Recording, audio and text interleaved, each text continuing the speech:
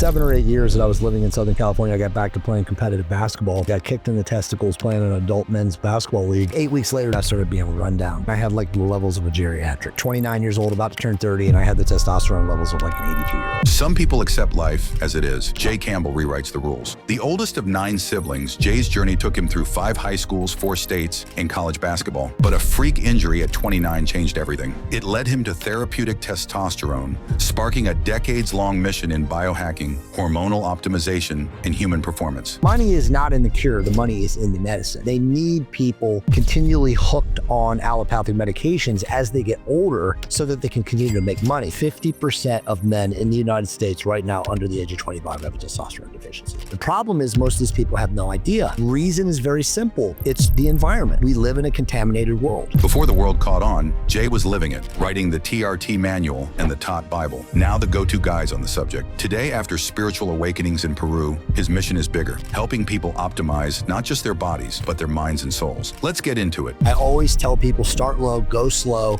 maintain the minimum effective dosage principle, because that is going to allow you to live the longest and strongest without any kind of risk to your long-term health. If people understood what a myocardial infarction or heart attack would cost them, they would never not spend money on their health, because one heart attack in 40, the average person, it costs them $400,000. People don't understand this, dude, but this is the system that we're in. Welcome to Success Story. I'm your host, Scott Clary. The Success Story podcast is part of the HubSpot podcast network. HubSpot not only supports this show, but they support entrepreneurs. That's why I'm such a huge fan of HubSpot. And I'm very grateful for HubSpot for supporting the show because they help entrepreneurs. And as a fellow entrepreneur, I know it takes a lot to grow your business, a lot of audience attracting, a lot of sales, a lot of marketing, a lot of lead scoring, a lot of channel management, a lot of content, a lot of long days, late nights, a lot of weekends, a lot of wishing there was an easier way, but there is. With Breeze, this is HubSpot's new collection of AI tools. It's easier than ever for marketers, for entrepreneurs to attract audiences, to increase leads, to score customers, and to close deals fast, which means pretty soon your company will have a lot to celebrate. Visit HubSpot.com/marketers to learn more.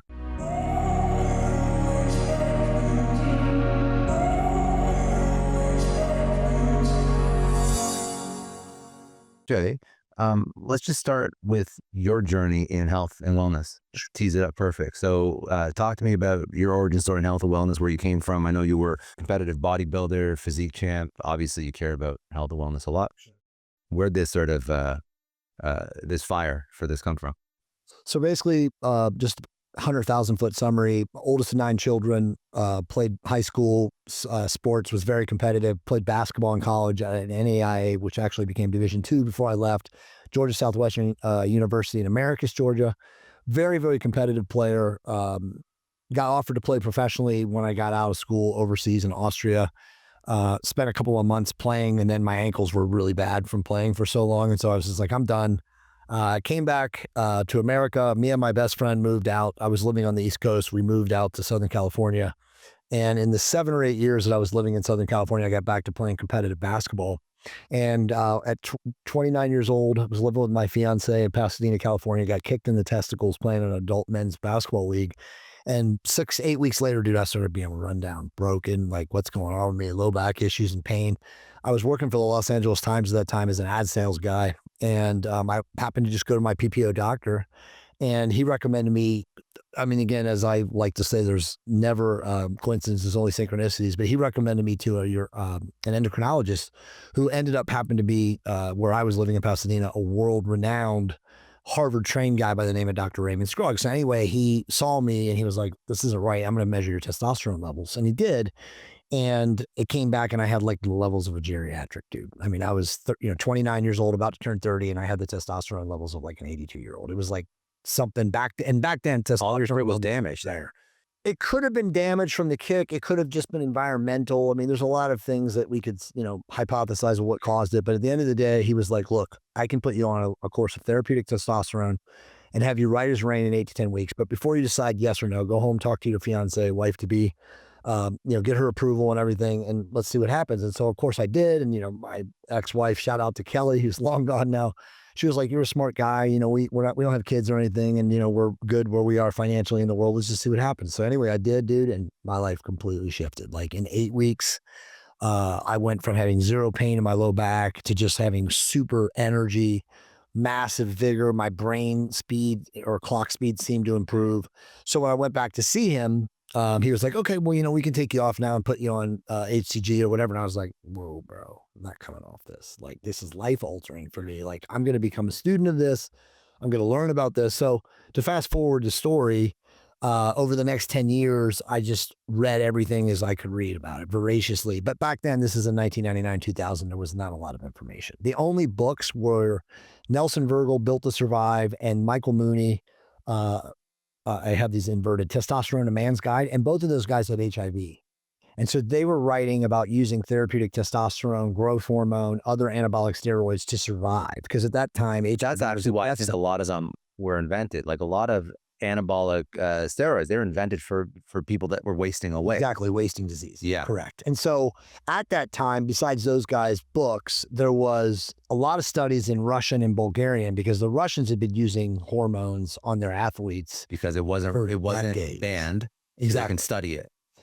Even in the States, it wasn't banned. So like, it wasn't until the anabolic, whatever it was called, Substance Abuse Act from Ben Johnson using steroids in the Olympics, which I think was in 1992 when they banned steroids and made them controlled 3 substances in the United States.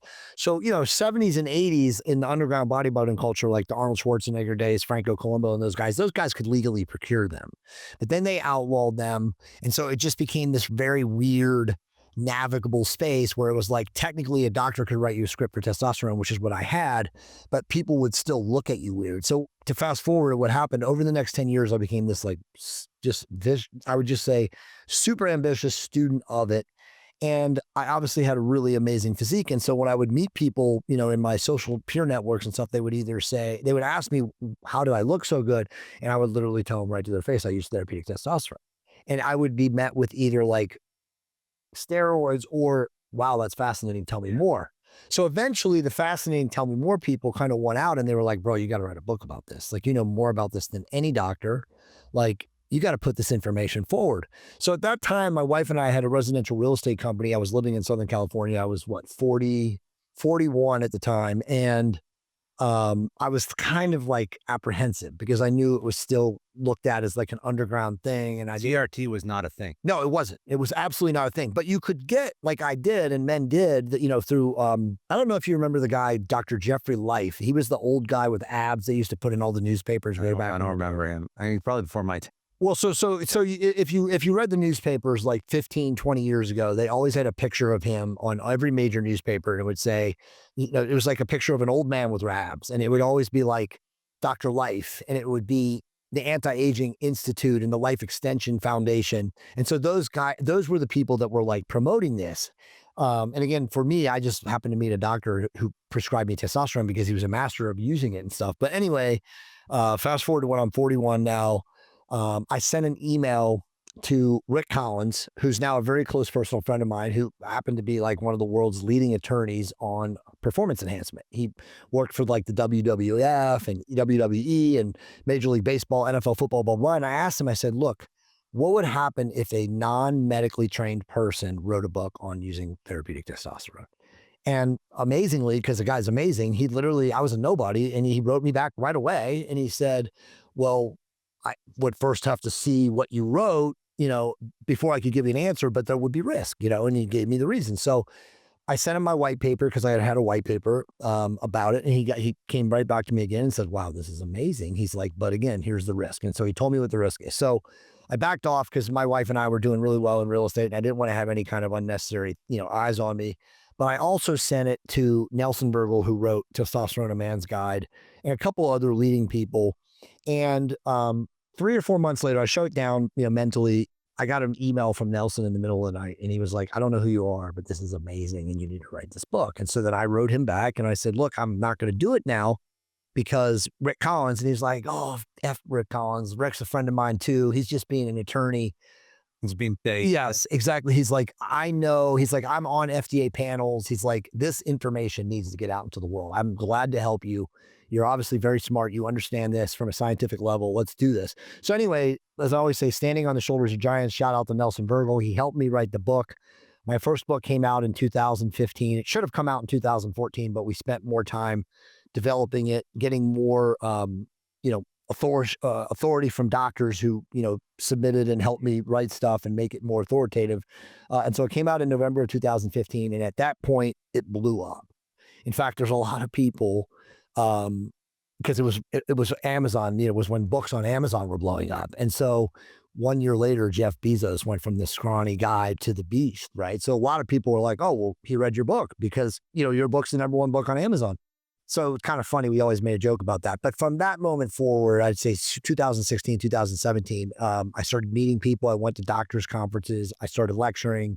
I wrote, 5 or 6 other books. Just like leaned into human optimism. Completely leaned into it. I mean, I was always doing it underground, but I was just a corporate wage slave guy, right? So I wasn't like doing this, but I started making the rounds. Our real estate business afforded us the luxury to travel and to go to these things and stuff like that. And then, I met the right people, wrote the right amount of books, and here we are today. What's interesting is that like on all these, because now a lot of these substances, before TRT was popular, now there's so many studies showing that, like, listen, as you age, testosterone goes down, and to live a healthy life, we're not talking about using a dose that turns you into a bodybuilder, but just to live a healthy life, it's good to maintain it. Now TRT is like lost its taboo, right?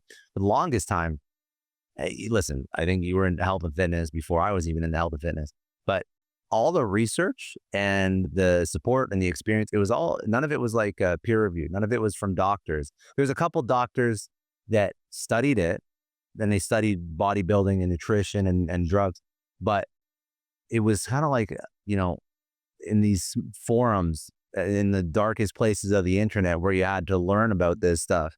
And I felt like, and I still feel this, I feel like doctors, they do have your interests in mind, but they don't go outside of their training to try and help you live your best life. And it's not just about testosterone. It's about peptides. It's about nutrition. It's about literally everything. What is it? They call it like sick care, not health care, right? Yeah. So I think that now we're in an age, hopefully, where medical professionals are going to focus on not just sick care, but optimization. That's 100%. That's what the best life, feel alive, feel cognitively present. Like you mentioned, you think quicker, you look better, you can play with your kids, you're not dying at 60, 70, right? You still have a good sex drive as a man. And I'm sure there's a whole bunch of other things you have to optimize as a woman too. Like this is what doctors should be focused on, helping people live their best life and be healthy. Because I actually do believe that if you optimize properly, then a lot of the disease and a lot of the things that are natural, put in air quotes, part of aging, I don't think they affect you as much or as early. It's 100% true. We could kind of just like put the dichotomy or just the line of the bifurcation is people either choose their, sick care doctor, which is their PPO doctor or their HMO doctor, depending on their business. And then their mind is like, this is my copayment and this is my medical treatment. Or you can be like what I teach, which is like, if you can't afford to spend $5,000 to $10,000 on your personal health every year, you have your priorities out of whack. Because even a $40,000 to $50,000 a year, blue collar earner can come up with that money. It's just they have to allocate resources effectively. Not waste money on beer and lattes and all these things that they throw away. But so that's kind of what I teach, and so it's 100% true. But going back to medicine, I always like to say what Chris Rock said: the money is not in the cure, the money is in the medicine. They need people continually hooked on allopathic medications as they get older so that they can continue to make money. I mean, if you look at the industry as it is today, it's insane, but like the average boomer runs out of money at 66 to 68, then faces medical bankruptcy, and then dies within the next 12 months to 2 years because they don't have the money to take the pills that they've been on for 15 years through their insurance. So it's a nightmare, but obviously we are talking about here today, like how you don't have to be connected to that system and how you can live, again, what I call a sovereign, empowered, free life where you are in control of your personal health. So when you think about optimization, so like the first stab at optimization for men in particular would be testosterone. So how has human optimization sort of evolved? I mean, it's a great question. I mean, going back to when I was first on testosterone, like you said, it was a taboo thing. You didn't talk to people about it. TRT was not recommended. It wasn't, technically even understood to be legal. Whereas now, I mean, there's a clinic on every corner in every major city. But here's the problem, Scott. The problem is that it's become a money grab. And a lot of the TRT clinics, I call them windmill clinics, are not about the patient's health. They're about making money. And it's become more like medicine. So unfortunately, you have a lot of men, women do just as well on therapeutic hormones, who are not getting the treatment that they ultimately would like to have because it's based on making money, collecting, if it's possible. It's rarely, but if they're really smart, they can collect insurance. But it's really about like finding and following the algorithm to make money, to scale that business or that brand versus personalized care and concern for that individual patient. So what is that? Okay. So, capitalism exists and people are always going to try and make money. So just like to stick on that sort of first version of optimizations, I think that's still a topic people really care about and are trying to figure out and navigate. So, you probably know the gamut of different hormones and different things that are not peptides. So in terms of testosterone, can you make recommendations? Because you're not a, like, how do you say like, okay, so because I don't want to get you in. Yeah, no, of course. No, I do. I have like, I want to understand. So say like I'm a man, I'm 40, 45, 50. What should I be looking for? Or when do I start?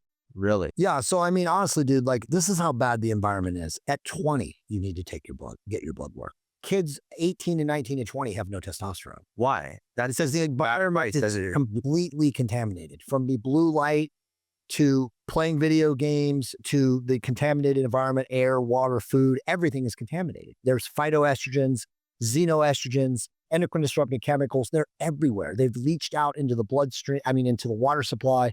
They're in our blood. It's so difficult to navigate and maneuver in modern day first world society that you can't avoid all of these harmful contaminants. So a 20-year-old, dude, testosterone is the joking when I'm telling you this. I would say that 50% of men in the United States right now under the age of 25 have a testosterone deficiency. 50%. You get into 35 to 40 and you're now in 60 to 65%. And as soon as you get into 45 and 50 and older, you're at 75% of the population. The problem is most of these people have no idea, because if they don't know somebody like you or me, or they're not connected to people that actually teach them to get their labs done and their blood work and biomarkers measured, they have no earthly idea. But again, look around in society. You have so many low testosterone, anthropomorphically, like carrying feminized bodies and body fat levels. Again, body fat, obesity is through the roof. Inflammation is through the roof. And all of this really stems from a lack of proper hormones. And again, the reason is very simple. It's the environment. We live in a contaminated world. I thought, yeah, I don't disagree with you. I think that people are their health is not good.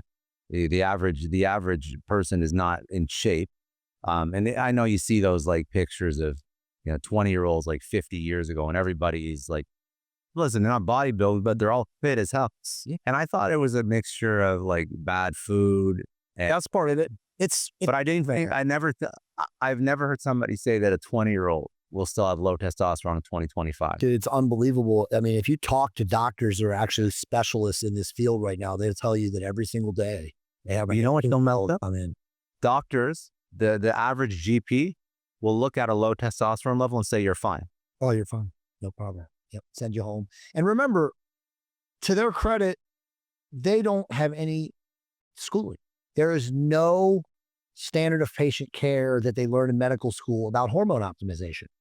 Because again, why would allopathic medicine want people to not be on meds instead of hormones? Because if they optimize their hormones, they're not going to be on SSRIs. They're not going to be on all these other things that they take that they make money off of. So it's real simple to understand it. So for a 20-year-old, going back, that's even earlier than I thought.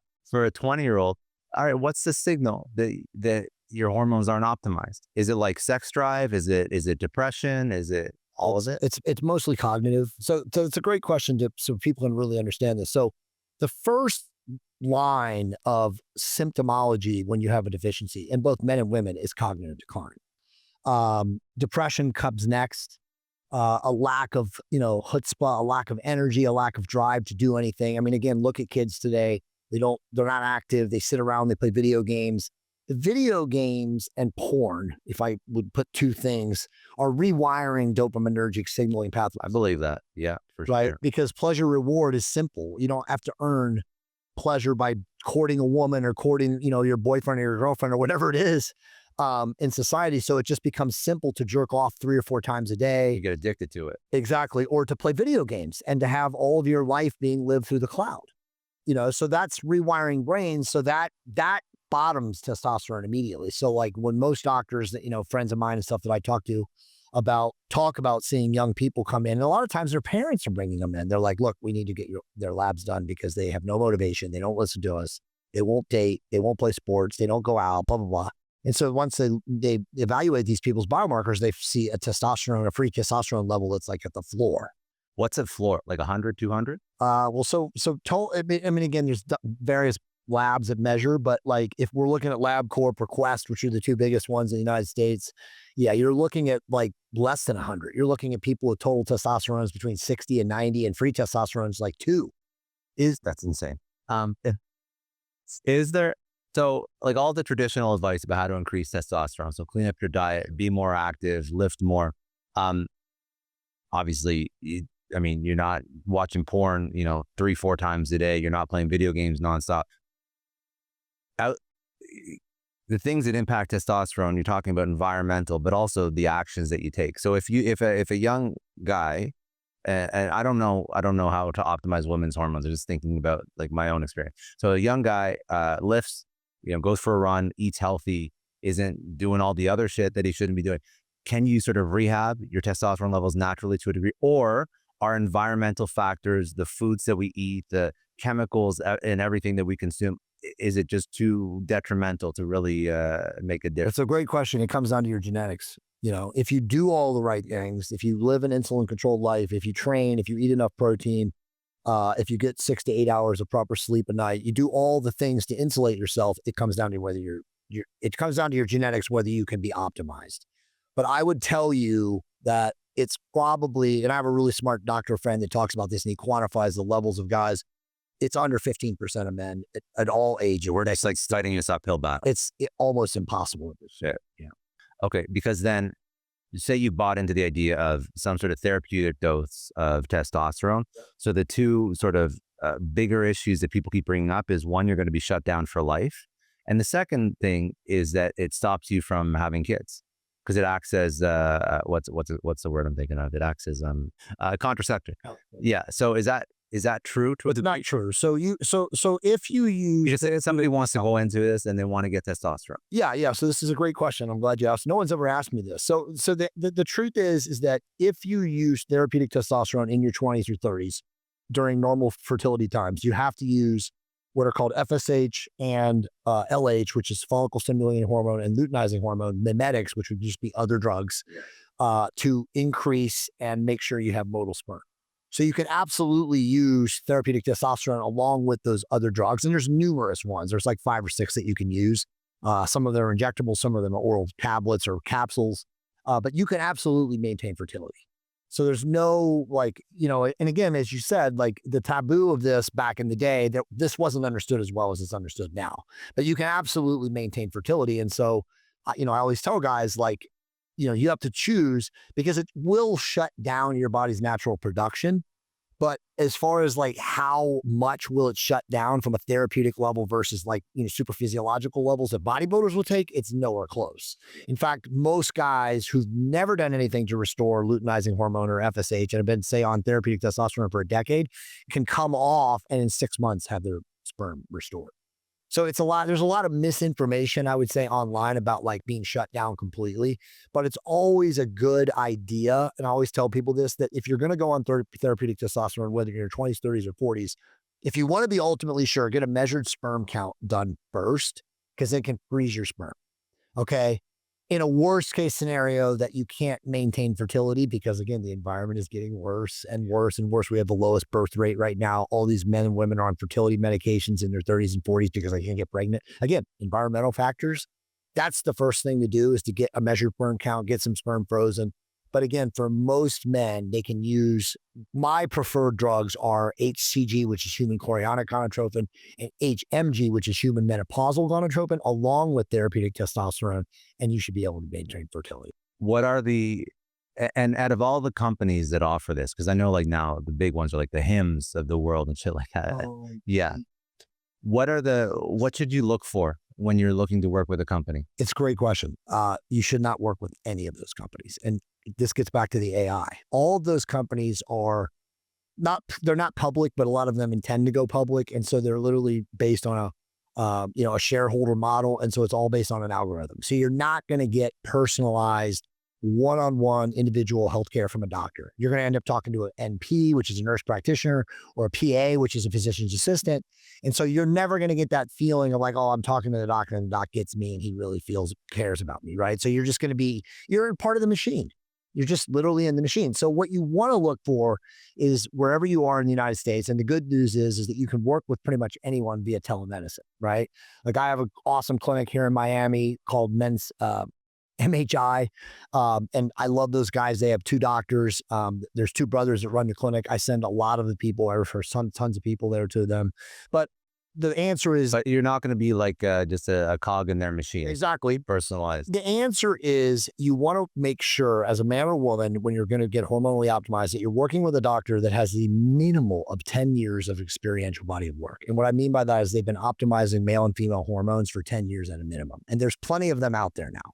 You don't want to go down to your local clinic on the corner that is you found an SEO ad that says we do everything for $199 a month. Because what those guys end up doing is they just value add you to death. And before you know it, your bill is $9.99 a month and you don't even know what you're paying for. They don't give a shit about your particular circumstance. Absolutely. It's just like, how do we do as many of these? Exactly. It's all cookie cutter boilerplate templates. And the problem with those guys is, and this is what I always talk about, whenever you start therapeutic testosterone or optimizing your hormones, you really want to see what testosterone does in isolation.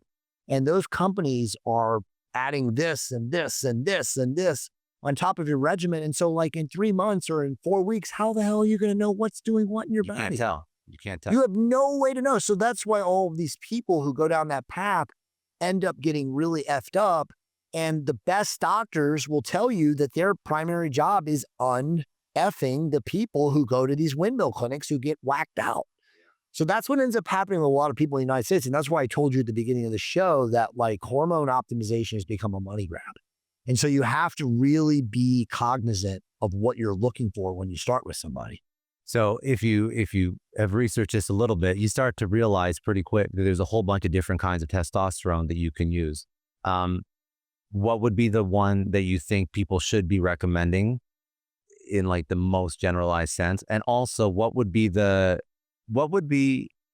advice? Like if you get this advice, this is a red flag that you should definitely not work with that clinic. Because that's also important. This is a great question. Let me unpack this. So there's so many forms of delivery now of testosterone. 80% are worthless. The tried and true that work and have been used for decades in both men and women are injectable, number one, primary. And again, dude, like people freak out of needles. You know, a bonus question. Do you know what the word for needle phobia is? What's the word for needle? Called tyrannophobia. It's ridiculous. Yes, actually, right. Because you're like Tyrannosaurus Rex. Like, where does that come from? But that's the biggest hurdle and obstacle in most men. It's not an obstacle in most women. They don't care. It's crazy, but men are afraid of needles. But testosterone now in oil, the esters of testosterone, which the primary ones are either cypionate or anethate in the United States now. Propionate is available still, but it's fast acting. Most people don't get that. It's in like MCT oil or sesame oil, and it's so thin that it's easily able to go through like a 29 gauge or a 28 gauge needle, which, as you know, is like an insulin needle, right? So previous to that, men would complain because they would have to use bigger needles and you would leave scar tissue, right? Inject here, up here, you know, in quads if you're really brave. But bottom line is now is like you can use really thin, small gauge needles to inject testosterone. It's not a big deal. But injectable is what you should be looking for because there's also stuff that you put topical. Yeah, so I'm going to get to that. So injectable is number one, okay? But to talk about it deeper, it's not a big deal now because obviously you can use small needles. But the next way is transdermal. And the best way to do transdermal for both men and women is actually for men at the base of the scrotum, and for women, it's like at the head of the labia or the intervaginal area. Because the reason that is the skin is highly permeable. In fact, the base of the scrotum and the hood of the clitoris and the interlabial area of the vagina is like 8 times more permeable than anywhere else in the body.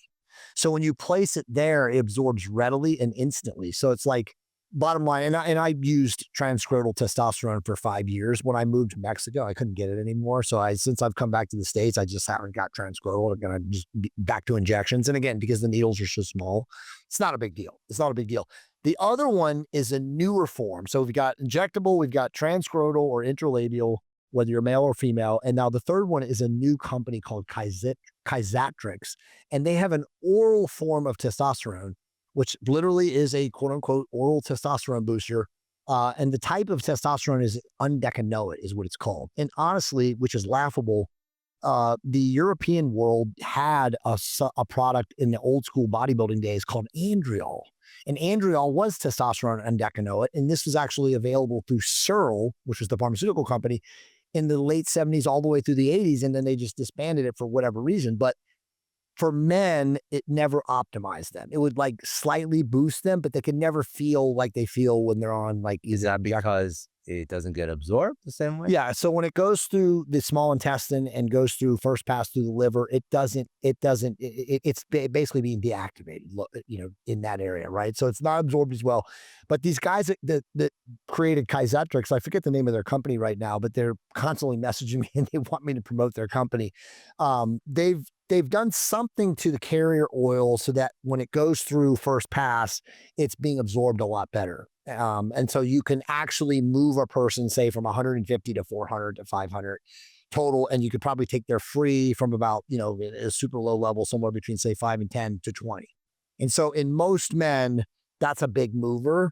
And a lot of people are starting to take it. And again, going back to like, they don't want to inject, they don't want to put it on the balls. A lot of guys will say like, oh, if I get it on my balls, it gets on my underwear. My wife can't go down on me. I don't want to, touch my kids or whatever, but it's not that big of a risk, but people complain about that. So the oral version, seemingly as they continue to perfect the actual delivery of it, because it's not perfect yet. And even the owners will tell you that, because they want to be able to move the free testosterone levels the same as injectable does. And they want to hit mass market. And exactly. Yeah. I mean, they're out there now, but the problem they have is they're not moving free in total because the formulation is not perfected yet. But those are the three types. Everything else is bogus. There's patches. There's troches that they put like along the gum line, which is absolutely retarded, doesn't absorb well. Dude, there's one called Natesto that's an intranasal. It's actually patented by this guy down here at Miami. I forget his name, but he's been on my podcast, but causes nosebleeds. It's insane. So like there's other formats we won't want to talk about, but if you're in the market, whether you're male or female, those are your three delivery systems that are tried and true that will work. And I wouldn't use the Kyzatrix yet because it's not ready for prime time. And if somebody's telling you different, don't work with them. Absolutely. So to answer the other question, the biggest red flag is when you go to the Windmill Clinic or you go to the testosterone center and they want to put you on an AI. And an AI is an aromatase inhibitor medication, which blocks estrogen. Now, when you block estrogen, when you're giving a therapeutic dose of testosterone, you're actually blocking the effect of testosterone at the tissue level. It's insanity. But for some reason, and might be bodybuilding culture, we don't really know where it comes from. But at one point in time, they used to think we want a higher testosterone and want low estrogen. It's the complete inverse. Well, man, that won't be that. Exactly. But here's the thing that's so crazy. And this is like perverse through all of hormone optimization. They believe that you want to push free and total testosterone higher and then keep estrogen in this narrow confined range. And it's completely insane because the narrow confined range, the lower you push a man and a woman's estrogen, the more negative effects they have. Brain issues, vascular issues, bone mineral density issues. So it's completely insane. If we get back into like, why is this happening? The state medical licensing boards see this narrow range on blood markers, right? Like think of Quest or LabCorp. And I think it's like 21 estrogen to like, or it might be 17 to 32 in men. And so doctors want to keep their patients in that confined range. And when you do that, you whack them out. But for them, it's like, well, I don't want to get audited by the state medical licensing board and they see a guy's estrogen like 20 points outside the range. And so they get freaked out about it. And so that's what's going on out there. And it's obviously mismanaging patient health because they're just trying to keep them in a range that has nothing to do with therapeutic testosterone. But it just save their own ass. 100%. It's CYA. You know, it's so tough out there to navigate this because keep in mind, like, what is the advice that you seek, first of all? If you're not listening to these kinds of podcasts and you feel like shit, you go to your GP. And then you listen to a podcast and then you bring that information back to your GP and he's like, that's not correct. It's incorrect. And then you're just like, okay, so who do I listen to? This guy on the internet or your GP? But you have to think about, listen, you have to think about incentives. I think that when you understand incentives, I think that you start to, break out of the matrix a little bit. And that's where you have to think. Even when, which is a very simple thought exercise, when you're getting prescribed a drug by a particular doctor, like understand that there's a reason why they're prescribing that drug. There's a financial reason why they're prescribing that drug. The back. Yeah, I won't even go down that rabbit hole, but I mean, I just watched something on the other day.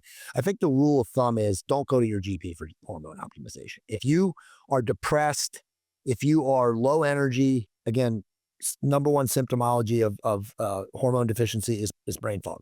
If you have any of those things, do not, because like you said, they will literally tell you you're fine. And in addition to telling you you're fine, they will write you a script for an SSRI. Oh, just take this blue pill.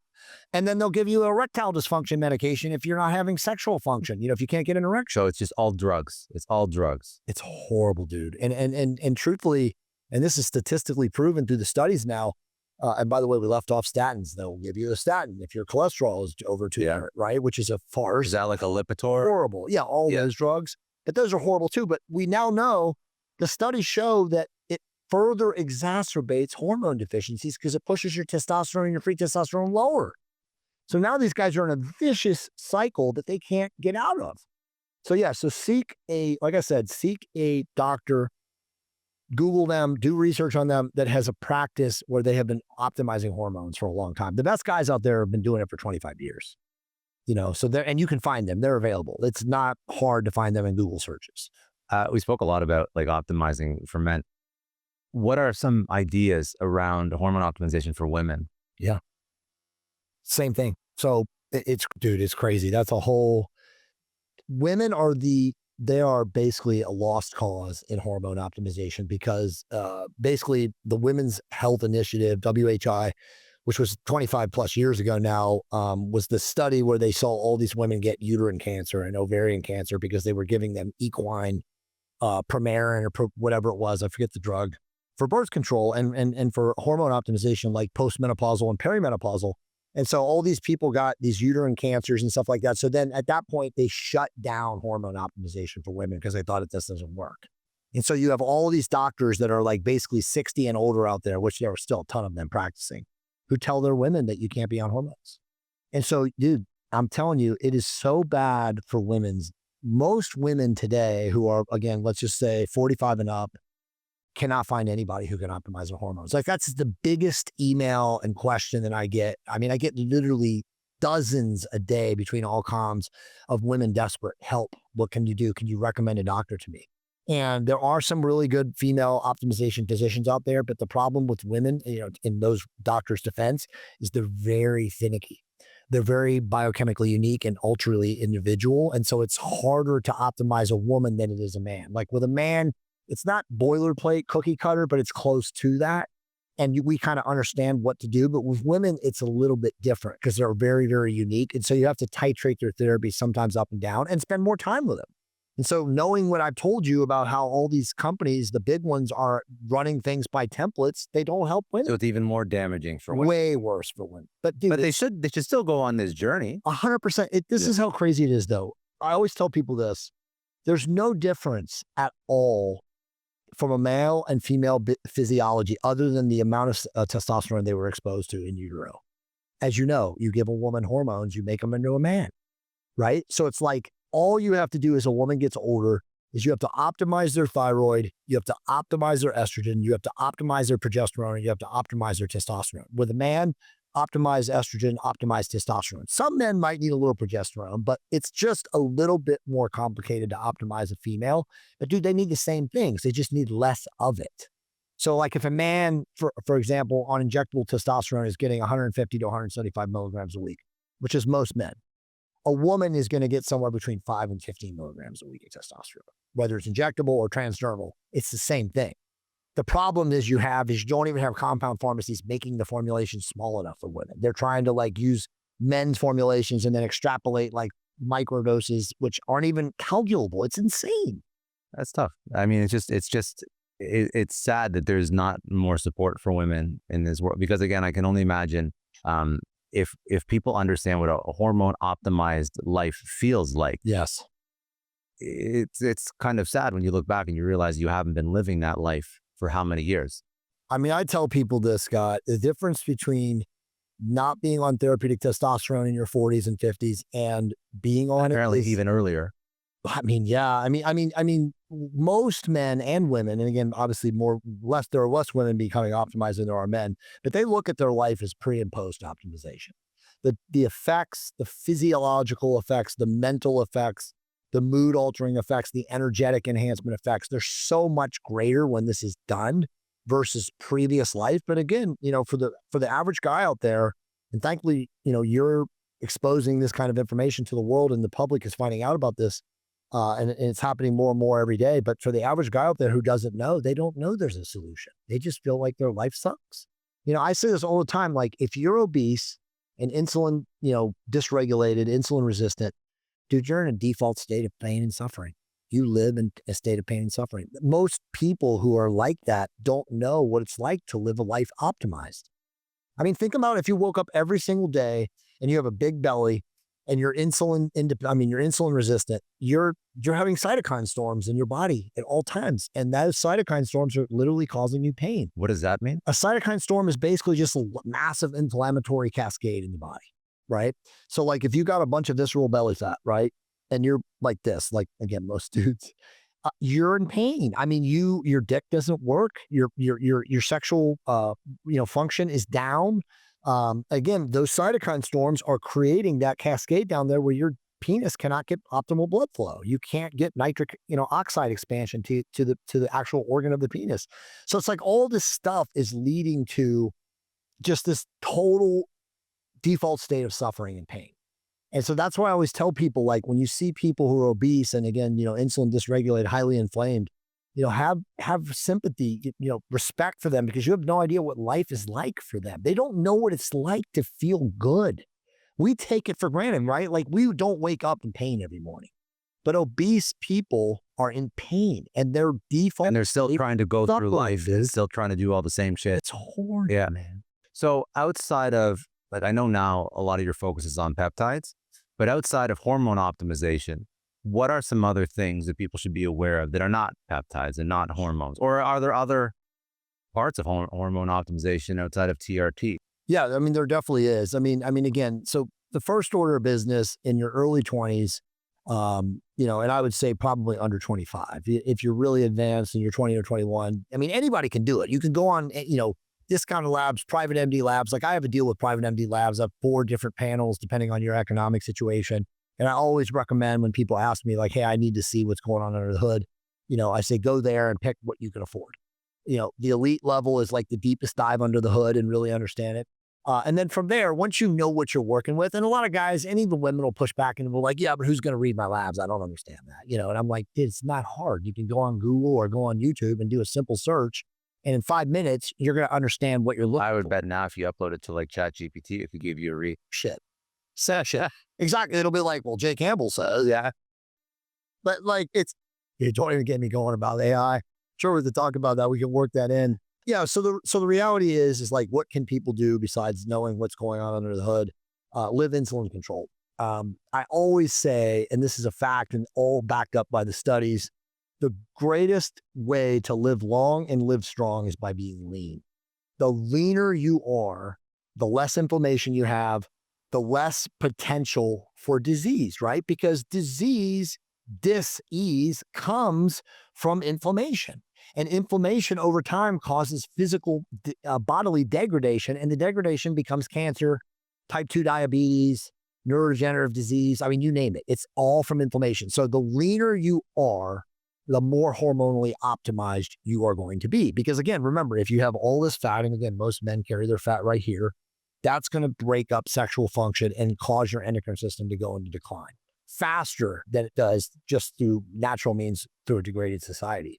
So that's like the key is remain lean, do cardio, lift weights. Obviously, hormonally optimized is going to give you more energy to do that. But there are other supplements which we could talk about, that my company sells There are mitochondrial optimizing supplements that you can take without having to hormonally optimize that will give you a little bit of push too.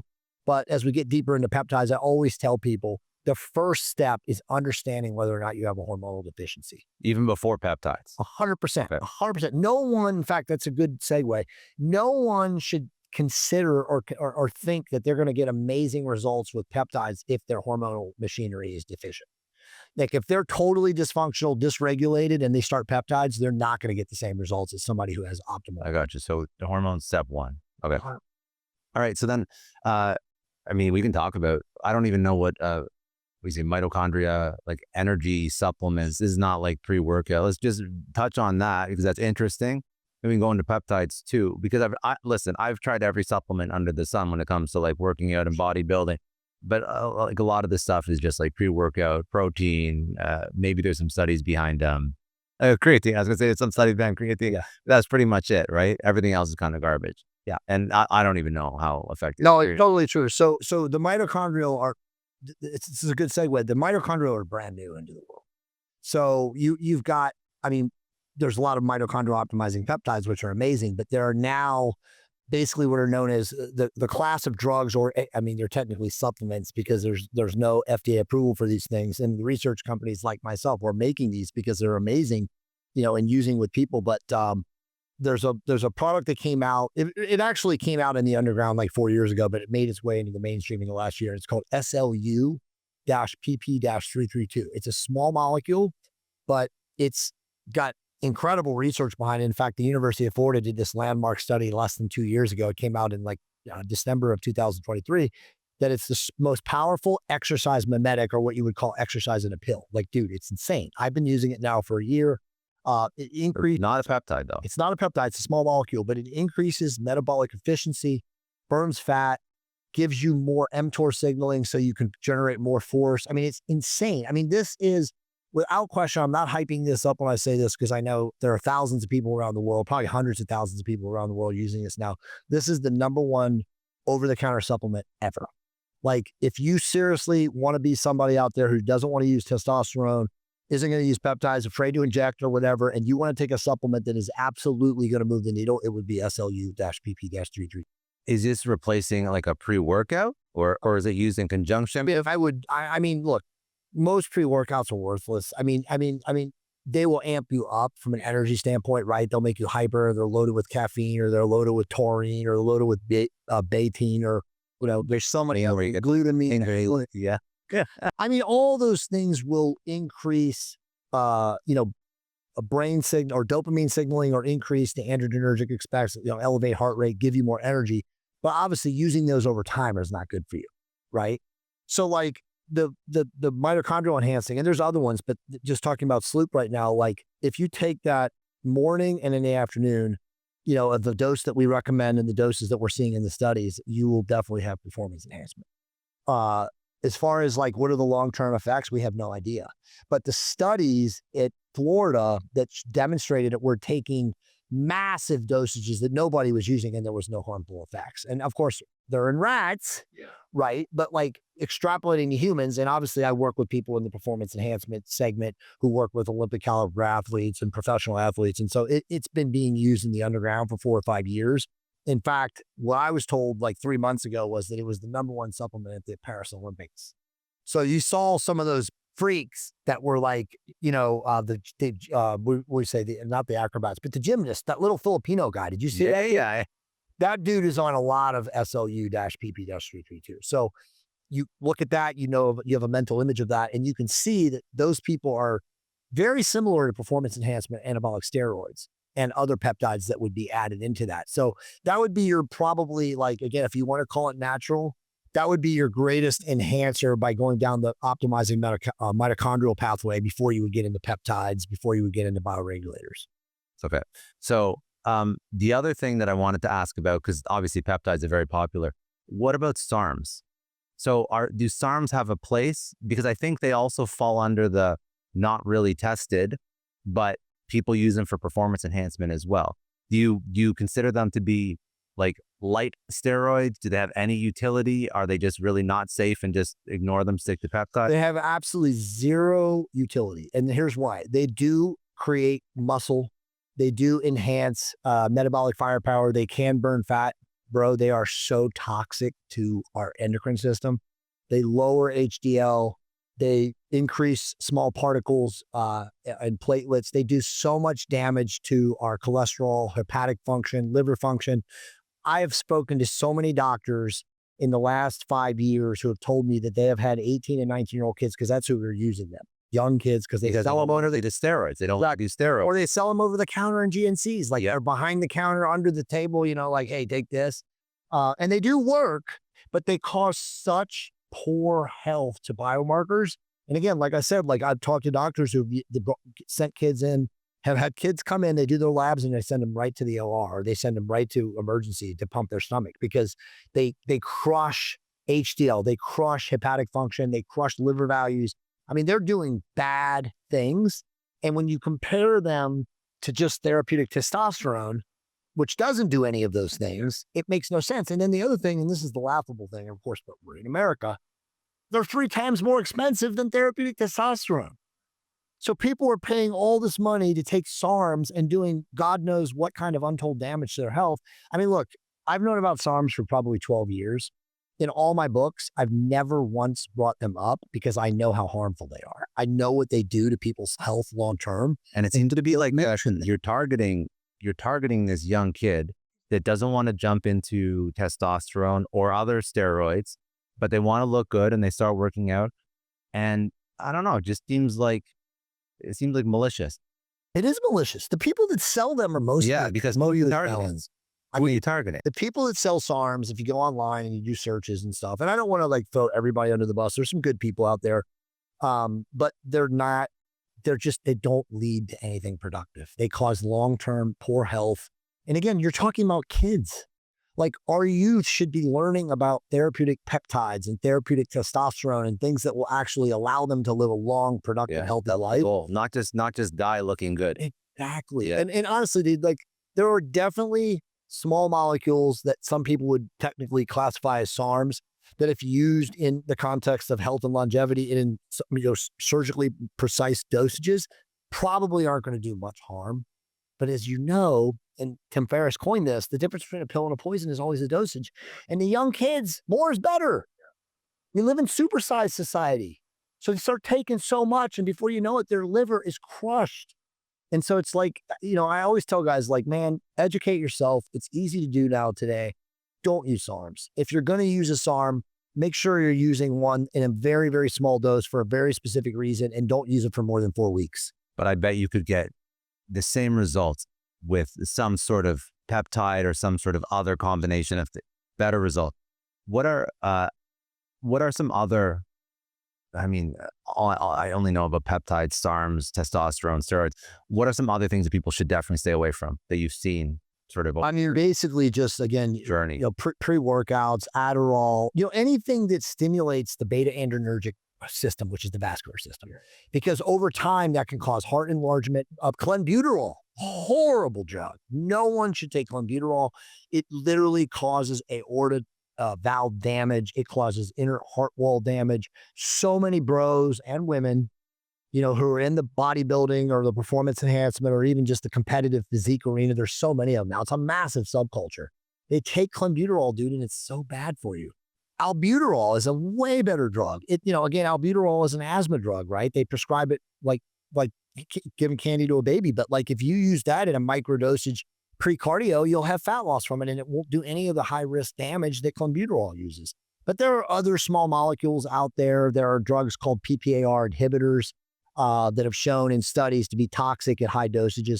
Look, at the end of the day, it's again the Tim Ferriss principle. Always the difference between a pill and a poison is the dosage. It's just that most people seem to think that if some is good, more is better. And it's never that way. And it's always like, even when I coach or when I lecture or I talk, I always tell people start low, go slow, maintain the minimum effective dosage principle, because that is going to allow you to live the longest and strongest without any kind of risk to your long-term health. Yeah, that's smart advice. This is why you have to have more conversations, more candid conversations. People are scared to talk about this. And what happens when you don't talk about it? Then people do their own research. They go to Reddit. It's true though. I am not liked on Reddit. You should search me on Reddit, dude. There's so many people that talk smack about me because I always tell people the truth. But yeah, I mean, Reddit is just But full. where do people go to research if they can't talk to somebody? Exactly. And then they get bad info on top of bad info. You're right. So let's talk about peptides. So, where did peptides come into health and human optimization? How old are peptides? So peptides, so this is an interesting conversation because we have to talk about bioregulators and peptides. So what Explain peptides the and difference, maybe? bioregulators, yeah, Yeah. sure. So what peptides and bioregulators are basically signaling chains of proteins. The longer chains are peptides, and that's why most of them have to be injected. And the smaller, shorter chains are bioregulators, and that's why a lot of them are oral capsules. But they're both amazing because they're mostly naturally produced in the human body. They don't cause, Scott, any kind of side effects because, like, to understand this, for the people listening to this audience and not go down a super, esoteric rabbit hole, most allopathic medications are what are called Rockefeller petroleum distillate. So they're basically made out of oil-based drugs. And when those break down in our system, they cause side effects because oil doesn't break down in the body like a organic signaling or chain molecule like a peptide or a bioregulator does. So all of those drugs, as we already talked about, over time, as your person gets older and they're hooked on big pharma, they're taking 12, 15 pills a day, right? To medicate this side effect versus this side effect, they cause death because literally they cause system failure, organ failure, biological system failure. So over time, that's what happens. But with peptides and bioregulators, that doesn't happen. In fact, I've been using, which is crazy for me to think about this, but I've been using therapeutic peptides since 2004. And the true story is at the very beginning of my origin story, when I was using therapeutic testosterone, I was learning from underground forums, which you already talked about. And at that time, the bros and the people that I was learning from, and there were a lot of really smart guys that were mentoring me. And back then, dude, everything was anonymous. Nobody had names. They had the handles, right? So it's hilarious. All the bodybuilding forums. Yeah, dude. But I mean, like back then, it's funny because the biggest one was Miscellaneous Fitness Weights, and it was in Canada. It was based in Canada. Yeah. But the craziest thing is that there was this peptide that people started talking about called ipamorelin. And the beauty of ipamorelin was like, hey man, you could take this peptide and it will increase your body's natural growth hormone production, but it will not give any side effects and it will not shut down your own natural production. So everybody's like, wow, start using it. So back then, again, in 2004, it was my first peptide foray. I started using it combined with therapeutic testosterone and I got leaner. And I felt better. I had better, deeper sleep because, again, growth hormone agonist peptides increase IGF-1, which increases polyphasic sleep capability, improves skin elasticity, well-being, all these great things that you've heard about from peptides. And that was, again, in the very beginning. And I always say, like, at the very beginning of drugs, when they circulate in the world, they're always the best. And then as they get broken down and people find out about them and they start cutting them and they're not as good. And so, like, I always laugh because, like, ipamorelin, when I was using it in 2004 through 2007, was like gold standard. And when I use ipamorelin today, it's not bad, but it's not the same effect, right? So it's just like, that's just kind of how drug culture works. And as companies get involved and middlemen get involved and they start cutting things and you just don't know what kind of quality you're getting. But at the end of the day, peptides and bioregulators, the difference is that bioregulators are smaller chains, peptides are longer chains. They have been used in Russia since literally the late 40s. So there's tons of peer review. There's tons of studies. There's a great scientist, professor, named Vladimir Kavinson, who actually died in December of 2023, who was essentially the father of peptide bioregulators. And he basically was the guy that pushed them into the Soviet Union and, Eastern Bloc countries and stuff, Bulgaria, obviously Ukraine. So all of those people were using these drugs, dude, forever. In fact, if you went to Russia, and I have not been to Russia, unfortunately, yet, it's a bucket place I want to go to, they're over the counter. You can just go into any pharmacy and you can buy a bioregulator, you can buy a peptide, and they're used, and they've been used, again, medicinally for many, many reasons. Now, to explain what a bioregulator is, and then we'll get deeper into peptides, there is a bioregulator, again, an oral capsule for every organ, system, and biological system. So, for example, think about it like this, and men can understand this. As a man gets older, the prostate grows, right? It hypertrophies. And so we all at 50, 60 have to wake up in the middle of the night to take a piss because our prostate walls are pushing against our ureter, and it just makes us have a pressure of going to the bathroom. I'm one of those. Almost every guy under 50 has to do that now. And it, obviously, as you get older, it sometimes is twice in the night. So it disrupts your sleep.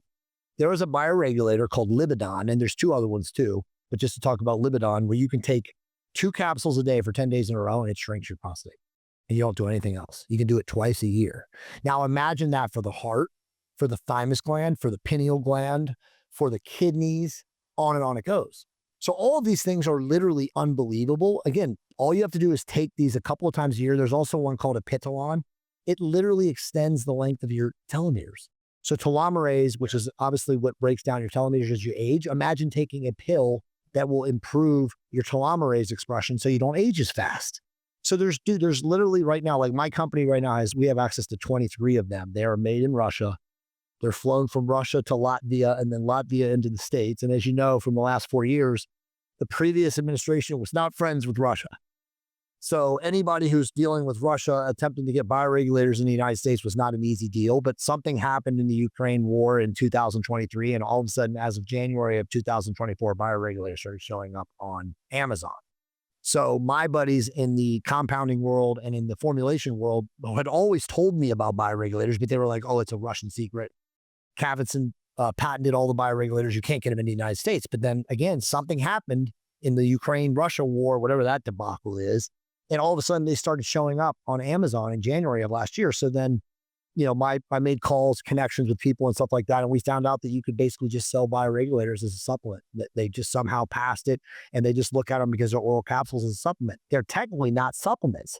In Russia, they're basically considered medications. But in the United States and in the West, they're supplements. So dude, there's a race to expose bioregulators to the American public and the Western public because they're amazing. They're literally amazing. So what was the reason for years that these were not patents? They just completely kept them out of the West.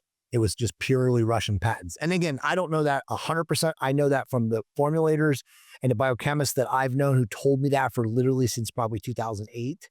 But I was aware of them. It was like that taboo product that you can't get because they're stuck behind the Eastern Bloc. Are there any health concerns with these? Dude, they have no side effects. They're insane. I mean, I know it sounds crazy. They've only been on the market for 1 year, but there's massive studies. If you can read Russian or Bulgarian, you can read about them. But no, again, they're tissue specific, which is crazy. So when you swallow them, they target the actual organ or biological system that they're intended to target, and they have no breakdown in the body that causes side effects. I mean, honestly, when I say there are no side effects from bioregulators, there are no side effects. I mean, I've never observed a person in knowing now for about 1.5 years of people using bioregulators. I've never seen a single person who's had any poor effects. I've seen men who literally stopped having to go to piss in the middle of the night taking Libidon. Because they're so effective. It's incredible. Pinealon, which is the pineal gland bioregulator, dude, it's like, if you take that with high dose melatonin, there's a whole group of people. There's a researcher named Doris La. You can Google her. She's a friend of mine, and she's like the high dose melatonin, like queen of the planet. And she's done tons of studies on melatonin, but they're taking pinealon and melatonin and they're astral projecting, leaving their body. Oh my God. It's incredible. Like they're talking about this. You can Google this and read about this. Now, I personally cannot use high dose melatonin. I'm like one of those outliers where like the more melatonin I take, the more it stimulates me to be awake, which is bizarre, right? Because most people take melatonin to fall asleep. Yeah, but then I also feel like garbage the next day too. But depending on the level, exactly right. Yeah, so you've obviously experimented with melatonin, but that's what's really weird about melatonin is everybody's individually and biochemically unique with their experience with it. But I've done it. I've taken it with pinealon. I have not astral projected, but I'm definitely like. Well, I think most people don't care about astral projecting. Most people just want to like live longer, be healthier, feel better. But it is interesting. I mean, if you leave your body, it's pretty awesome. I have this conversation a lot. Like, do you, what's your view on alternative medicine? And I do like, listen, my answer is, in the West, incentives drive a lot of behavior. So I think there's a lot. The issue is that there's so much stuff that could work, but it'll never be studied by the people that should be studying it because it doesn't impact their bottom line. Exactly. That's 100% metformin, right? Metformin is the #1 anti-aging drug in the history of the world. It's actually finally in a big, it's in its 4th year at the TAME trial. Barzilai, I forget the guy's name, but he's a famous Israeli researcher. is doing the study. I've been on metformin for 20 years. I wrote the world's biggest article. It's cited on to Harvard and Research EDU. All the reasons why people should be on metformin, but it's the exact same reason. Like nobody will get behind it because they can't make money. It's off patent. We're selling it from our company now. But it's the #1 most studied drug in the history of the world, right? It's a plant that grows wild in the fields of France, but Big Pharma patented it in the 40s. And then they started giving it to diabetic people. And then, doctors unfortunately learn in their first year of medical school that metformin causes lactic acidosis in the kidneys. And so they tell people, well, you can't be on metformin unless you're diabetic. But now we know that all the studies, and again, this trial going on, that it's the most powerful anti-aging drug in the world. It does all these amazing things. In fact, I tell everyone, like, if you're going to be on one thing as you age, you have to be on metformin. It increases Akkermansia in the microbiome. It kills and crushes systemic inflammation. Dude, people that were on metformin during COVID never got sick. They couldn't get sick. It's such a powerful drug. But like you said, there's no incentives for pharma to push metformin. There's no incentives for doctors to write scripts for their patients. Dude, I swear to God, I won't tell you who this person is, but you know this person. In 2014, he said to me, if metformin and human growth hormone were in the water supply, there would be no hospitals. It's insane. It's absolutely insane. But so think about that. They don't want health. There's no money in it. Like you said, incentives. It's profit. Don't want health. So then the issue is, I think people can buy into that idea that they should take their health into their own hands, but it's a minefield of information. It is a minefield. Oh, now it is. I mean, dude, 25 years ago, when I was on the internet at the beginning, it was nothing but gold. Yeah. And as you know now, the signal to noise ratio is so distorted. And also people, again, now people that, again, so we have doctors that don't know what they're talking about. We have pharmaceutical companies that are, incentivized to only push the products they sell that they have patents on. But then we have social media influencers that only make money off the products that they sell, and they're not going to talk about anything else. Honestly, and dude, you know me now just from talking to me, 80% of social media influencers don't know shit. I know that. Let's just be very honest. They've not done their homework. They might, as a male or female, they might have an awesome physique and people look at them and say, wow, they'll issue to this person. Oh, it's insanely dangerous. And this is the truth too. And, I'm an OG, quote unquote, pioneer biohacker. A lot of people see me that I'll be 54 in February. I've been in this space for 30 plus years and I've been doing the work, right? Like I've been doing shit on myself, working with other lab rats, working with people. Like I would never recommend any drug or any supplement to anybody if I thought there was risk, right? But as you know, there's a lot of Johnny-come-lately people out there. And this is what happens, right? They do one thing and it works for them. And then they'll say that everything else is garbage. That's what they do. They become like these, like almost like a zealot for like one kind of formula, one kind of diet, one kind of supplement. And they say that everything else is going to kill you. I feel so bad for younger people because they're coming up in a world of just complete distortion. Yeah, I know. You and I mean, I know you're younger than I am, but like we did not have it as bad as they have it now. Like everything, for every 5 people on the internet that they research, 4 are completely bogus. So that wasn't the case even when I was sort of like going on my own health and wellness journey. I played a lot of hockey, then got into bodybuilding and lifting. And the guys that I looked up to, they were the guys that had Lane Norton. Yeah, of course. Like he's been around for forever. And how did he prove that he knew what he was talking about? He would cite peer-reviewed scientific journals. You do everything himself. I'm trying to think of other guys. There's like, who are some other big doctors in this space?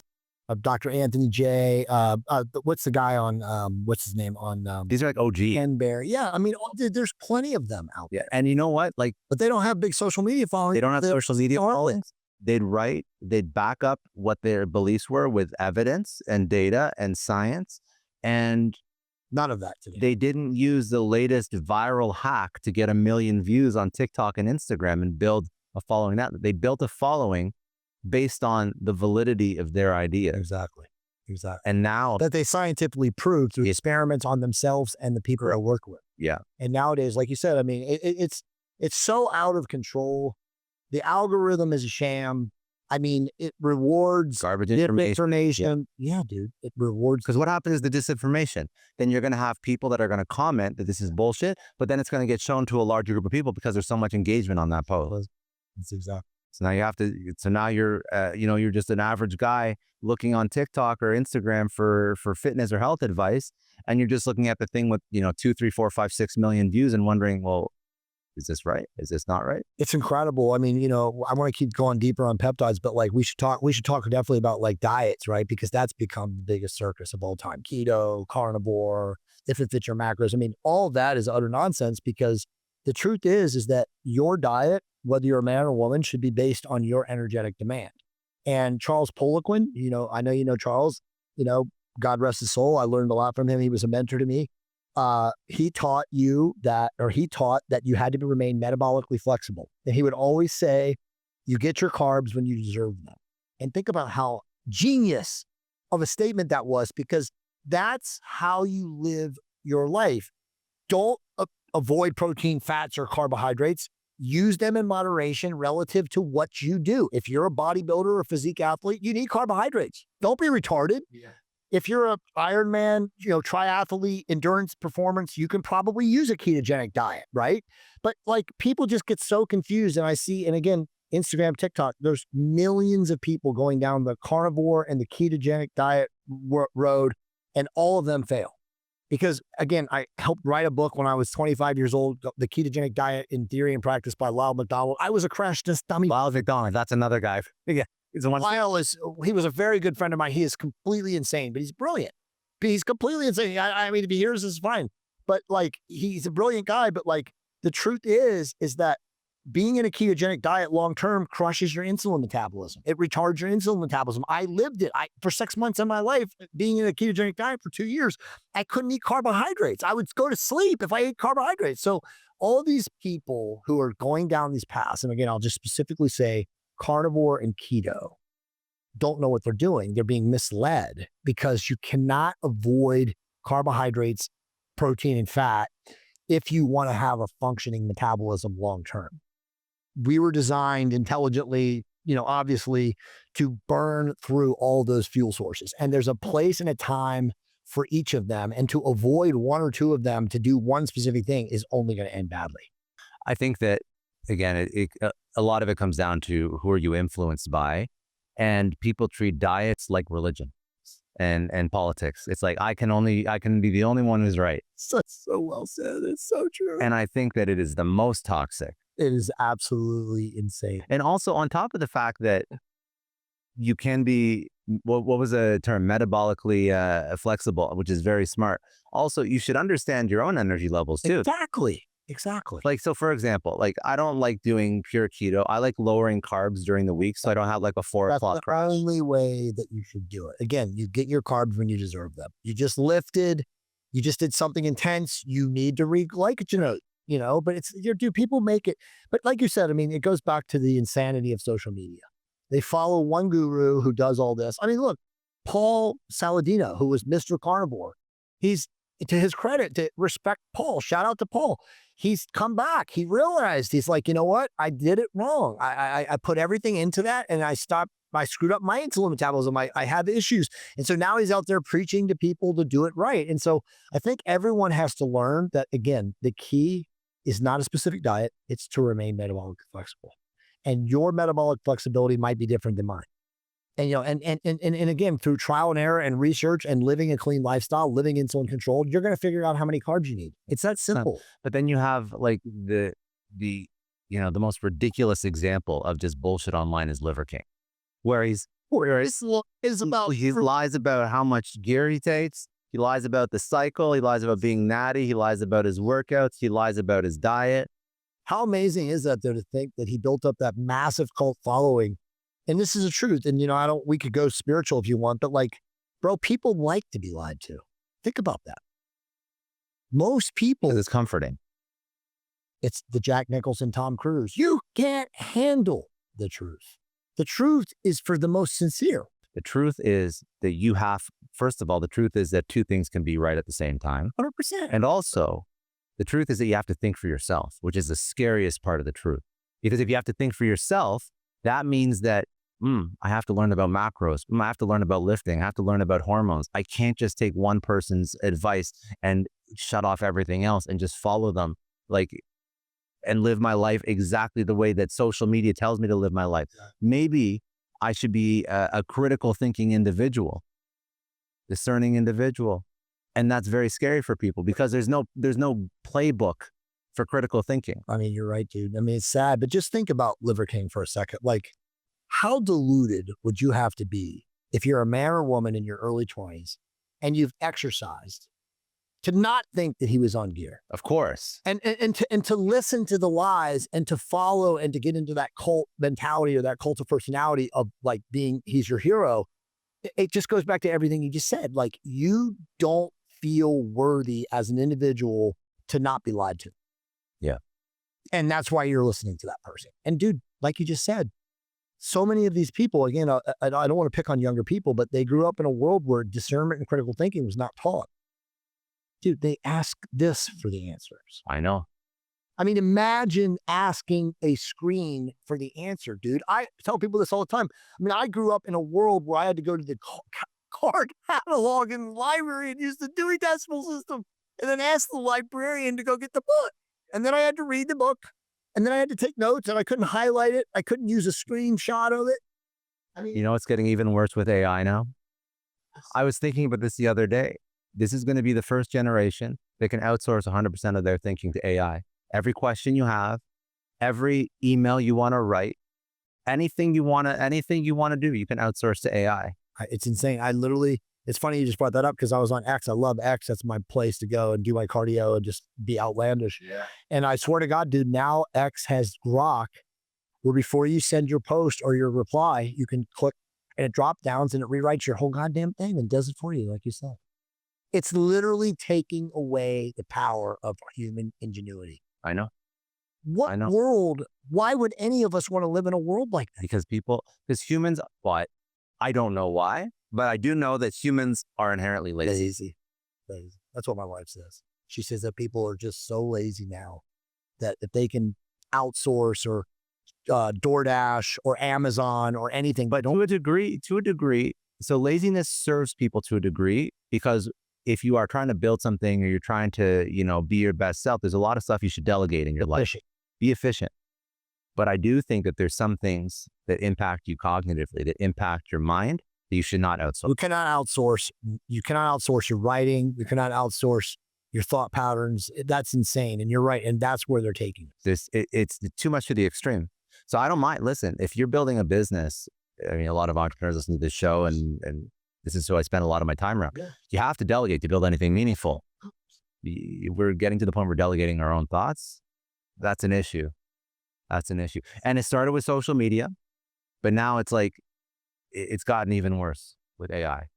It's insane. I mean, like I said, I don't, bro, and it's also reinforced by like traditional society and now media where don't think for yourself, just listen to what we have to say. So every single part of our life, if you're not careful, is signaling, outsource your thinking. Insane. It's very... I'm a writer, obviously, and an author, and, writing has always been a thing for me, and I refuse to use AI to write. I refuse. I literally, like, people will, like, send it to, like, even my company, the guys that run, our co-founders and stuff, they'll be like, oh, well, let's send it to AI and check. I'm like, no, we're not going to do that. We have brains, and we're intelligent people. Like, but to your point, there is a place for it. And so it's like, it's separating, through discernment, like where is the place that's not going to derail you as a human being? Yeah. And I think that might, like you said, this new generation, how do they even determine how to discern that?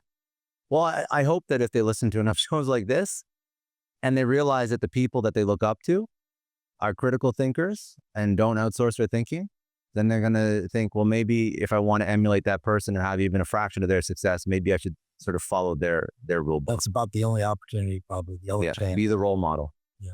For your kids, for the community, for the people that look up to you, for the people that you work with, you have to be the role model, I think.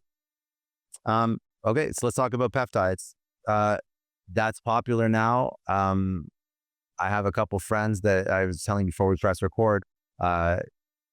One of my friends, he's interested in buying compounding pharmacy, and he came from like the beauty space, and he's tried every peptide under the sun on himself. Yeah. I always hear about like Motzi and all these others. He's tried everything. You know, God bless him. He acts like a little bit of a guinea pig, so I can't hate. But obviously, these are very popular right now.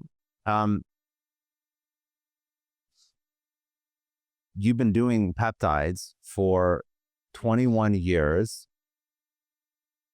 First of all, why are they so popular now? Just as a cultural phenomenon, what made them so popular in 2025? So I'm going to give you the contrarian answer. And I know this to be true, even though I had no idea. So my claim to fame in peptides is I wrote a book on peptides that published in February 1st, technically, because the Amazon game, it went live on the 28th, but nobody actually saw it until February 1st, 2023. And it blew up, dude. It was the first real peptide book on Amazon. Everybody started talking about it. Obviously, my name as an author for my hormone stuff helped, but it just blew up. And so we didn't understand what happened. And I had a research chemical company that I affiliated for that I had a bunch of short links in there, and they blew up. They went from doing $150,000 a month in sales to $800,000 a month in sales. It just blew them up. And now they're doing, in the $2 to $3 million a month deal. But the bottom line is, and again, this is totally contrarian and very few people are talking about this. I have talked about this on the Mind Pump podcast. Dude, people were looking for alternative forms of healing from the vax. It was the perfect storm. It came out in February of 2023 and people were not. And as you know, most people who, whether they were forced or volunteered or whatever, it's a shame thing. They don't want to talk about it. They won't even admit that they're hurting from it, and we know there's massive autoimmune issues. We know there's turbo cancers. This is not conspiracy. This is fact. I watched my wife's father die of turbo cancer from vax and boosters. I watched it. I saw what happened to him. And then I also, dealing with him dying for a year, I saw what was happening in the medical system in California. And all of these older men and women are dying of turbo cancers. It was literally, I don't want to rabbit hole, but that was some sort of a population control to get rid of the people not paying taxes. That's my opinion, but that's what I'm seeing. But bottom line is, in 2023, when my book came out, it exploded into mass consciousness, through Amazon, through the research chemical company that I was promoting. Everybody started talking about it, but no one was admitting that they were looking for alternative forms of healing, and peptides were offering that solution. Well, people realized how sick the population is. I think that's really it. 100%. Well, now for sure, to fast forward to 2025. But that's kind of what blew them up, because they were always a sideshow in the performance enhancement arena and the bodybuilding, physique. I don't think they were ever taken seriously. No. Well, they were taken seriously by the doctors that I was like lecturing with, like the big health conferences from 2017 is when they started becoming real. Oh, I meant like in the world of like anabolic. No. Yeah, they still are. A lot of bodybuilders still don't understand them. They pay me to like explain it to them. All the bodybuilding conferences want me to come and talk now. Like they wanted to put me on their main deal. And I spoke at the Olympia last year, and now I'm doing like big fit expos and stuff like that. So it's crazy. But yeah, they didn't see them as beneficial as they are now. But again, there's just more research now. The clinical space is obviously writing scripts, and we'll get to it. But GLP-1s have become the biggest drug in the world. And there's a reason for that. And we'll get to that. But truthfully, peptides were very easy to manufacture. They all, and I want to be very honest about this because you hear a lot of nonsense. Almost all peptides originate in Hong Kong. The synthesizing labs for the actual raw materials, we call them raws, all come from China. So why is that? It's just because they built all the labs. The infrastructure. The infrastructure, as you know, is just so much cheaper to manufacture over there and build, and technology is cheaper and stuff like that, and the efficiencies of scale. But the bottom line is that they ship out of there and then they go to other countries, and then a lot of the countries, including the USA, will manufacture them and what we call finish them, bottle them, put them in vials, and then they say they're USA manufactured. The bottom line is they're really not. Now, truthfully, my company has USA manufactured peptides. We're like the first research company to actually do it. Our lab is in California. We actually now have a backup lab in Philadelphia that within 6 months will manufacture all of them. They probably 80% of the rolls are coming from China right now, but eventually it will be all USA. And the cool thing is, Scott, is that we're probably within a year of that changing. Because again, for what you're saying, they're becoming so ubiquitous. They're so big. They're mainstream. Everybody's talking about them. Rogan's talking about them. Huberman's talking about them. They're all talking about it. Everybody talks about peptides now, which is a benefit for me because I know so much about them. But at the end of the day, They are a solution that offers effects with minimal side effects. They're not going to kill you if you overdose on them.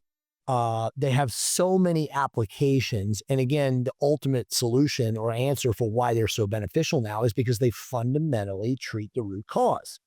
Whereas allopathic medications are band-aids, right? They're wrapping up or covering up symptoms, medicating your symptoms, medicating you, making you feel bad, but then causing another issue. Whereas like you use a peptide, we can talk about like say BPC 157, right? Because most people know what that is. It's body protective compound. We literally call it the Wolverine healing peptide because it literally accelerates healing at like 70 times natural healing. That's how effective it is. You sprain your wrist, your elbow, your shoulder, a ligament, your ankle, and you can inject locally with a microscopic, insulin syringe right into the origin of the injury, and literally in 2 weeks you'll be completely healed. Versus previous to not having that, it would take 6 to 8 weeks. You'd have to do intensive therapy, hot, cold, compression, blah, blah, blah. So they're incredible. And then you can fast forward to like every biological or organ system, and you have a peptide that will help in all of them. So I think the issue is still just the education, because like you said, there's so much nonsense out there. And again, and I always say this, and we kind of already mentioned this, but like if you are a diseased, what I call our coin dumpster fire, and you do not take care of yourself, you're insulin dysregulated, you're metabolically inflamed, and of course you're probably over fat, and you use peptides, you're not going to get the same effect if somebody like you and I use peptides. And so a lot of people will start with peptides because again, magic bullet, right? And they don't get the same effect, or they don't even get a good effect. And they're like, this is a scam, or this doesn't work. And it's like, no, dude, you got to have the basics and the foundation set first before you use peptides. Because dude, at the end of the day, peptides are no different than therapeutic testosterone. They're adjuvants to a balanced and optimized lifestyle, right? But when you're optimized in a lifestyle standpoint, and we can talk about that for a second, right? Again, living insulin controlled, you're exercising, you're getting enough sleep, you're limiting your exposure to EMFs and toxins, and then you throw in peptides, it's a world changer or a game changer, right? But when you're not going to see the same effects. Now, that's not to say, because I don't want people to listen to this and think it's not true, anyone can benefit from the healing peptides. You know what I'm saying? But it should be part of the journey. 100%. Yeah. It's not the origin. I got you. So if somebody is just getting into peptides, I know that you put together, which is wild, a 93-page deck on every single peptide under the sun. But if you let's go through like category by category. So when somebody's first sort of exploring peptides, first of all, I would say just what should they start to look for? What are the parts of what are the different types of categories that they can learn about and they can start to explore? Sure. So again, peptides are either long or short chain signaling molecules. Most people who start off in peptides usually are for healing, right? They have an injury, tendon issue, sprain, ankles, strain, tear a ligament, whatever. And so they look into how can I heal faster? So the biggest healing peptides, and again, probably the majority of people that listen to this podcast or who watch this podcast who are not even familiar with peptides have heard of someone using what is called BPC 157, which stands for Body Protective Compound 157. BPC 157 is an angiogenic peptide, which means it actually enhances red blood cell formation, so that when you break a tendon or tear a tendon or sprain an ankle or whatever, it speeds the rate of healing. Now, there's another peptide that you want to usually take along with it that we love is known as TB500, which means thymosin beta 500. And thymosin beta 500 is actually the inflammation suppressing peptide. So when you take BPC and TB500 together, they work very synergistically to suppress like acute, onset inflamed injury, and then also speed the rate of healing. So they're both amazing. So there's a lot of companies out there, including our company, BioLongevity Labs, where we'll make a blend of both TB500 and BPC together, and then people will use that to speed the rate of healing. We actually call those peptides in combination the Wolverine healing stack. Is that just for athletes, or would somebody just go into the gym trying to recover? For anyone. I mean, literally 80-year-old people can use it. They're that amazing. So, I mean, again, in our bodies, we have angiogenic signaling molecules floating around, but as we get older, we lose the ability to regenerate those or to regrow them faster. So injecting BPC 157, TB500 actually will increase the formation of red blood cell, lymph, IGF, and all of that to speed the rate of healing. So you honestly, it's not an exaggeration. You literally can accelerate your wound healing, again, soft tissue tendinous healing at 6 to 7 to 8 times what it would be normal. People keep talking about like their age versus their like biological age. Sure. Testosterone therapies, peptides, do those have an impact? Because I'm assuming like as we get older, if we do nothing, then all of our hormones get out of whack. They're not the same as when we were 20. And I'm assuming all these other things that peptides impact, those also decrease. So do they actually start, this is part of like the age reversing stack that everybody talks about? Yes, 100%. There's actually specific peptides and bioregulators that increase telomerase expression, which means that that's going to actually prevent your telomeres from shortening. And again, telomeres shortening over time is what ages us, both oxidatively and also through free oxyradicals. So those peptides definitely do that. But all peptides, and of course, therapeutic hormones, growth hormone, if we're living a clean lifestyle, all the things that we talked about previously or earlier on this podcast, will definitely improve biological age, 100%. So just going through different sort of use cases. So fat loss. So obviously everyone's trying to lose fat. People know about GLPs, and I'm just looking at some of the ones that you list here. The ones that you list here for fat loss, there's a whole bunch of other ones outside of GLPs. And I think we'll talk about GLPs later because I think that's a whole other thing. What are the other ones? And actually I would ask, why would you use, for example, AOD 9604 or tesamorelin or SLOOP? Why would you use those over GLPs? You would want to use them in combination. Okay. To truly have the most effective fat loss, protocol. But, just to talk about them. Well, actually, there's a couple more I want to mention. Healing. Thymosin alpha 1, which is the immunomodulator peptide, which is the one that we talked about, that everywhere I travel in the world, I carry it with me, because if you get sick, you can inject it and it literally will massively suppress whatever is compromising your immune system and have you healthy and right as rain, usually within 24 to 36 hours. It's unreal. Like common cold and... I mean, anything, a viral illness, some sort of, pathogen you pick up on a plane or you're exposed to or something like that. It's profound.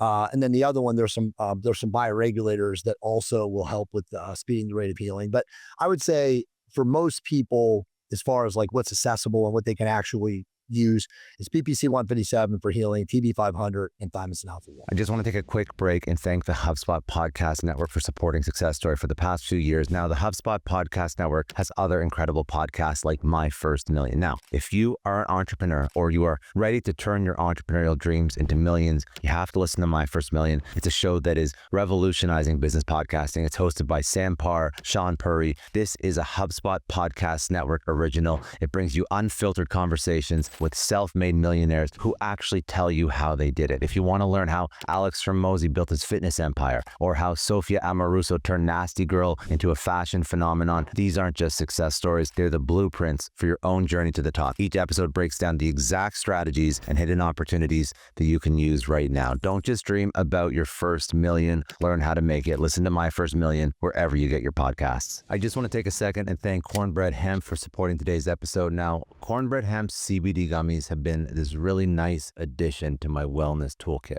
I don't use them every day, just when I want to unwind after those extra busy weeks, but they're perfect for those moments when you want to take the edge off and just find your balance, really just shut off from work. And what makes them special is how Cornbread Hemp crafts them. They only use the flower of USDA organic hemp plants. That's the best part. For the purest, most potent experience, no fillers, no artificial fluff, just clean, full spectrum goodness in delicious watermelon, berry, and peach flavor. I keep them in my nightstand for those moments when I just need a little extra help relaxing, and I love how transparent they are too. Every batch is third-party lab tested, so you know exactly what you're getting, and they put together a special offer for all Success Story podcast listeners. All listeners can save 30% off their first order. Just head to cornbreadhemp.com/success and use code success at checkout. That's cornbreadhemp.com/success, code success for 30% off your first order of these amazing gummies. FreshBooks is supporting today's episode, and if you've ever wondered how successful entrepreneurs stay on top of their finances while growing their business, the answer is FreshBooks. The numbers don't lie. Over 30 million people have chosen FreshBooks, processing more than 60 billion in invoices and saving an incredible 192 hours every year on accounting tasks. Think about it. That's nearly 8 full days you could get back to focus on what really matters: growing your business. FreshBooks is more than just accounting software. It's your all-in-one financial command center. Create professional estimates, limits, track time, automatically bill clients, and capture expenses on the go. Plus, it integrates seamlessly with over 100 business tools you already use, all backed by award-winning customer service. If you're ready to stop drowning in receipts and you're ready to stop chasing down payments, here's what I want you to do. Head over to freshbooks.com to start your 30-day free trial, no credit card required. And for all you Success Story listeners out there, I've got something special. Get an exclusive 60% off for 6 months when you visit freshbooks.com/pricing-offer. Transform your business with FreshBooks today. That's freshbooks.com/pricing-offer for 60% off. Tell me the story about the peptide that probably would have been effective for COVID, but it wasn't. Oh, yeah. So VIP, which is vaso-intestinal peptide. So that actually opens airways when you inject it. You can actually also snort it through a nasal inhaler. But they were actually using it in hospitals. This is all covered up, of course. You don't hear this now. But like back in 2021, when they were intubating people and killing them, some very smart doctors and obviously people in the research communities were like, no, you need to give them VIP and give them a nasal inhaler or inject them with VIP. And that was literally opening people's airwaves. Because again, COVID was starving red blood cells of oxygen. That's what it was doing to kill people. And we didn't know that in the very beginning. And even the medical community didn't know that. So they were intubating people and killing people, especially inflamed, comorbid people who couldn't handle the intubation. But once you started giving them VIP, it would open them up. If we're going to talk about VIP, we should mention one other one that's very powerful one. It's called LL37. And that is an antimicrobial, antipathogenic peptide. And so like TA1, which is an immunomodulator, if you get really sick, you can inject LL37 and it will literally attack the the virus or the viral invading agent or the pathogen like in the microbiome, and literally it'll disable it. So it's really powerful. So if you carry these when you travel, when you're going on slant, you never get sick. No, and I know a lot of people that actually do. So if you're gonna travel and like have your anti-pathogenic or anti-sick or viral illness stack, you're gonna carry TA1, you're gonna carry LL37, you're gonna carry VIP with you. Yeah. Okay. So that's the health stack basically. Okay. So then fat loss. Talk about some of the ones that I mentioned. Yeah, for sure. So the growth hormone agonist peptides are the most well known for fat loss, and those would be in order of like use case and notoriety would be. The first one is tesamorelin. Now, tesamorelin is actually an FDA-approved peptide known as a Grifta, and they created that peptide to work with men who have HIV and a specific disease that comes from guys that have HIV, and it comes from taking HIV meds, but it's called lipodystrophy, and it's hard visceral abdominal fat. So when you inject tesamorelin into that hard visceral abdominal fat, it melts it, it burns it off. So a biohacker or a longevity person looking to lose body fat will inject tesamorelin in their center mass, center adiposity. And dude, it's true. I say this all the time. It's like taking a hot knife through butter with fat tissue. So is it like amazing? Is it site dependent? I mean, it's not. You can inject it pretty much anywhere, but because it specifically targets visceral body fat in the center mass, you want to inject it like right in the belly area. It's wild. Okay. Yeah, it's an amazing peptide, and that's the strongest one from a fat loss measurement standpoint. The next one, and maybe the best one overall for both men and women, specifically women, is called ipamorelin. Now, that's the peptide that you and I talked about when I first started using peptides in 2004. I used it and had profound results and success with, and then I gave it to my wife when we first started dating back in 2012 and changed her physique completely. But that peptide also increases IGF-1, which is interstitial growth fluid, which again increases natural growth hormone production.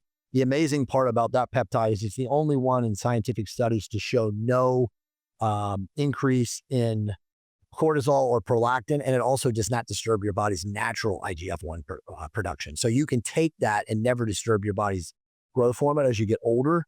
The other one to mention is CJC1295. And CJC1295 a lot of the times is actually compounded together with ipamorelin because it gives a stronger growth hormone like enhancement than ipamorelin in isolation. However, some people, when they take that, this is the one peptide that if there's like a side effect profile that people notice, and it's very mild, they might get a flushing sensation when they inject CJC1295. But those are the three primary, like 5-AOD you mentioned is also a good one. It's one of those peptides that in theory is better than it is in practice. Most people who use it don't see as a pronounced effect as the other three that I just mentioned, but it is something that you can take. We actually manufacture a supplement at BioLongevity Labs. It's an oral powder form of AOD. And when it's combined with some other small molecules, it actually is more synergistic for fat loss in a fasted state than I would say people who inject it. And I've used it, going back 7 or 8 years. I tried it when it first came out because like I said, in the science, it shows it's really, really good for fat loss. But sometimes the science doesn't show in practicality. Yeah, I think also you have to make sure that like where you're buying it from is good. Yeah, because I think this is the issue with some of this stuff. You don't know who's making it. That's why you buy from BioLongevity Labs and you're getting GMP certification, pharma quality products. But you're 100% right. You definitely know. Arnold jokes, well, I don't know if Arnold jokes about this, but people of Arnold's bodybuilding era joke about how the drugs they used to take, they were so pure, so they took a lot less. That's 100% true. And because they were not even illegal. So you could get it from a pharmacy versus now. Like we talked about earlier, drugs 20 to 30 years ago were way better than drugs now. If you even get into like the party drug world, right? Like anybody who took MDMA, pure MDMA 25 or 30 years ago knows that the MDMA today, unless you get it from like an actual pharmacy, which they do make pharmaceutical medicinal versions of MDMA for people with PTSD, it's dirty. It's cheapened. It's watered down with something. Exactly. It's watered down. That's the fentanyl. Exactly.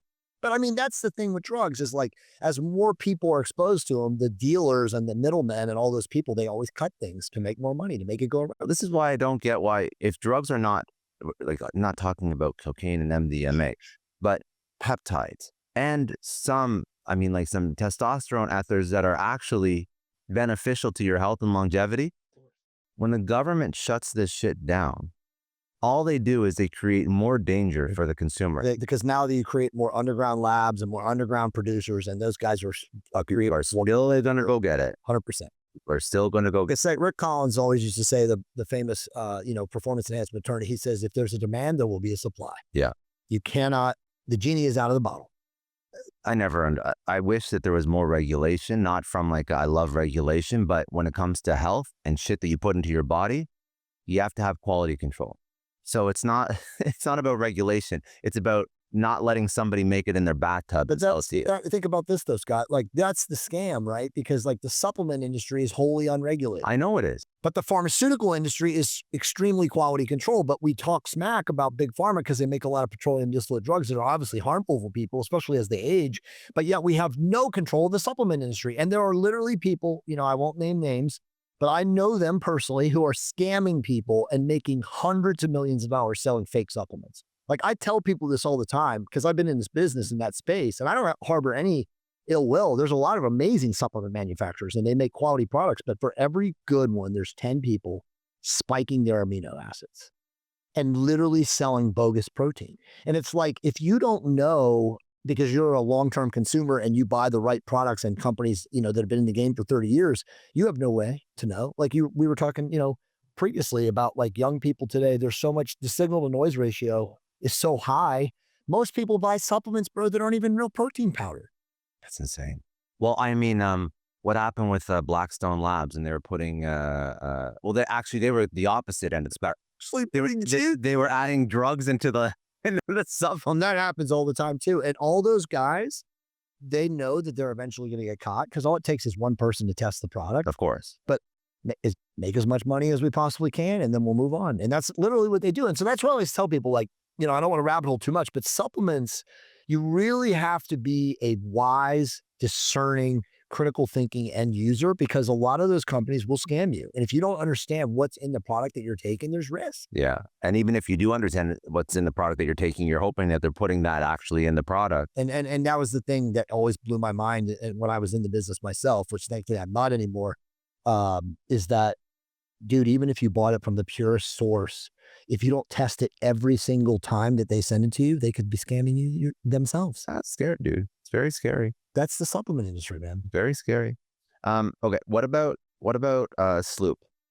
Okay. So SLU PP-332. You put it under fat loss. Yeah. So 100%. So it's technically a small molecule. It's known as an obesogen. It's been in the underground performance enhancement world since 2019, but no one, including myself, knew anything about it until like early part of last year.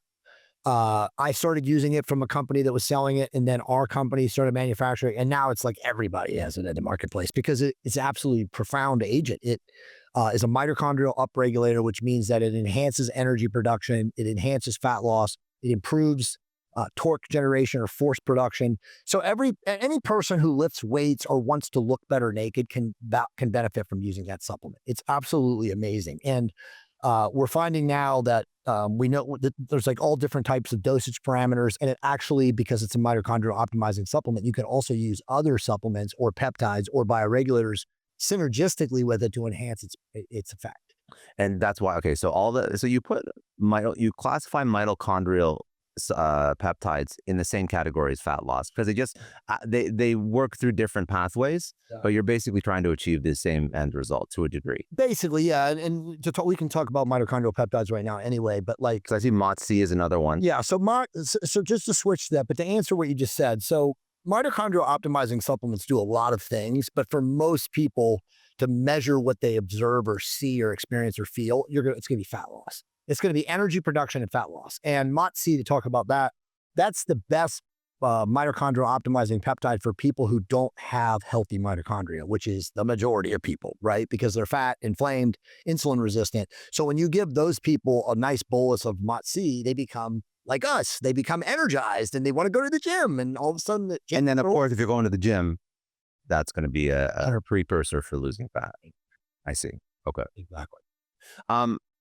For muscle growth, is there anything, I mean, let's talk about, you mentioned a lot of peptides that sort of activate growth hormone, Yes. and they help increase your natural growth hormone production.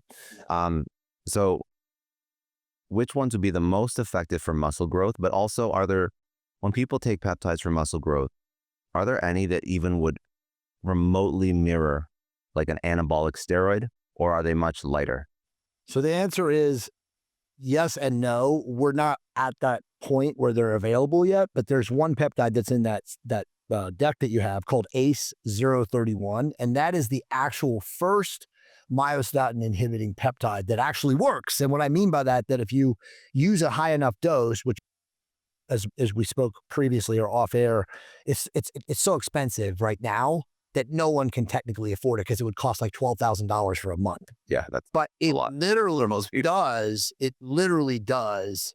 It's probably somewhere between $6,000 and $12,000 a month, depending on if you're a man or woman and how big you are, but it's still too expensive. But the reality is it does inhibit myostatin, which allows people to build muscle like in site-specific areas, right? So like if you injected it here in your shoulder and you have like lagging development, it would actually allow you, combined with all the other things, right, testosterone and the growth hormone agonist peptide, it would allow you to put size in a specific area. So we're getting into like the amazing, parts of like what's coming, but relatively speaking, Bodybuilders are going to freak out. oh, I mean, GLPs, when we talk about GLPs, you won't even believe it. But to answer the question about muscle building, again, testosterone, ipamorelin, CJC, combined with therapeutic testosterone, combined with sloop, combined with eating a caloric surplus, right? Because I always tell people, and this is, and you know this from back in the steroid bodybuilding using world, but there really is no muscle gain or fat loss. It's literally all of them can work both directions. It's relative to whether you're in a caloric deficit or a caloric surplus, right? So a caloric surplus to build muscle, you would take TESA and IPA, or you would take IPA and CJC, along with testosterone, along with sloop. And then, again, for fat loss, it would just be a caloric deficit, and any of those things would also aid. I've seen one that you listed here that you actually didn't mention, IGF-1. I've seen that in bodybuilding circles for forever, but I've always found that people say it's not worth it. It's not. It's 100%. Okay. So I have to caveat this. It's never been worth it until now, because now there is follistatin, and follistatin is a form of IGF-1. All the IGF-1 that you saw, along with what I saw, you would inject it. They sold it from research chemical companies and nobody would ever notice anything. And the reason that is the majority of it was being denatured. So when they were putting it in the vials, it just wasn't stable as a molecule. So you weren't getting any efficacy from it. But now there's a company out there that I was telling you about, it's in Lithuania, that's making follistatin, and they're putting it actually in a reconstitution solution that has flavonoids and also a form of exosomes. And dude, it's pretty amazing. I mean, I know people that are injecting. So it's doing what it's supposed to do to the table now. It's literally building muscles in specific locations, similar to what ACE-031 would do. But ACE-031 is obviously a myostatin inhibitor, so it's going to be a little bit more pronounced. But yeah, IGF-1, it's known as IGF-1 LR3, and it's kind of long receptor 3. But the point of that product, it was always hype. People would talk about it. Yeah. And then bodybuilders would use it, or underground, performance athletes would use it, and they wouldn't see anything. But it was always because they couldn't manufacture it at a level that kept the molecule stable. So when you would get it, or I would get it, or anybody would get it, and you would use it, you'd be like, this doesn't work. This is a scam. Yeah. And that's what it was. But I don't think the people that were making it really intended it for that. I just think that they just listen, again, a lot of this stuff now, it's more popular. And now you have, smart people putting a lot of thought. Chemistry is improving. But for the longest time, when the government makes something illegal, then you have all these, it is kind of scary. People trying to figure it out in their house, trying to figure it out.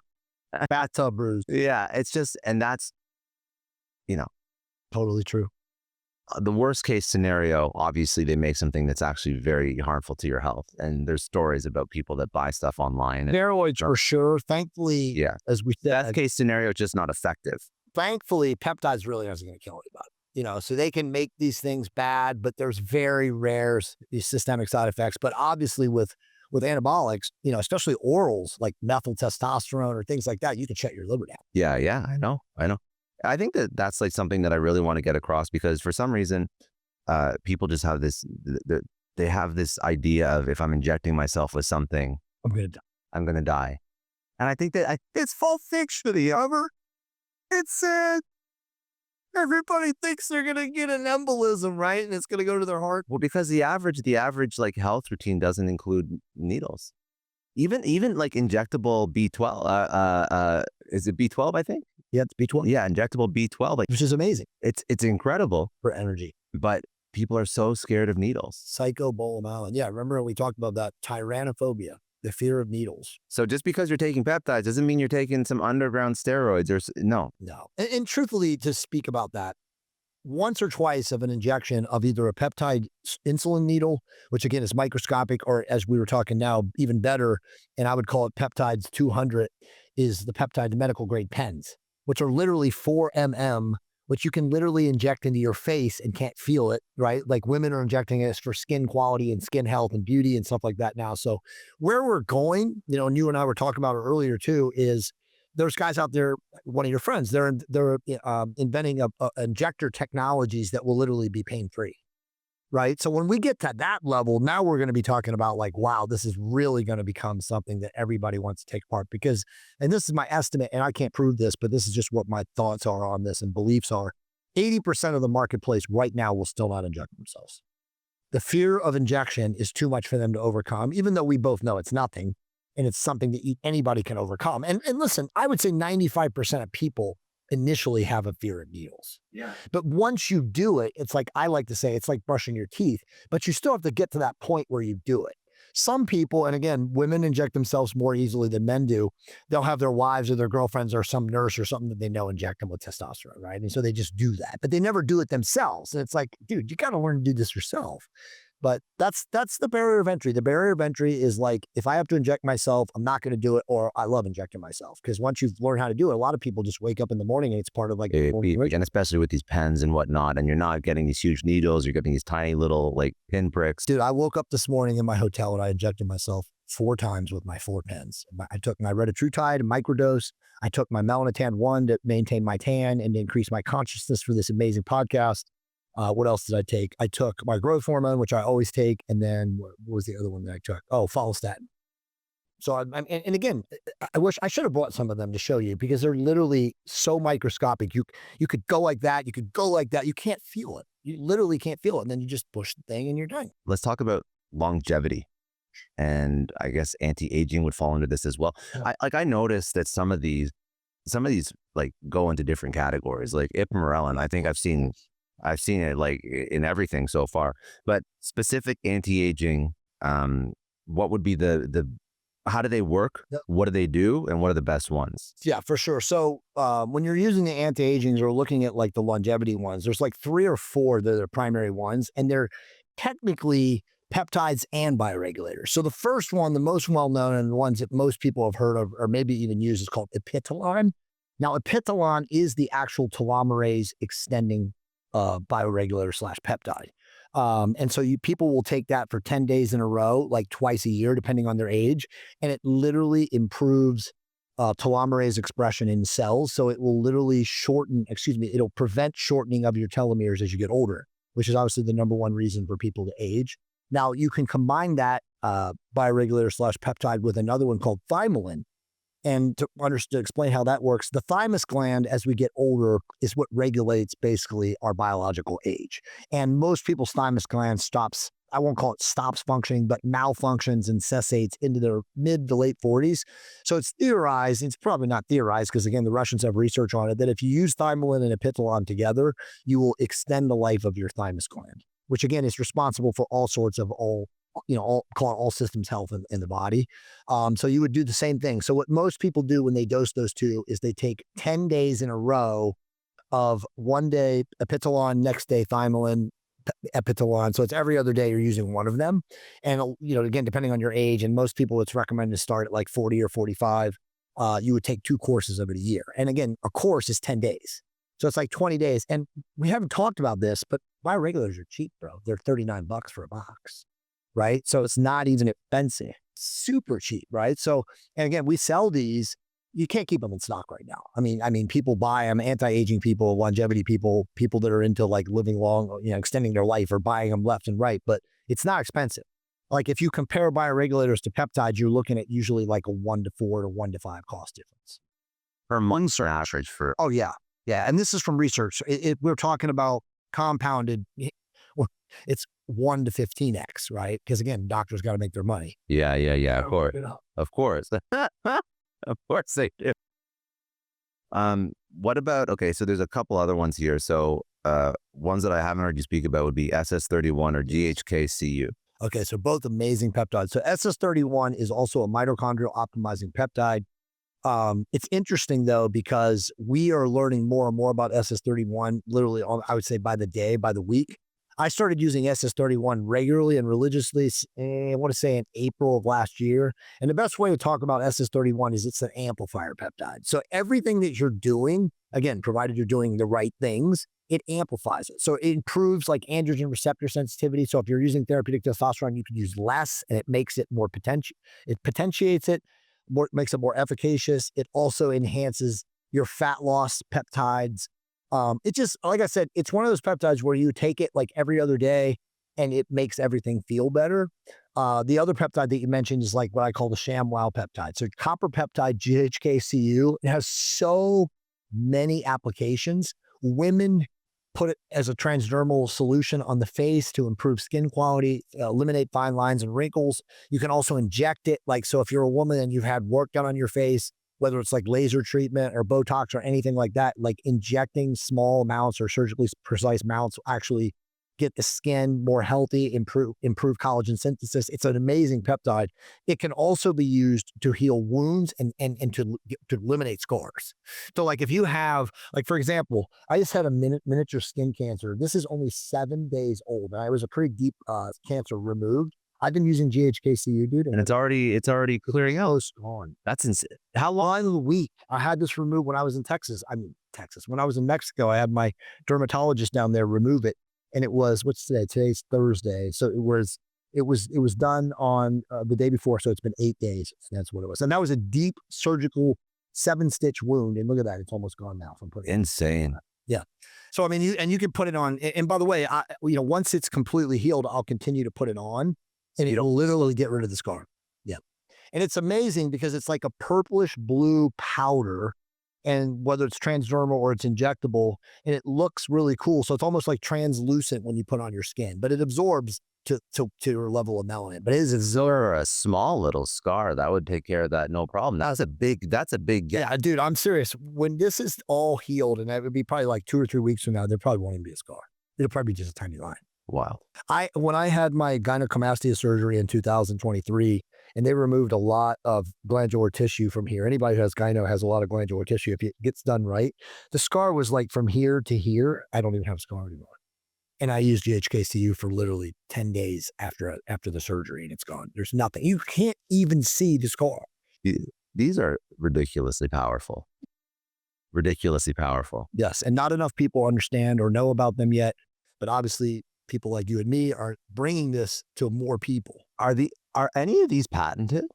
So some are. Because I mean, like, I'm thinking about like who makes money off of this stuff? Because what do you have now for scar creams? So we got to say it. So the FDA, of course, makes money off of the patented peptides. And the reason that they don't want, I wouldn't say me and my company, but compounded other peptides that can't be patented out there is because they can't make money off of them. So they're constantly regulating them, right? So we have to say what they did. We haven't talked about this, but in September of 2023, they passed this classification known as class 2. And class 2 classified, and I could be wrong on this, but somewhere between 27 and 32 peptides that are the most used peptides by the clinical space and the research space as being potentially unsafe and harmful, which is total BS, which all the compound pharmacies that made them in mass quantities and were obviously prescribing them through their clinicians fought them and sued them. And so there's just been this back and forth, nonstop, utter nonsense. But again, anyone who's used any of those peptides knows they're not unsafe. Why would they do that instead? But why can't they make money? Why? Because they can't patent it. And that's it. That's 100%. So again, I could be wrong. Somebody can fact check me on this, but there's like 12 peptides that are FDA approved, and all of them, they make a fortune on. We're going to get to GLPs, right? We'll get to GLPs. I told you about Mounjaro, $4 billion last year. Just Mounjaro. That's how much they made off of it, right?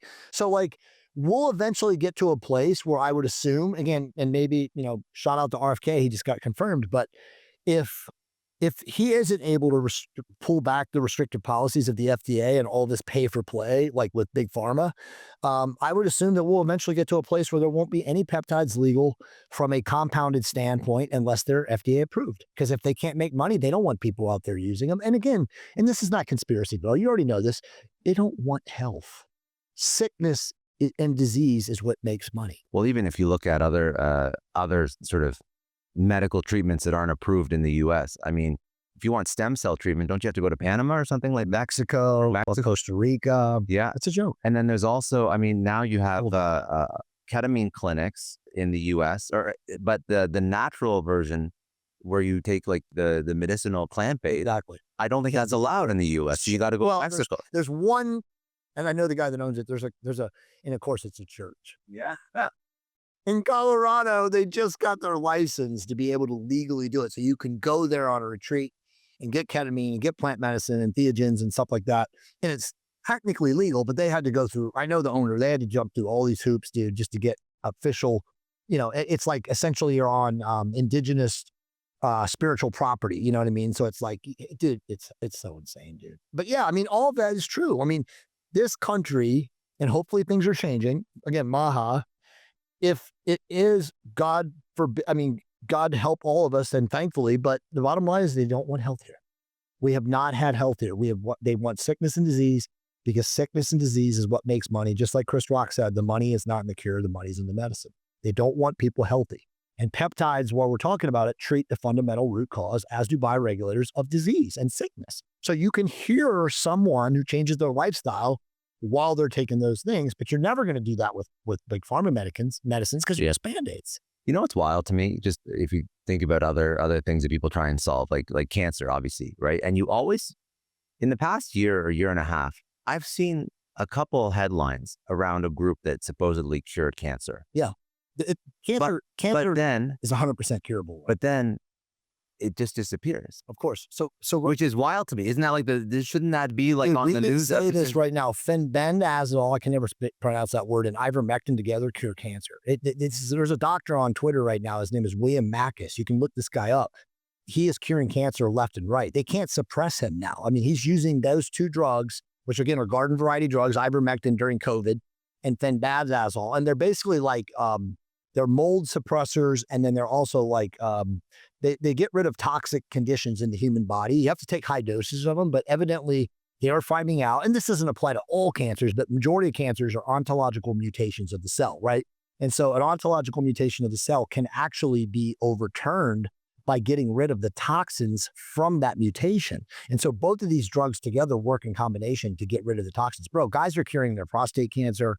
Women are curing their breast cancer from it. I mean, so again, his name's William Mackus, but I would say within the next year, that's going to be the number one treatment. People who refuse chemotherapy and are like, I don't want my body. Because as you know, chemotherapy, dude, literally toxifies the body. It supposedly kills the bad cells, but it also kills your good cells. So why would you do something like that when you can just do this, which only targets the mutations? What's wild to me is that there's not more research into it. Well, dude, there is. They just suppress it. I know they suppress it because, again, even if you look at news cycles, it'll pop up for a second, Gone. and then it's gone. That's weird. That's weird when somebody says because if they didn't cure cancer, for example, say, let's play devil's advocate, say that their solution was garbage. Shouldn't they be like strung up and indicted and put in jail for? Nope. I mean, look, let's give props to Elon Musk and X at this point, because in the last year, X has become now this place where you can read anything. There's no suppression. Sure, they attempt to suppress things in other places, but like right now on X, it's the Wild Wild West. And that information is out there. And I'll tell you this right now, like, I mean, I don't want to rabbit hole too much, but cancer, you got to change your body's alkalinity. And then you got to use these drugs that they're all talking about now. And a lot of them are garden variety drugs that will attack the mutation and not kill the healthy cells, which is what they've always focused on in killing cancer. And so, I mean, you know, does chemotherapy work? And obviously some people it does and has, but is it the best strategy? No. But I've also seen like people have some sort of proof that switching up your diet, ketogenic diet, has a massive impact. Exactly. Change your body's alkalinity. But like, listen, there's a small cancer scare in my family, and the doctor that the person is speaking to, like there's not even a conversation about diet. No. Not even a conversation about, okay, if you're going to do chemo, let's do chemo, but maybe also be a little bit smarter about your diet. Like how does it hurt? It doesn't hurt at all. Is what actually exacerbates tumors. We now know that sugar from the diet, which again is normal, everyday Joe Public and Cindy Public, that's what they eat is sugar, exacerbates the ontological mutations. So it's like we have to change the alkalinity of our body. We can go keto, we can do high fat, essential fats, we can do Mediterranean. There's a lot of different things to do. In addition to now taking fenbendazole and ivermectin to overload the body's toxin. But my biggest issue is doctors won't even say, hey, I'm going to put you on the approved routine of chemo, but let's also do these other things that have the best possible chance of success. The worst part about that, which is hilarious, is like going to a hospital with somebody who's undergoing chemo and they do all that stuff. And then they go down to the cafeteria in the hospital and look at the food they eat. Poisoned. I know. Pure poison. The whole thing is a sham. Absolute garbage. Yes. What do you think made your body a toxic place in the first place? It's the food. Okay. Back to peptides. Cognitive enhancement and focus. So what are some of the ones that you like the best? So nootropic peptides is what they're known as. Let's just talk about the ones I don't care for that much, although they do provide value. Dihexa, C-Max, and what's one of my Selenk. So Dihexa, and again, for me, the gradient is how do these nootropic peptides compare to modafinil, which you and I was familiar with, right? Modafinil. And explain what traditional nootropics. So I would say that when somebody goes down this journey, in college, you're taking a whole bunch of Adderall to stay up and do tests. And then in Canada, Ritalin was very popular as well, which is like a dirtier version of Adderall. But then, yeah. And then you grow up and you realize that all this shit is garbage because you feel like shit. And maybe you passed one test, but then you start to learn about modafinil and price TAMs and race TAMs. And these are kind of like the limitless Bradley Cooper drug. Yes. And that's well said and well put. And that's kind of like the origin of nootropics, where they would start in that path. And again, you know, I have a funny story. I'm not going to tell it for this podcast. So like when I first got exposed to Adderall, and this is going back like 22 years ago, and I was like, whoa, I took like a 30 milligram extended release, and I may have been partying previous to that. And so like, it was like my serotonin was at a low, and then all of a sudden it jacked it back up. And I was like, wow. But the bottom line is Adderall is poison. It's literally a synthetic form of meth. They give it to kids, you know, like you said, young high school and college kids, and it melts their brain. I mean, my God, I can't even get into like how bad it's for you long-term. But the nootropic peptides in comparison to modafinil, if both of us agree that modafinil is probably the strongest nootropic that we've ever taken, but it also has nasty side effects, causes headaches, has come down. I would say that dihexa is the closest, but you have to take a high dose. And as we've talked about on this podcast already, what goes up must come down, right? So you don't want to get addicted to taking high dose nootropic peptides because, again, it's going to stimulate your brain and your brain is going to be wanting to be at that level, and you don't want your brain to be that level all the time. The other ones, again, C-Max and Selenk, don't notice as much as I do with the dihexa. But again, everybody's different. Some people notice a decent, if not a strong, cognitive improvement or just enhanced focus on all three of those at a much lower dosage. But again, for me, when I compare it to modafinil, I just have never noticed them, so I stopped taking them. There's one that we do want to mention. It's technically not a nootropic, but we talked about it off air, tesofensine, right, which is known as Teso. That's the one that enhances brain-derived neurotropic factor. That's the one that, like, people like us, creators, people that live in the creative realms, like, it's an amazing, it's an oral. And again, it's not a peptide, although it's sold as a peptide. It's a small molecule.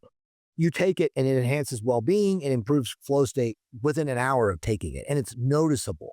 And I would say the best part about it for most people, if not all people, it doesn't cause receptor attenuation, and you don't have like you can cold turkey come off of it, and there's no come down. Yeah. There's no come down, there's no withdrawal. The only issue with that drug is, and again, this is my pet theory, is that if you were a person that was on SSRIs because, some depression mood doctor or psychiatrist put you on them when you were younger, in some of those people, it makes them unable to sleep. They still feel amazing on it, but they're unable to sleep. So you have to take a very low dose of that product. And right now, the ones that are available are 250 milligrams and 500 milligrams. So I would tell anybody who's used SSRIs in their past, start very low with that product. But that's my favorite of nootropic peptides. And again, it's technically, before somebody calls me out, it's not a peptide, it's a small molecule, but it's a really, really powerful drug. So you can take it like every single day of the week if you want. So here's the deal. I took it for an entire year straight at 250 milligrams. And I was like, wow, this is great. But like everybody, like, I don't want to be addicted to something. I wasn't addicted to it because you could come off of it, but I don't want to be relying on it. Right. So now I use it for things like this, which I took, as I told you, I took it yesterday and I'm taking it today because I wanted to be there and I wanted to be super lit and super, on it. And so I take 250. But like, for example, I'm not going to do another podcast for probably a couple of weeks. I probably won't take another one. Do you notice when you take it, like your recall's a little bit better? It's amazing, everything. Yes. Yes. I should have brought you a couple today so I could have given you one. Nice on. You're going to maybe see if I leave there in Miami, I'll give you some. I was actually thinking about that this morning on my podcast, but then I forgot. On my cardio, and then I forgot to bring it to you. It's all good. It's all good. No, I think it's really, really powerful. I think that's the biggest thing with creatives, and especially people that in this audience in particular, like people that are always on, high performance people that have to show up cognitively, and they want something that gives them like a little bit of an extra boost. Even if you look at Joe Rogan and I think he took an equity position in On It, if I'm not mistaken. I don't know how good it is. I've never used it. Yeah. But those things, all those, I've used them all, the Qualia and On It, they're all mild compared to like, nootropics. But again, we've talked about this, like all nootropics, if you abuse them, which is using them all the time, no, I shouldn't say all because Testo doesn't, but the majority of them will cause receptor attenuation and will cause burnout. And you don't want that, right? So it's like you use these when you have to, but not when you want to. You know what I'm saying? It's not like every single day you wake up and you're like, oh, I'm going to pop these. And if you compare it to coffee or caffeine, I think we kind of mentioned this off air, but like, again, Sean Wells is now doing a lot of stuff with the analogs or the alkaloids of caffeine. And so now they have paraxaphene and some of these others are just, teacrine has been around for like 3 or 4 years. These are all similar to what caffeine does, but with the less harmful agents of the withdrawal and the addictive qualities of caffeine. So you'll be seeing a lot more of those come into the marketplace, which I think is actually good for humanity because, as you know, as great as caffeine has been, and my dad would always say caffeine was the great industrial driver of the industrial revolution, but we also know that caffeine is bad, bro. I mean, caffeine addiction is really bad. It screws up thyroid. It screws up your adrenal glands. It screws up sleep. I mean, long-term caffeine addictions are not good. Do you drink coffee at all? I don't drink any coffee. I do carry, those little Mio electrolyte energies sometimes, so I'll throw it in like water to do it. You don't take a pre-workout before you work? I don't do any. No, I don't do a pre-workout. Like my pre-workout is Cialis at 2.5 milligrams, right? So we haven't really talked about that, but Cialis is obviously a very powerful endothelial function enhancer because it improves nitric oxide to the penis, right? But improving nitric oxide to the penis, it also improves nitric oxide to the vascular networks, which is good, right? You want less gunk in your vascular networks. So that's actually at a very surgically precise dose of anywhere from 2.5 to 5 milligrams. In addition to the improved sexual function, hardening of the penis, it also improves nitric. Really? I didn't know you could do that. Oh yeah, no, that's actually next to metformin. That's probably the second most important anti-aging drug to take a microdose of Cialis. Really? Yes. It's that powerful? Yeah, I'll send you an article we wrote about it, like a 6,000 or 7,000 word article, but there's massive amounts of research on that drug. Amazing. Okay. Let's talk about autoimmune. Sure. So autoimmune is probably I would say it's probably the most diagnosed disease in the world now. And this is all stemming from COVID, right? Like a lot of people who A got COVID or B got vaxxed or C got both have autoimmune dysregulation now. Women especially, right? It's become like I would call it a scarlet letter / red badge of error to get an autoimmune diagnosis, and a lot of women will get like Ken, I have this and this and this and this, and it's like the reality is the autoimmune is something not working with the mitochondria of the body, right? Dysfunctional mitochondria. And again, there's so many different, there's, Crohn's, there's lupus, there's Epstein-Barr. I mean, I can go on. There's so many of them. And again, these things have exploded, Scott, since COVID, since the vax, right? So basically, if you optimize the mitochondria, if you use the healing peptides, if you use the antimicrobials like the LL37s, and again, you use them in surgically precise dosages and you use them in combination, you can literally, again, assuming that people are willing to do the things also necessary as the baselines, you can reverse a lot of autoimmune disease with peptides. Not like, I wouldn't say like, you take a person who's got severe autoimmune dysregulation and you give them a peptide stack for a month where they're not going to have it, but you can probably get them back to about 80 to 90% of where. And if you combine that with good diet too. Yeah, 100% cure. Yeah, 100% cure. What is it? Jordan Peterson said he cured a lot of his autoimmune with like carnivore diet.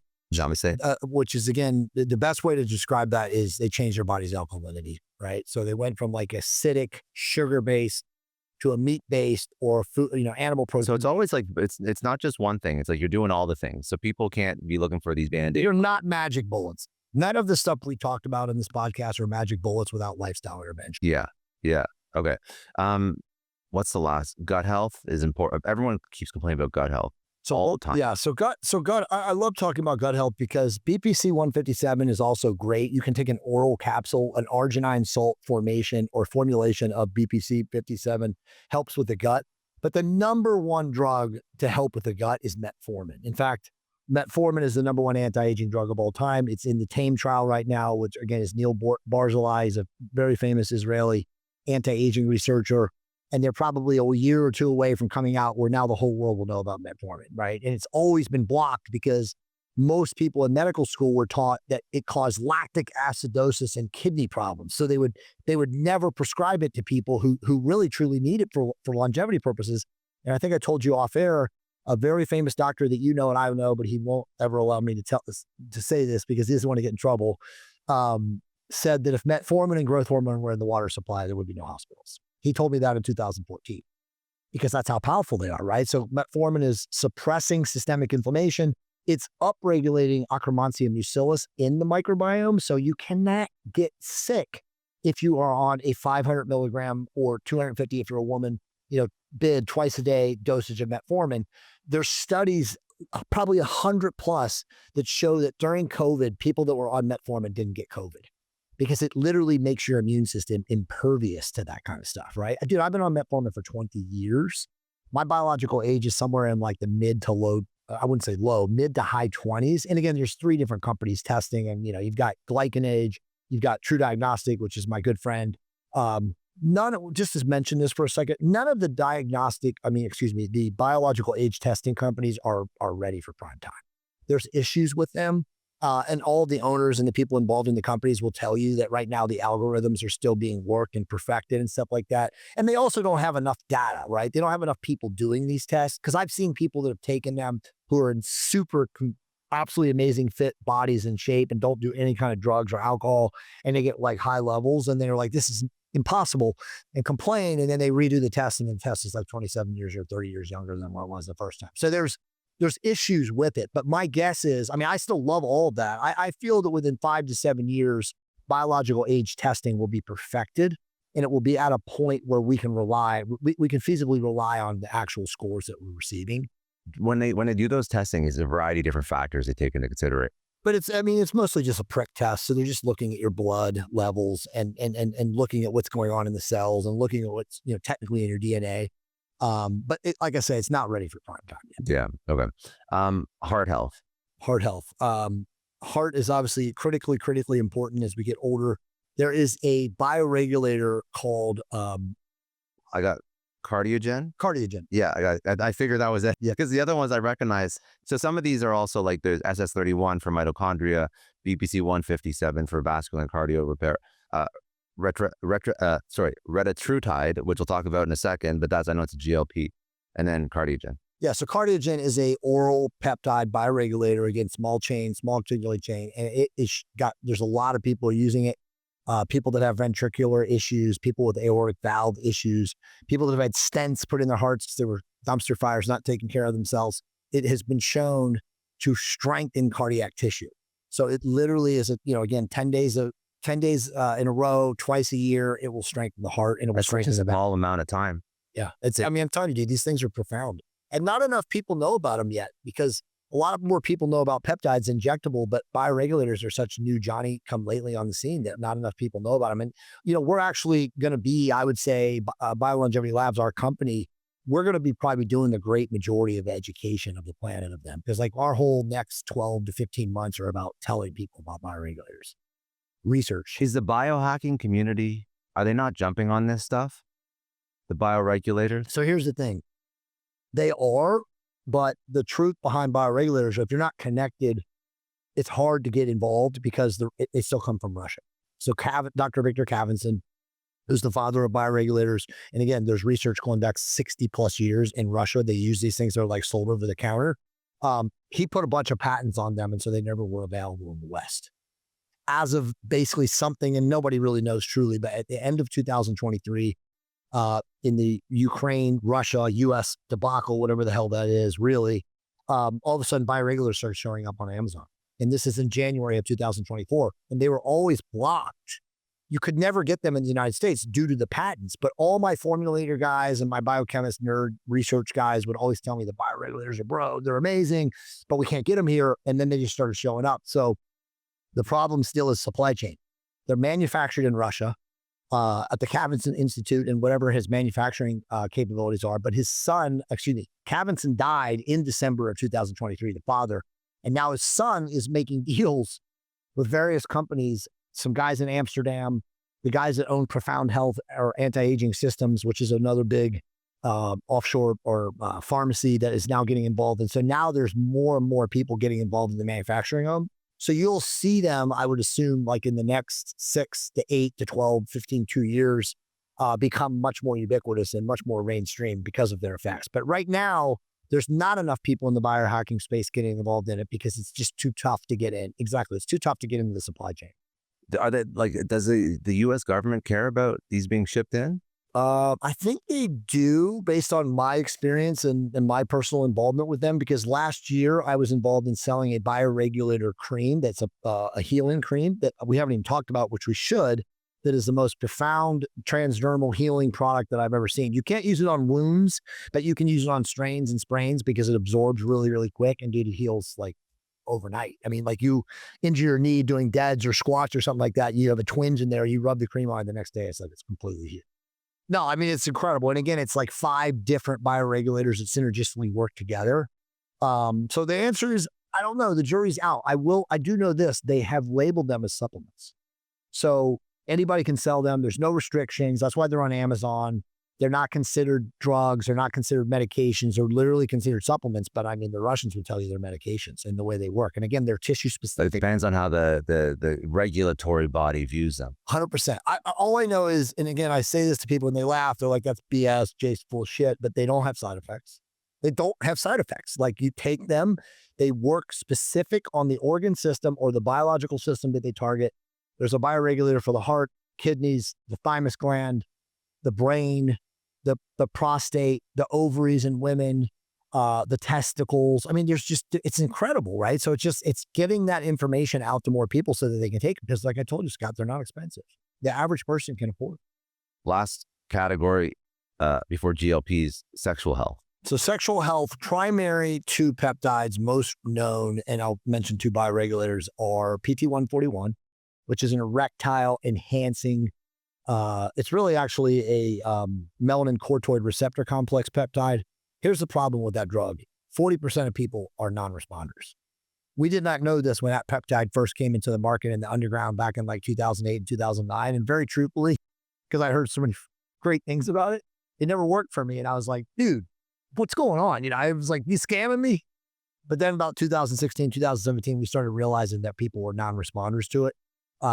Truthfully, I'm a complete non-responder to it. I've used it like 4 times in my life now. It does not work for me. For women that are non-responders and take it, they get sick. And what I mean by sick, I don't want people to freak out, but they get nauseous and usually they have like vertigo and they have to go to sleep for a couple hours because it just don't feel good. They get like that dry heating effect. But for those people that it works, bro, it's incredible. I mean, a man can maintain an erection like for 6 hours straight. They can come 3 or 4 times, shorten the refractory period. It's insane. If you respond. If you respond. And for women, they also have a heightened sexual response to it too. The other one to mention is oxytocin, which I think most of your audience knows what oxytocin is. It's responsible for pair bonding. It's that kind of neuroendocrine hormone that is released during times of love and intimacy. So if you inject it, you get that same feeling. Now, in some people, depending on like what's in their stomach, what's in your small intestine, they may not get the same effect. But if you inject it usually in the morning on a fasted, empty stomach, and you want to be intimate with your partner, it's pretty awesome. The other two to mention are bioregulators, and there's one called Femi Male and Male. I forget the name of it, but we sell both of them, and those are great for like perimenopausal women and also older men whose sexual function is declining because basically it works on the prostate, it works on the testes. For females, it works on the ovaries. So it's basically just like, again, just consider it like an overall enhancement to sexual function. And those are oral capsules, by the way. So again, you don't have to worry about the needle if that's a concern with these. When you look at all the new peptides, because obviously like these are the ones that you've used yourself or like you actually sell. When you look at all the peptides that are now, I'm sure there's ones that you haven't mentioned that are sort of very, very, very new that are not sort of proven out. Like I'm sure, yeah, I have no doubt. Like what's the way to figure out if they're going to be helpful, harmful, if there's no long-term studies on them? Like what could be the worst possible scenario with a peptide? Like how could it impact you in a negative way? I mean, it's hard to know. I mean, again, personally, because I'm asking the question that somebody is listening to this. Yeah, no, it's a great question. I mean, it's like anything in life. Like I've been personally using them now for close to 21 years. I started in 2004. I've had nothing but success. I've never had any horrible negative side effects. Obviously, my biological age is a lot younger than what I am. I'm almost 54 years old. I'm in great health. I'm in better, as I told you, which we get to in GLPs in a second. My biomarkers are better than they've ever been in my life, even from when I was in my early 20s, right? So all things being equal, I'm improving both from a biological age standpoint and then also just a physical performance standpoint. So I would just say, like, we don't know the long-term effects of anything, right? 20 years. That's not 20 years. Yeah. That's a lot of time. But the truth is, to be honest, we don't know. But like, we know that there are biological organic molecules that are formed in nature and in our bodies naturally. So what, is the potential harm if we compare them to, again, Rockefeller petroleum distillate, big pharma medications, which are not natural and not naturally occurring, right? So like, if you're going to compare and contrast, I would definitely put my money on peptides and bioregulators long-term than I would those drugs. Are there some that sort of are sold, you don't sell them, but are sold that are actually dangerous? Again, Tim Ferriss, the difference between a pill and a poison is the dosage. I think that there's none that are like, don't take this. No. I mean, but the thing is like, again, you have to be judicious. Start low, go slow, assess your tolerance. How do you respond? What happens? Don't start taking high dosages. For example, Sloop. There are people out there messaging me all over the world who are taking 500 times the dosage level because they're retarded, bro. Yeah. More must be better, right? Supersize me. Bigger, stronger, faster. You know what I mean? So it's like, if you're not smart with what you're doing, is there risk? Of course. If you take too many aspirin or Motrin or ibuprofen, you can fuck up your kidneys. So it's, again, be judicious in how you use these things. But I have not seen anything that would like tell me like, oh, there's super risk. Okay, let's talk about GLPs. For sure. So started off with Ozempic, and now we have Mounjaro, and now there's other ones as well. But what should people know about GLPs? Because there's also a lot of, I see some negative. There's tons. It's more negative propaganda than there is positive. I just saw on Twitter somebody, it was a trending news article, on like the right side of Twitter, you see all the trending stuff, and it said that people taking Mounjaro, tirzepatide, some of them went blind. Yeah. Because of blood vessels. It leads. So there's a lot to unpack. So to start off, GLPs have been around since 2008. Which is insane to think about it because most people don't know what a GLP was until the last couple of years. But they've been around since 2008. In their very rudimentary phase, they were used in obese people and type 2 diabetics. Even then, when they were very, very rudimentary and crude, as far as their original format, they still worked. What I mean by defined work, they lowered people's A1C, they improved blood glucose regulation, and ultimately, if those people changed their diet and lived insulin controlled, they lost body fat, right? And again, this is way before what we have now. Now, fast forward to now, and as you and I have already talked, the average person today is so fucking lazy, bro. They wanted the lowest action, common denominator. How can I get away with doing the least amount of work, right? So take that attitude, that mindset, and then realize that the average doctor prescribing a GLP doesn't even know what they're doing, right? They go to a weekend class, a farm rep comes in and says, hey, you can make an extra 30 grand a month if you promote Ozempic. Right? So like, these are people, again, the doctors who are doing their best, I understand, who don't understand how to prescribe them. They're not giving the patient / the person the actual, methodologies, which we'll get to, of like, how do you make GLPs work? And so then what happens is, and again, remember, these people are all obese, they're all insulin resistant, metabolically deranged. They start taking them and the weight comes off because they're not eating. They're not stuffing their pie hole anymore. It suppresses their appetite, especially Wegovy. And 3 weeks go by and they've lost like 60 pounds. But what they don't realize, by not eating enough protein, by not exercising, by not doing resistance training, they've now damaged their thyroid. They've damaged their body's ability to be in a positive nitrogen state because they're not getting enough protein. So, dude, 4 weeks now they're in. Their doctor has been titrating the dosage higher and higher and higher because, as we've said, or as I said at various points in this podcast, Big Pharma's motto is start high, go higher. Make more money. Exactly. And again, it's synergistic thing, right? Because the doc makes more money and Big Pharma makes more money, right? So like, they're both incentivized to give more. So at 4 weeks in, giving more, now the person is like at a crossroads because the doctor's like, well, yeah, but guess what? Now your monthly dosage is going to be $4,000 or $3,500 or whatever it is. And so they're like, oh, fuck, I can't afford this. And so they come off. And now they're in shitsville because they damage their thyroid. They have caused muscle loss and now rebound. So the resting metabolism is also lower. Everything is damaged. Now the rebound weight gain comes. These people are now taking to the streets, to the airwaves, to social media, and they're going to start telling everybody how bad it was for them, right? Now, the truth, Scott, is those same people have issues with their eye. They have issues with their gallbladder. They have issues with their thyroid. They have all these, Wegovy face. Wegovy, one woman who was taking it, who was already super skinny, and she was taking it just for probably doctor recommended dosing, but to probably not have the food noise and the hunger pangs. And then she doesn't work out, doesn't have a good diet. And then she didn't even eat for 3 weeks. She broke because she had no bone density anymore. Exactly. So all this happens, and I won't mention the names. I could, but some of the famous celebrity doctors glom onto it and they start saying, see, we told you so. These are bad for you long term. Don't use them. They all cause muscle loss, blah, blah, blah. And so it just gets to this point where it's just like, signal to noise ratio. We're back to signal noise ratio. The noise is so high, it's negative. It drowns out all the positivity. But the positivity, which we'll eventually get to, is really what makes these drugs the wonderkind drugs that they are. They're, as I've said, they are the single greatest medical intervention since penicillin. And I would say that within 2 years, they will be bigger than that. They're already the highest profit, most sold, most procured drugs in the history of medicine. So obviously there's good and bad with it. But the truth is that to get to like, how do we use these things? And how do we use these things so that they are beneficial and positive for anyone, regardless if you're a dumpster fire or you're someone like you and I, or a woman like you and I that wants to just eliminate food noise. So this is how we use them. We first off start low and go slow. We microdose these drugs, which you're never going to hear from pharma or from most of the doctors. Now there's a ton of doctors that are microdosing them now, because I know how The average is take it once a week. That's the average advice. That's 90% of prescribers. We want to get it towards 80%, right? Where 20% of people are doing this right? It's the Pareto principle.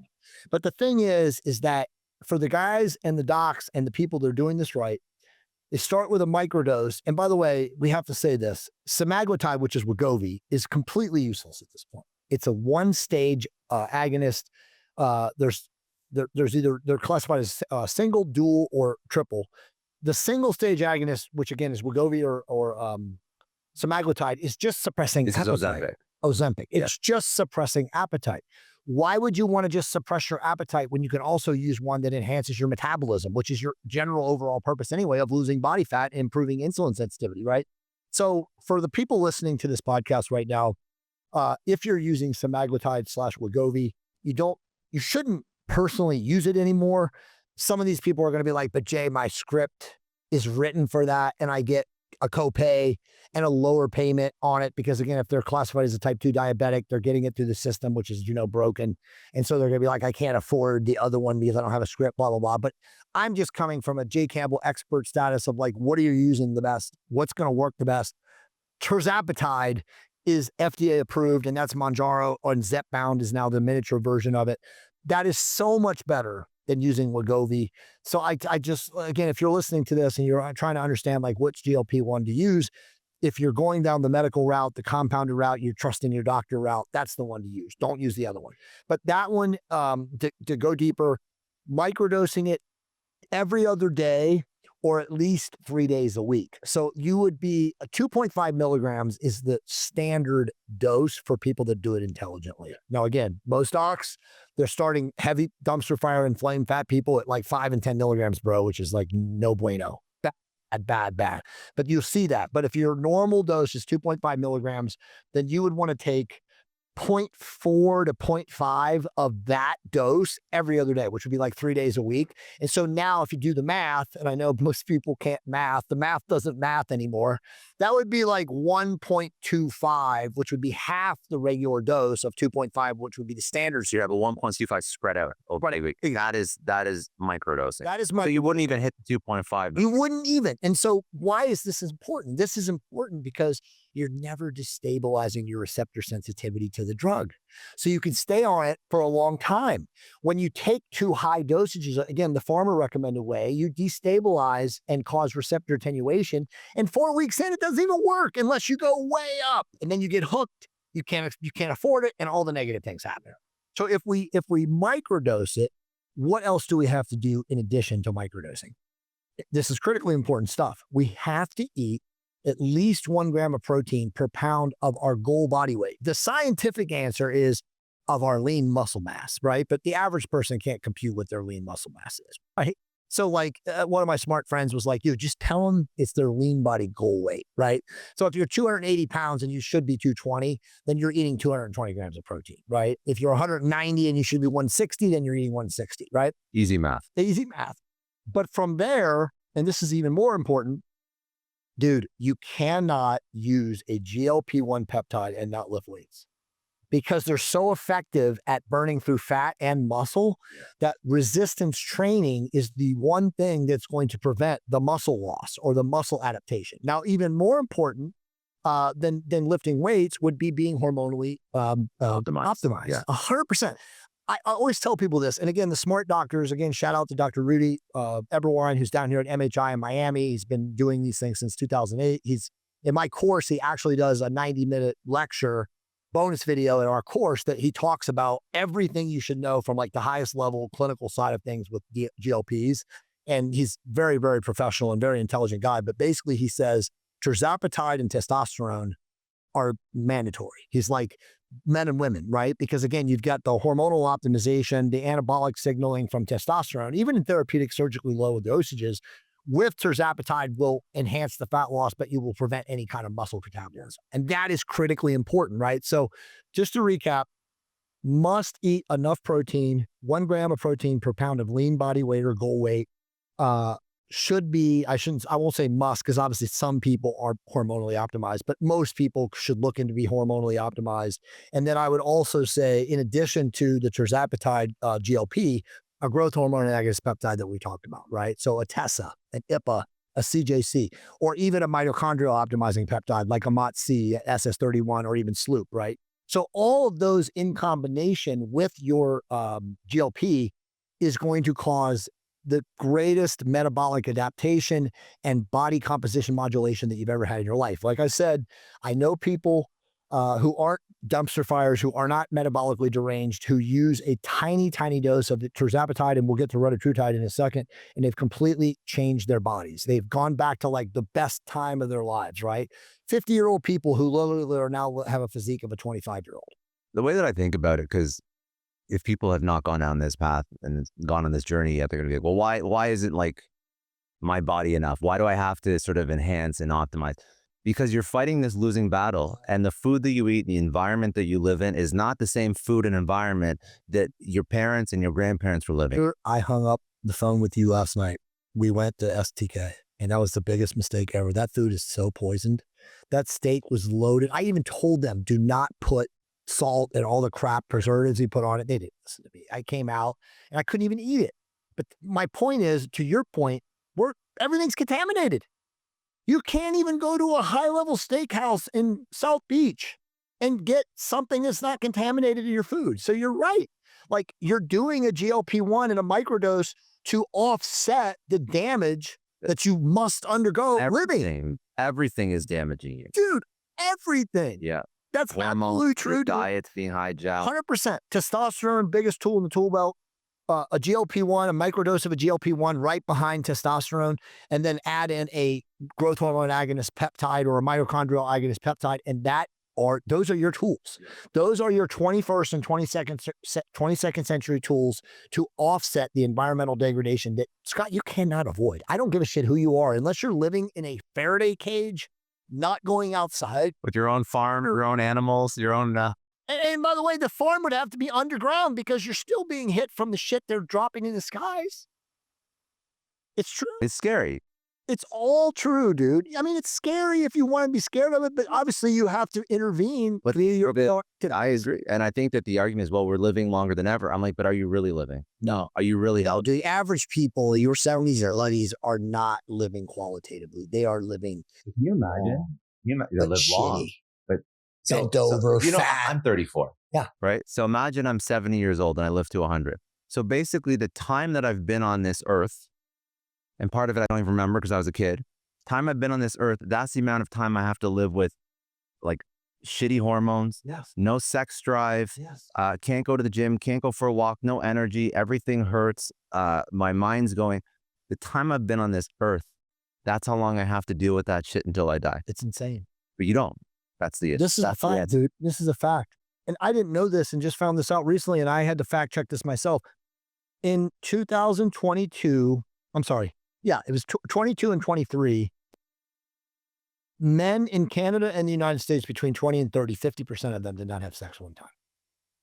50% between 20 and 30 did not have sex one time. 20 and 30. Did not have sex one time. What happens to the 40? I mean, who knows? But that is because, when you really look into this, that is because they jerk off to porn and they play video games. And these rewire the dopaminergic signaling pathway. So the reward behavior pathways are compromised. So why would you want to court a woman, right? Like, why would you want to deal with a woman's emotionality when you can jerk off to porn 3 times a day? And in your mind, that's the same thing. You and I both know it's not. Definitely not. But that's what they think, right? And then it's the same thing with video games, right? Like, I can kill people in a video game and I can be like dominant or whatever. And so all that has changed the world. But if you realize that 50% of dudes between 20 and 30 are not having sex, then you realize that things are off, which also hormones are depressed, testosterone is depressed, mental, everything is, again, what we're talking about is under attack. All of our systems, it's a full system. Our body's under attack. Our life is under attack, everything. And it all creates a super toxic environment. Yeah, hormones, but also then cost of living, and then like everything. People are defeated. If you don't do what you and I are talking about in this podcast, it is highly likely you do not live a life that is prosperous. And I mean, again, in my circles, in your circles, I mean, we know so many people that are doing the things that we're doing now because, again, it's mandatory. Yeah. How, if you don't, you're under siege. How do you offset living in a contaminated, full systemic assault environment? You can't. I mean, because of the show and just my network, I deal with a lot of people that have had massive success. And now everything you're talking about, This is what they do. this is what they're doing. Because they want to live good lives.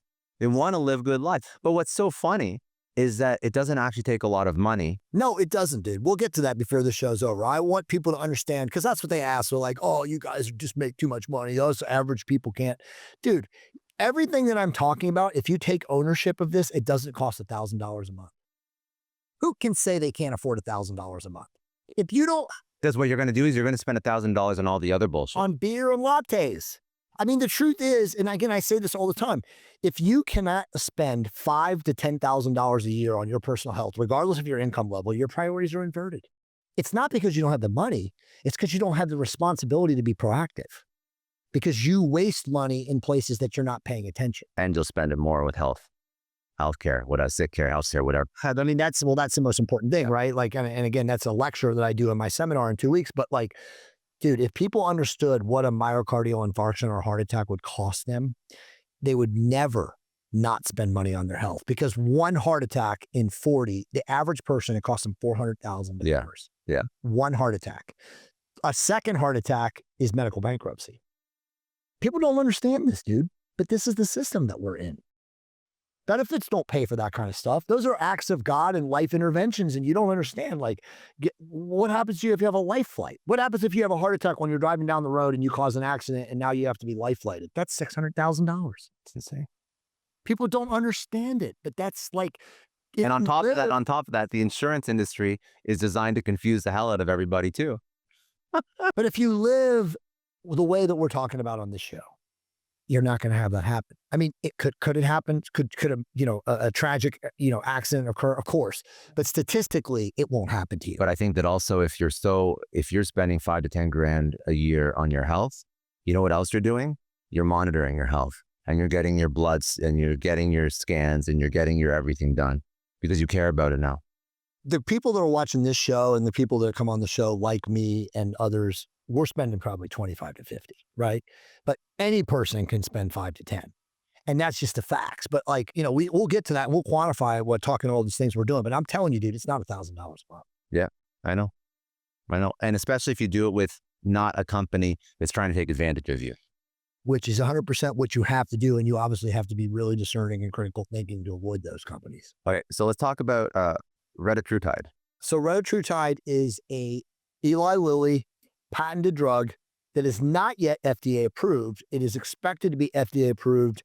It's a GLP-1, of course. It's expected to be approved in either late 2026 or at some point in early to mid 2027, which is insane because it's been in the marketplace since 2023 in the research community. Okay. Why is it the most amazing drug? And I'll just say it right now.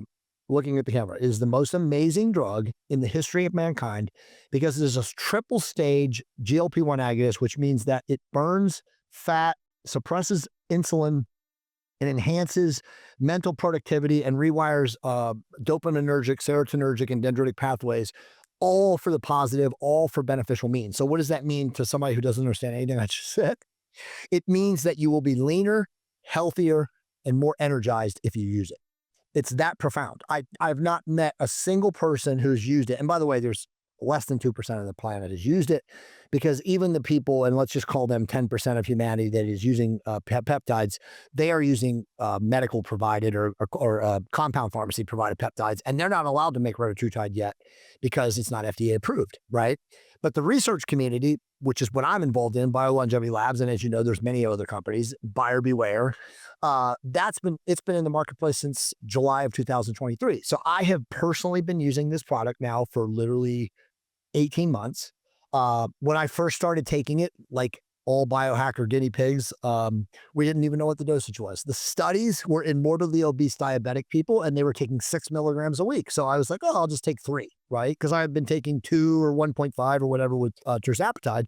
And dude, when I took it, it enhanced my metabolism so much that I was ravenously hungry. I was like, oh my God, this isn't going to work. I mean, you felt hotter and more energized, but it was like too much of a dosage. So I personally, then that's actually not accomplishing what a lot of people want, which is the food noise. People, it's not good for. But for like a bodybuilder, which we'll get to that application, it's insane, right? Because it's anabolic. It's actually enhancing nutrient partitioning and glycogen restoration. But the truth is that we just didn't know, like all these drugs, because it's in the experimental phase, that we just had to microdose.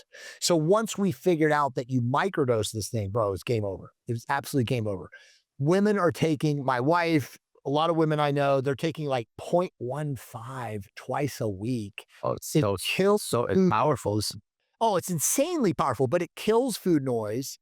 It completely changes the brain, again, the dendritic, serotonergic, and so dopaminergic pathways, so that it only rewards, like there's no more craving shitty foods.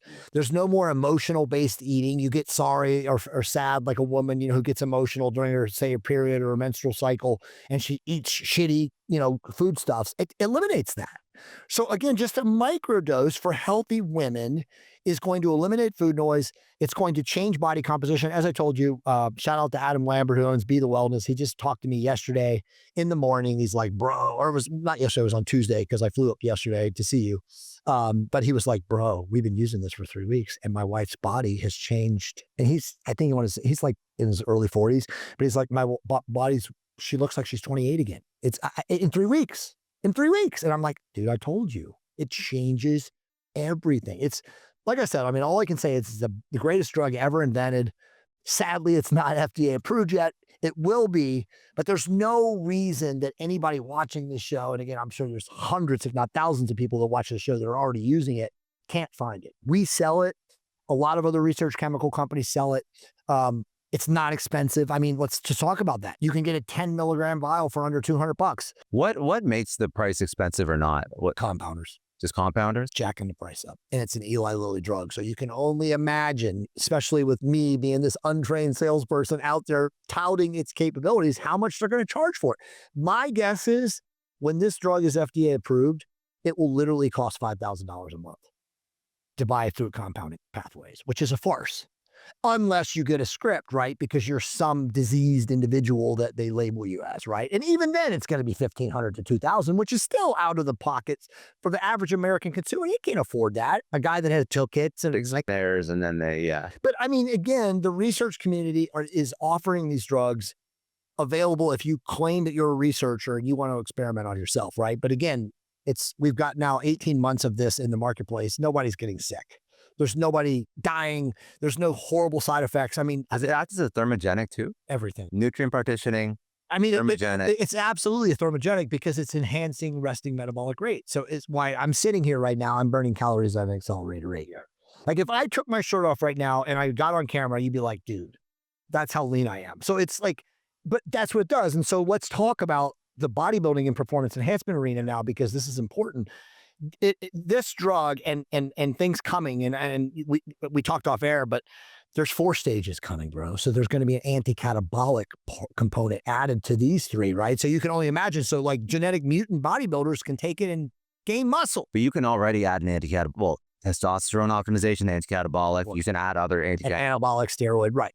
Exactly. But imagine when they actually add an anti-catabolic then on top of it. But This is completely And on changed. top of that, it's not as detrimental to your health. So, dude, that's where we're going because I want to talk about my biomarkers. So, this has radically changed the competitive bodybuilding arena. As we talked before, because you and I were both competitors and stuff and had bodybuilder and did physique stuff before, like to be shredded on stage, you had to become comfortable with being hungry, right? Like that's just a bodybuilder's mantra. You knew that if you really wanted to be peeled and diced, you would have to be starving the last 2 to 3 weeks of your competition. That's gone now. This drug will radically lower your body fat by all you have to do is just clean up your diet dramatically, right? Like lower your carbohydrates, eat very clean essential fatty acids, fish and stuff like that, get green leafy vegetables, broccoli, stuff like that. But you're not starving at all. And it eliminates hunger. So there's no thought of like pizza, hamburgers. You remember, dude, like you'd walk by somebody and you would smell the food and you'd be like, I remember when I used to try and diet down. So the girl I was dating at the time, it's so funny how people deal with dieting. The girl I was dating at the time, all she would do was want to look on Instagram at food Instagrams to like look at all the shit you couldn't eat. I would lose my mind because she'd send me stuff. I'd be like, stop sending me this shit. I'm trying to diet. So imagine now, fast forward to now where that's a thing in the past, right? Now to go deeper with it, because we talked about it, it is for people like me, and again, people way beyond me, advanced bodybuilders, it's anabolic, dude, because of the nutrient repartitioning, right? So like a person who has optimal genetics, optimal drug regimen, optimal peptide regimen, in addition to a microdose of retatrutide, will literally be bigger and leaner than they could have ever been doing it before that. That's how insane this stuff is, right? So we will see over the next 5 to 10 years, this is my opinion, but I know it's going to happen.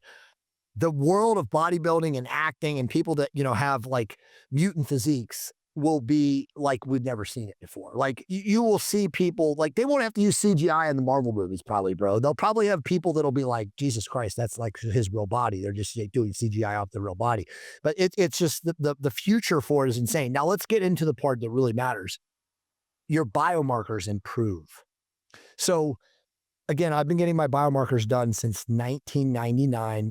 Twice a year. Sometimes I would get them once a year, but for the most part, I get them twice a year. There's been years I've gotten them 3 times. In the last 2 years, I've gotten them 3 times a year because I really want to look, because I was concerned that maybe these GLPs aren't doing good things.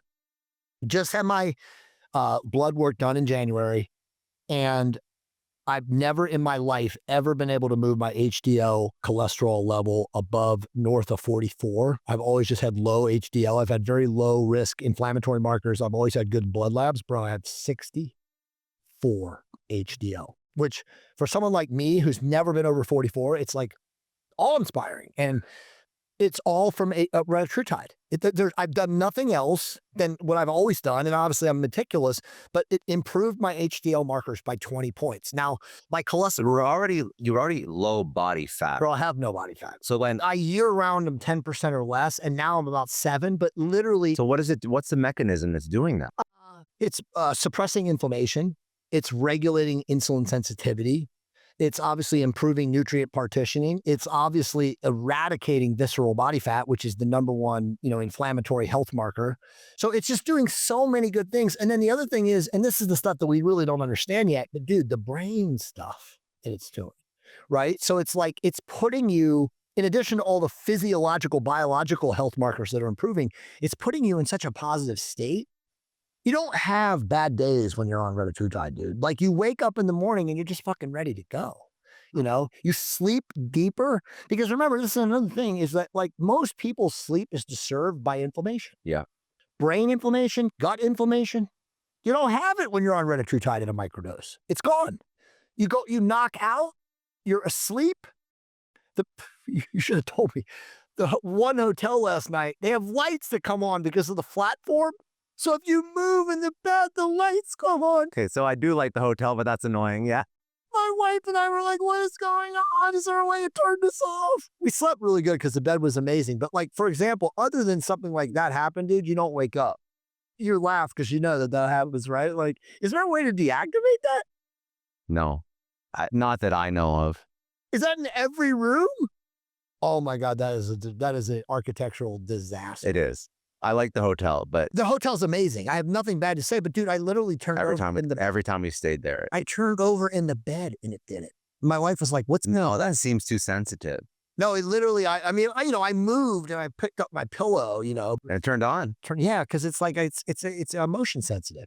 Yeah, but I don't remember being that sensitive last time I went. It did it for us. And my wife was like, what in the hell? It was like 3:00 in the morning. Yeah, sound asleep. And the lights. That's funny. I mean, not the whole thing, right? But Yeah, I know what you're talking. I know exactly what you're talking. yeah, but it's enough lights to turn it on. So it's like crazy. But yeah, so you don't have brain inflammation, gut inflammation. So everything is just improved. And again, I mean, dude, that's the thing is like inflammation is the primary mover of disease, right? It causes all disease, heart disease, brain disease, neurological disease, type 2 diabetes, all the things that people get at some point in their life who don't take care of themselves. If you don't have inflammation, you don't get disease. And remember, we talked about this already, and we'll get deeper on this when we start talking about training. But the statistically proven way to live the longest is to be the leanest, to maintain leanness. Now, people will ask me, Jay, what does that mean? It means for women, you should be 15 to 22% body fat. For men, you should be 10 to 15. I say 12 to 15. Very, very few guys are going to walk around year round at 10. But I like to tell guys, like, you should stay 12 to 15. And every now and then, as a bucket list thing to do, get to 10, right? Just because you can do it. And it's the thing where it's like, I have control over my physique, right? But like, those are the levels that if you stay in that range for the majority of your life, you will not get sick. You will not get disease.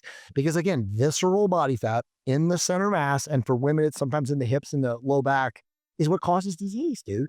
Because visceral body fat causes cytokine storms, and cytokine storms are literally a giant inflammatory cascade that leads to horrible pain, suffering, again, default state of not healthy. Yeah, I know. I think that I can't remember who was saying this, but the two markers of living a long life are if you work out and lift weights, and then your VO2 max. 100%. Muscle, VO2 max, and grip strength are determine how long you live. That's 100%. And grip strength is just normally better if you lift, of course, right? And VO2 max, I'm glad you said that because we will get to that.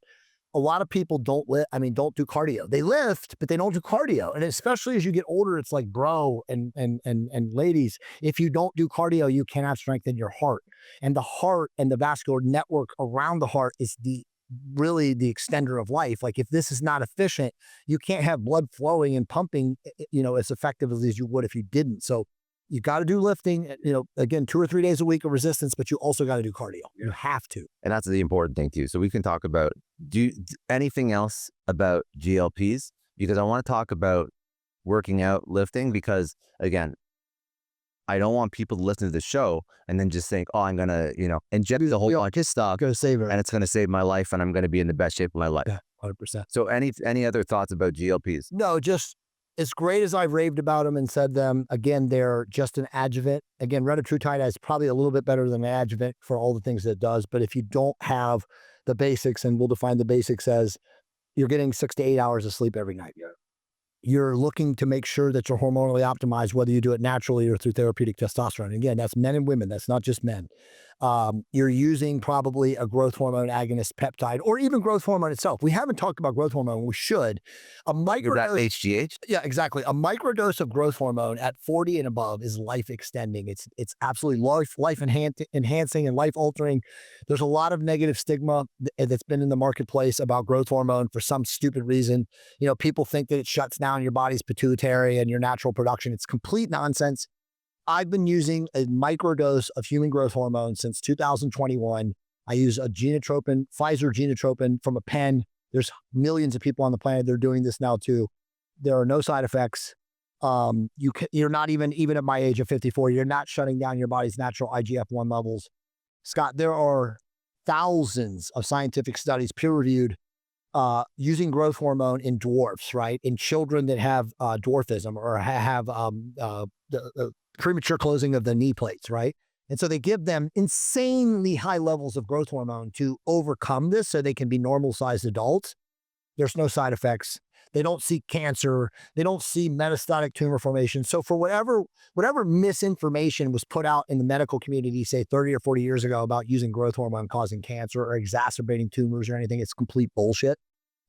Any smart anti-aging or longevity doctor will tell you that a small microdose of growth hormone, both for men and women, is amazing.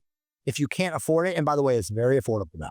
Because, okay, so my question was, it used to be, not a question, but that it used to be way too expensive. It's to the average. Not anymore. Not anymore. There's since COVID, the online pharmacies around the world, bro, you can get a 36 IU pen for like $300. Oh, that's It'll last like 2 months. and 10 years ago, it used to be faked all the time. It was bro bodybuilding stuff, Chinese stuff. Yeah. Green tops, yellow tops, all that stuff, right? Completely laughable, right? So you can get pharmaceutical grade genotropin or norditropin, which comes from Novo Nordisk, which is the highest quality in the world. Again, in a pen that you can carry around with you, and it's amazing. But if you can't find that, you can't afford it, which nobody really can't, but let's just say you can't, then your next best option is growth hormone agonist peptides, like a Tessa, like an IPA, like a CJC. Would you take both at the same time? So some people will, if you have like massive sleep issues and you want to take like a microdose of growth hormone in the morning and say like maybe a little bit more than a microdose of Tessa at night to enhance polyphasic sleep and deep restorative sleep, you can. I don't see any negative risk to that. You may be just getting a little bit more growth hormone than you technically need. But again, if you have sleep problems, it's going to help you with sleep. Yeah. But yeah, so that's it. So those are the basic foundational precepts, along with using a GLP, that everyone, as long as you follow that, you're going to get tremendous benefit and results. A big thank you to Indeed for supporting Success Story, because hiring people is one of the hardest things you're ever going to have to do as an entrepreneur, as a founder, as somebody who's trying to build a business. It's important to hire well and find the right person, but it takes so much time and it's so labor intensive because, like most entrepreneurs, you have 1,000 things going on, and there's a good chance that you just realized your business needed to hire somebody yesterday. So how can you find that great, amazing, right fit candidate fast? It's easy. Just use Indeed, because you don't have to waste time struggling to get your job posts seen on all these other job sites. If you're using Indeed, you can just use their sponsored jobs to help you stand out and hire fast. Your post jumps right to the top of the page for relevant candidates, so you can reach out to exactly who you're looking for faster, and the results really speak for themselves. According to Indeed data, sponsored jobs posted directly on Indeed have 45% more applications than non-sponsored jobs. And you know what I love most about Indeed? It really just makes hiring so fast, because everything is streamlined in one place. No more juggling multiple platforms or waiting weeks for the right candidate. And how fast is Indeed? In the minute I've been talking to you, 23 hires were made on Indeed, according to Indeed data worldwide. There's no need to wait any longer. Speed up your hiring right now with Indeed, and listeners of Success Story will get a $75 sponsored job credit to get your jobs more visibility at Indeed.com/Clary. Terms and conditions do apply. Just go to Indeed.com/Clary. A huge thank you to NetSuite for supporting today's episode. Now, what does the future hold for business? If you ask 9 experts,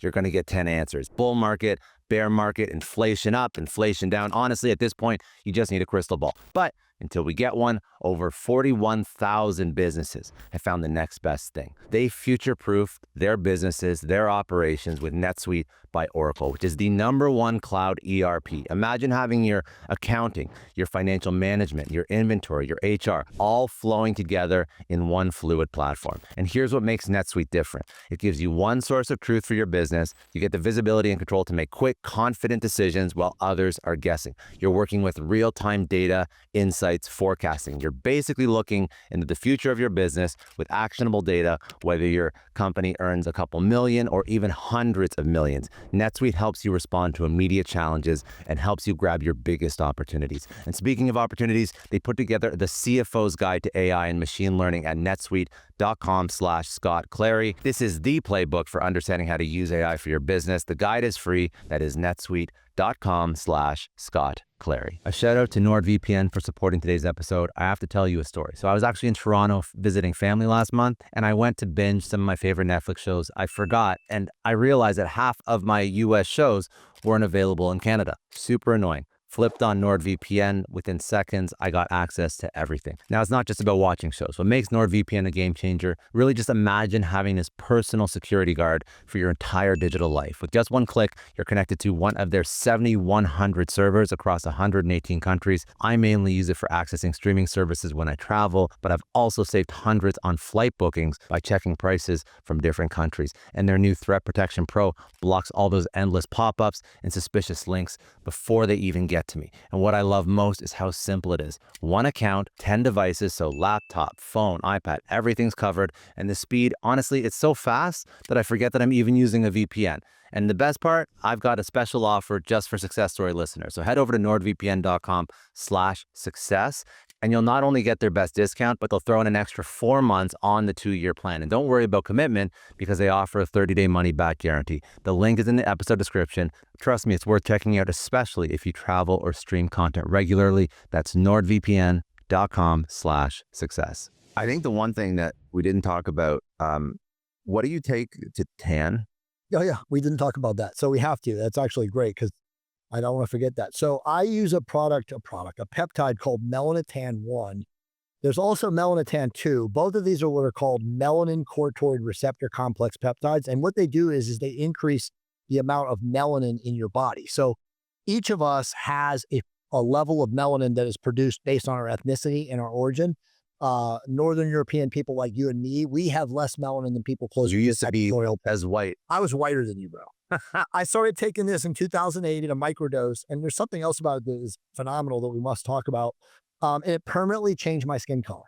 So now I dose this because I'm in Miami right now, and I knew I was going to be in the sun this morning, and maybe I'll be in the morning tomorrow because we're actually going to leave. I got to get back to my seminar, but I'll take a microdose in the morning before I go out. Where you get like a tiny amount, like literally like 0.1 or 0.15 milligrams. It's nothing. But I've been using it since 2008. In addition to changing my sun complexion. And again, so people understand this, the darker your melanin, the more protected from the sun you are.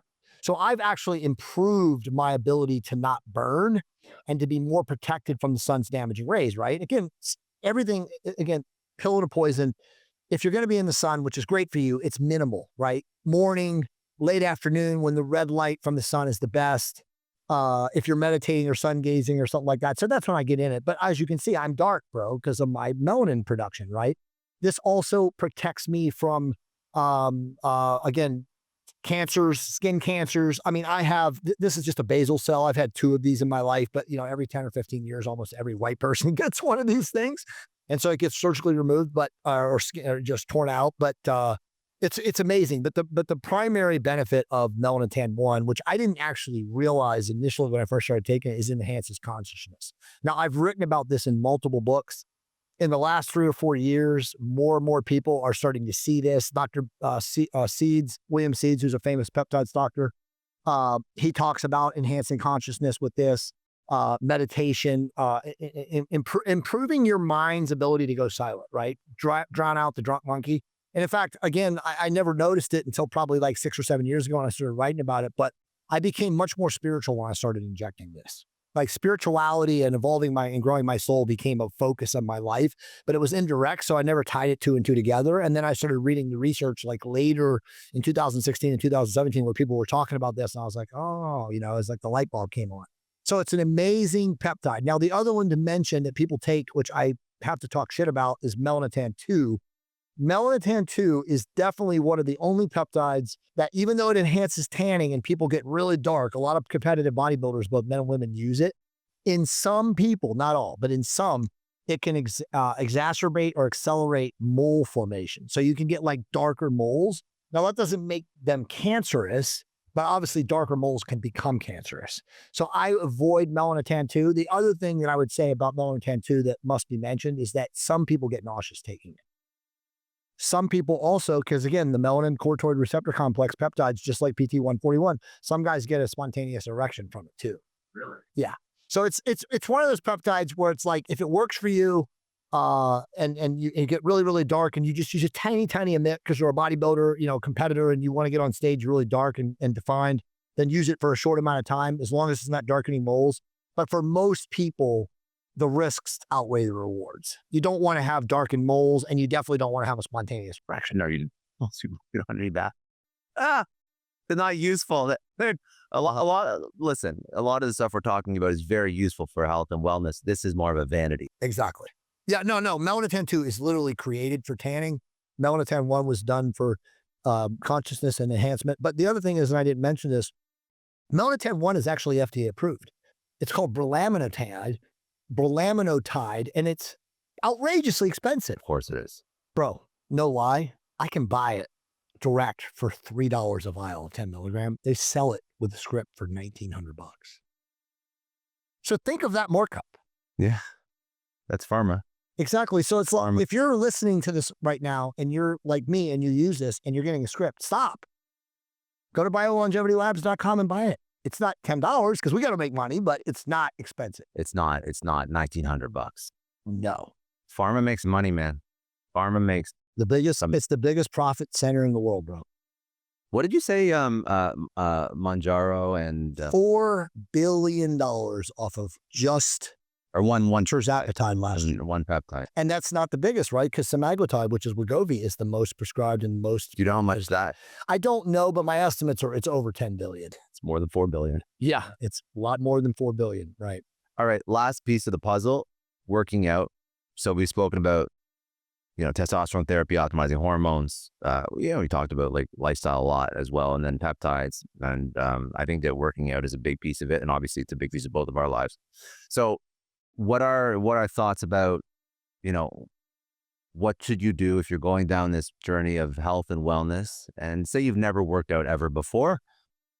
Where do you start? Or you never worked out properly? No, it's a good question. I mean, I'm glad we saved this for the end because I'm very outspoken about this. But the average person who goes to a gym has no idea what they're doing. You know that. I know that. We see these people. We feel bad for them. But again, you can't go up and wave your arms and say, hey, I can show you how to do this better, right?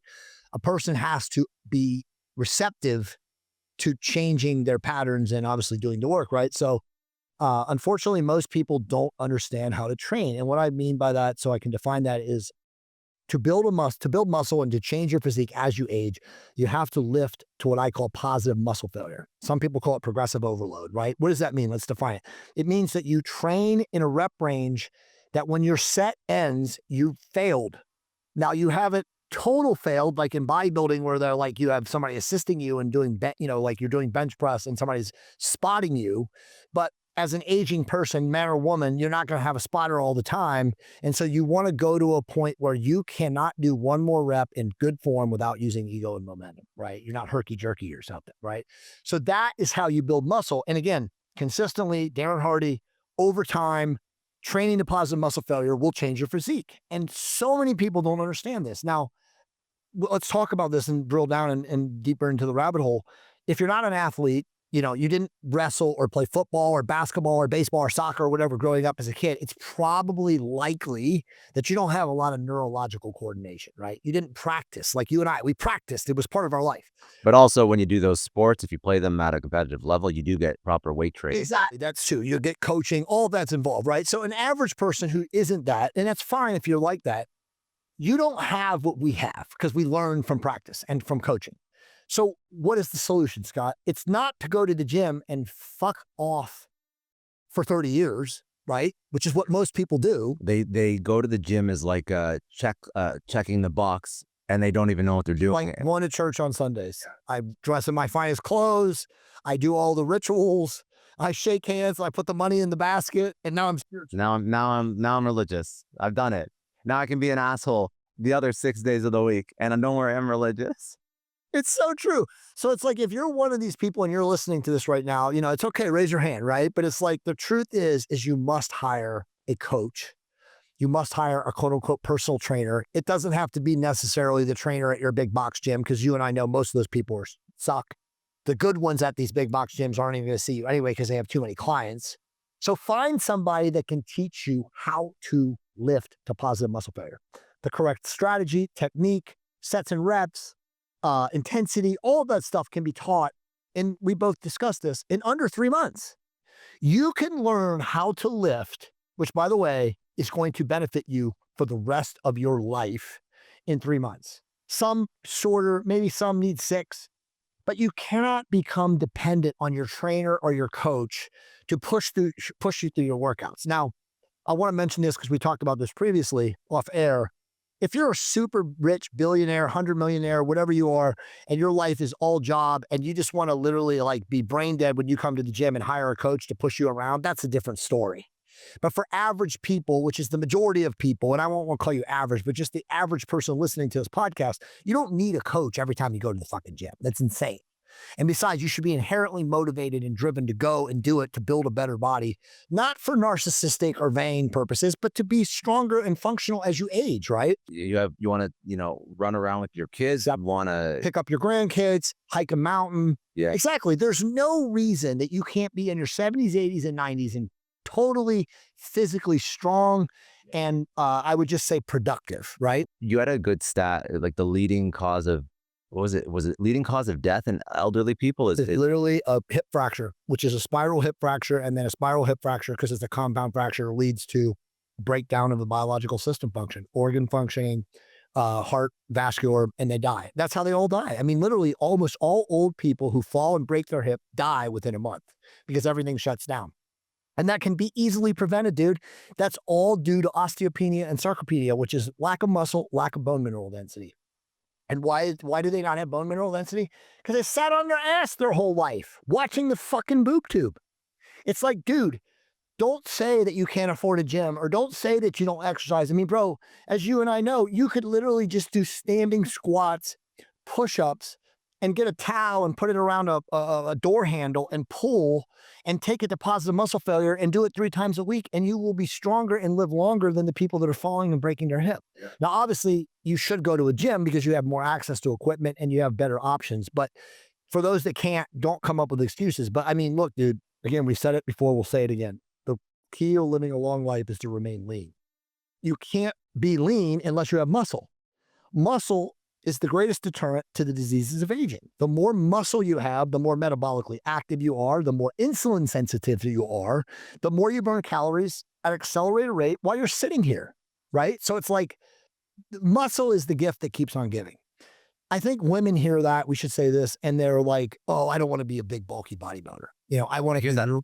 Right. I want to be lithe. I want to be toned. I want to be sculpted. As a woman, you cannot be a big bodybuilder unless you take tons of testosterone and God knows what other things, right? So you're not going to be that way. You can go to a gym as a woman and you can pump iron hardcore and you're only going to get toned. You're not going to get big and bulky. And it all depends on diet. Exactly. But stop thinking that bodybuilding or lifting weights is for men and not for women. So many people think that, and it's ridiculous. I believe the exact same as you. I've always found it so stupid. Like, when I go to the gym, it's like you structure your lifts around, bench, deadlift, squat. That's always what I've been taught. And then you have your compound movements, and then you can do some isolation stuff on the side. But if you get those down, first of all, you're strengthening all your joints, all your tendon. You're neurologically coordinated. Yes. And I think that everyone, women, men, everyone should focus on those lifts to a degree. And it's not like you're 1 rep maxing and PRing. No. And let's talk about that, because I'm glad you brought that up to unpack that. Those 3 foundational movements, bench, squat, deadlift, are what everyone should learn to do. And I would say do until you're 45.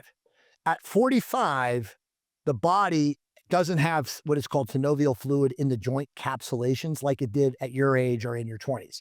So that doesn't mean you should stop squatting, deadlifting, and benching, but you should not be doing it heavy, and you should not be doing it like, in a like you said, a 1 or 3 or 5 repetition. You should be doing it lighter, controlled weight, controlled movement, and doing higher reps. But the bottom line is you're right. If you learn those exercises initially in your 20s, 30s, and early 40s, then you are stronger neurologically and you're more, I would say, biomechanically sound, so that as you get older, you can actually just start using primarily, like, say 70% of your exercises will be machine and 30% will be free weights, right? And again, and this is important to stress, as you get older and you're stronger already neurologically, machines can generate more force from a lever standpoint, right?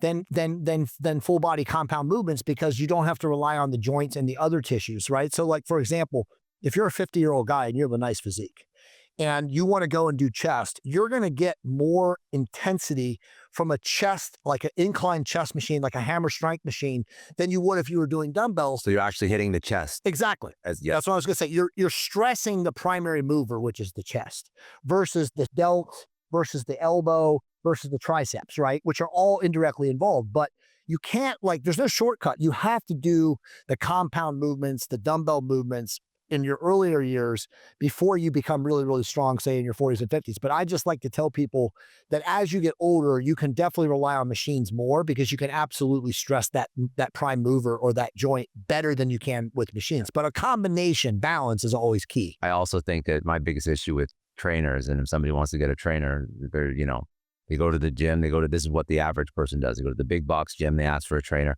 And what I hate about trainers is they don't focus on the basics and what they try and do. They're on balls and these retarded things. And are you doing? The best term for what I see trainers doing with people is it's fuck around-itis. Abject.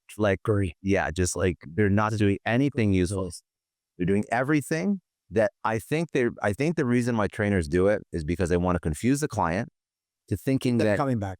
I can't work out without this person. Keep coming back. So if the trainer can't teach you what to do in 3 months and they don't focus on core lifts or at least things that seem like you can walk into the gym without them and do them, 100%. That's a scam. I think it's a fucking scam. 100%. And again, it outside of the rich people that say, oh, I pay that person to just confuse me, right? Yeah. For 3 days a week for 45 minutes a session or whatever. And that small minority, that's 100% accurate. Because again, if you do not learn the intensity, let's call it the desire to show up in that 3 months, then what the fuck are you doing anyway? You're not paying attention. Well, I've had trainers and this is the thing, this is different. So people are going to be, well, then what's the point of a trainer? So I know how to work out and I know all the lifts. Now, when I have a trainer who's fucking kicking my ass in the gym and when a trainer counts down from 12, but then they count 12, 10 times before they're like 12, 12, 12, 12, 12, 11. And like people that push you beyond. That's a different story. That's what a trainer's for. So a trainer, I think is more mental than anything else. But again. But I would do all those same lifts without that. And I was just going to say, and we've already said this, you don't need that guy more than 90 days, right? Because if you learn the intensity necessary to change your body composition, then it should be inherent in your mind that like, okay, I'm doing this because I know I need this. And I know what I need to do from a stimulation standpoint. So I'm going to do drop sets, right? Instead of that trainer pushing me for 12 more reps, I'm going to drop the weight in half and do 10 more reps myself. So again, you become inherently motivated to do what you already know. Not to say that it's okay not to hire an awesome coach every now and then. And I have no problem hiring a coach when you're in your 40s and 50s for say 6 months or 3 months, just out of the blue because you want to do something and you want to see like a benefit or a gain and you want to like see what this person be doing. You want to like have fun. Just to push on. Exactly. You want to push beyond. There's nothing wrong with that. But like I said, man, like the whole point of like what we're talking about is that people have to understand what it takes to build a better body. Yeah. And it's not what you said. I love that word. It's not going to the gym, fuck around-itis. 3 days a week, clocking in, clocking out, getting fatter, joints breaking further and further down. Because again, dude, as you get older, your metabolism slows down. You're not going to look better. Being at my age, my wife's age, people our age in our 50s and having a six-pack or having an amazing physique, it takes work. But not only does it take work, it takes knowledge. And the knowledge or the gnosis of getting there is actually more than half the battle, because if you don't know how to get there, no amount of work is going to get you there. And that's why I get mad when I see older people who clearly aren't, New Year's resolutions people, right? Like these are people that have been coming to the gym for decades and they look like shit. And it's because all you have to do is watch one set and you're like, what the fuck is that person doing? You know what I mean, right? It's the people that are pulling the bar down like this or doing tricep push downs like this and this and this. And it's like, dude, like really? Like you couldn't have hired somebody at one point in your life. And we need to say this because a lot of people talk about this now, especially the younger generation, way younger than you, bro. They go on Instagram and they go on Snapchat and they go on TikTok and they watch these young fit bro and fit ho influencers who also are very gifted genetically. And they think they're just going to watch them and they're going to learn how to train doing that. That is when it gets retarded. Because you, again, if you don't have neurological coordination, you were not an athlete, you were not coached, you didn't practice, you got to have somebody that can teach you how to do this. It's really that simple. But you also, if you're also following people on Instagram and you're a natural, say you're a natural kid, like 16, 17, 18, you're not taking any drugs. And kids take gear so young now. SARMS, we already spoke about SARMs, how bad they are. But they also, they also take a lot of gear. Yeah, they do, dude. And some of these like 18, 19-year-olds, they've been taking stuff that they're 16. They're shutting, We should mention, But the point is, you can't look at them as this is how I should train. no, and just to say this, because we talked about SARMs, but like if you're a young guy or gal and you're using gear in your early age, there's going to be hell to pay later because you are shutting down things that have not fully formed. And so you have like essentially, I mean, again, dude, and you see this all the time. You know, I think of that guy, Boston Lloyd. Yeah. When you accelerate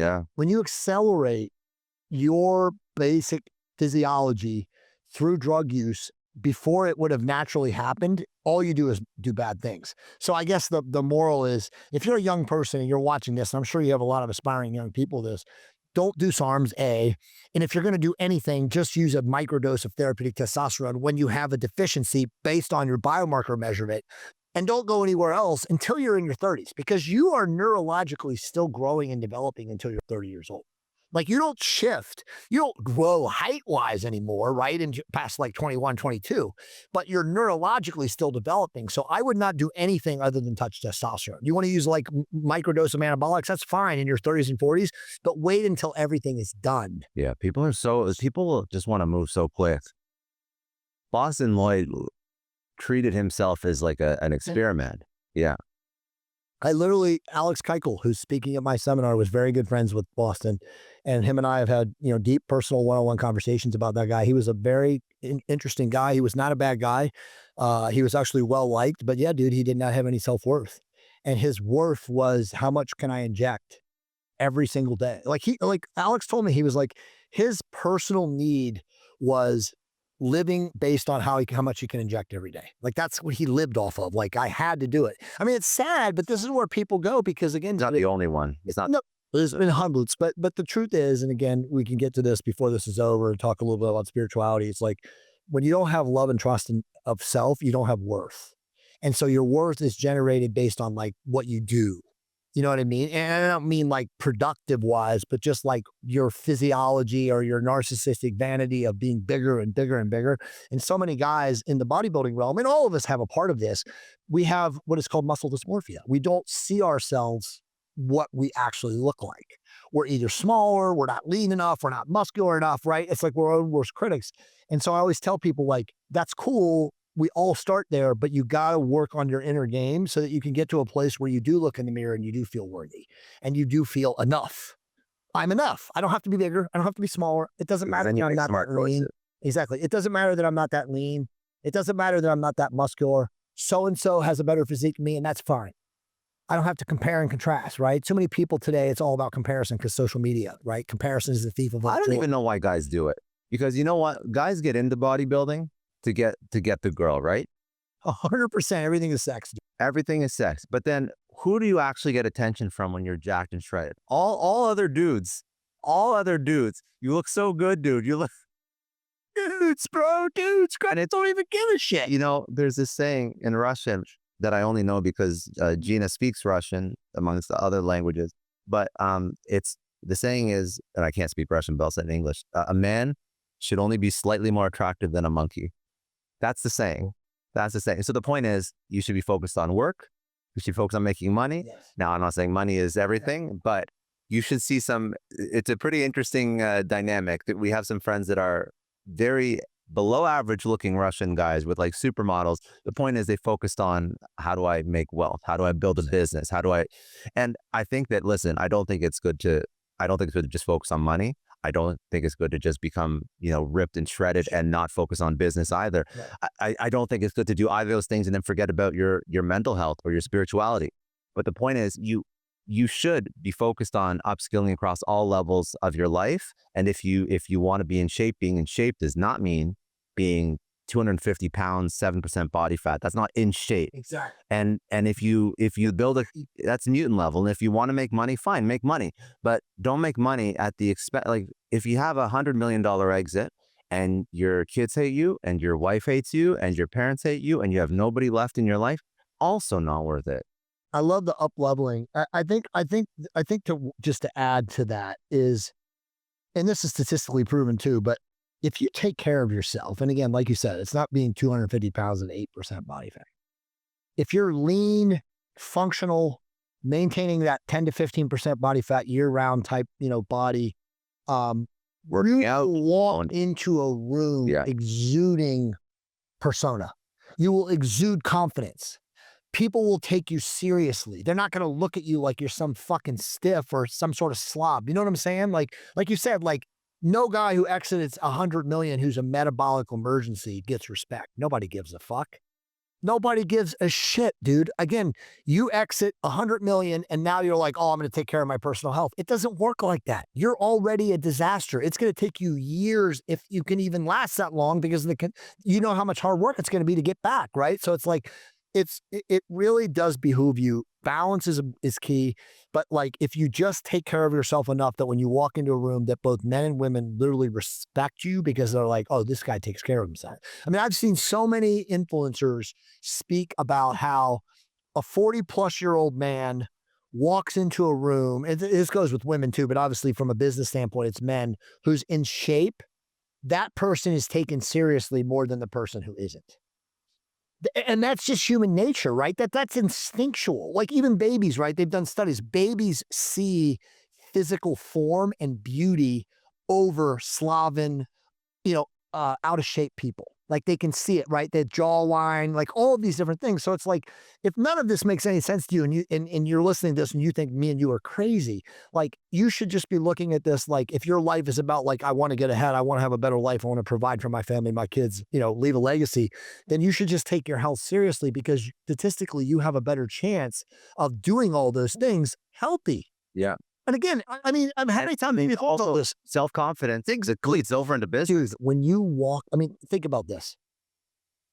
How many times in your life have you felt looked at or judged or observed walking into a room by others and it's in a good way because they look at you and they're like, oh, this dude takes care of himself. 1,000%.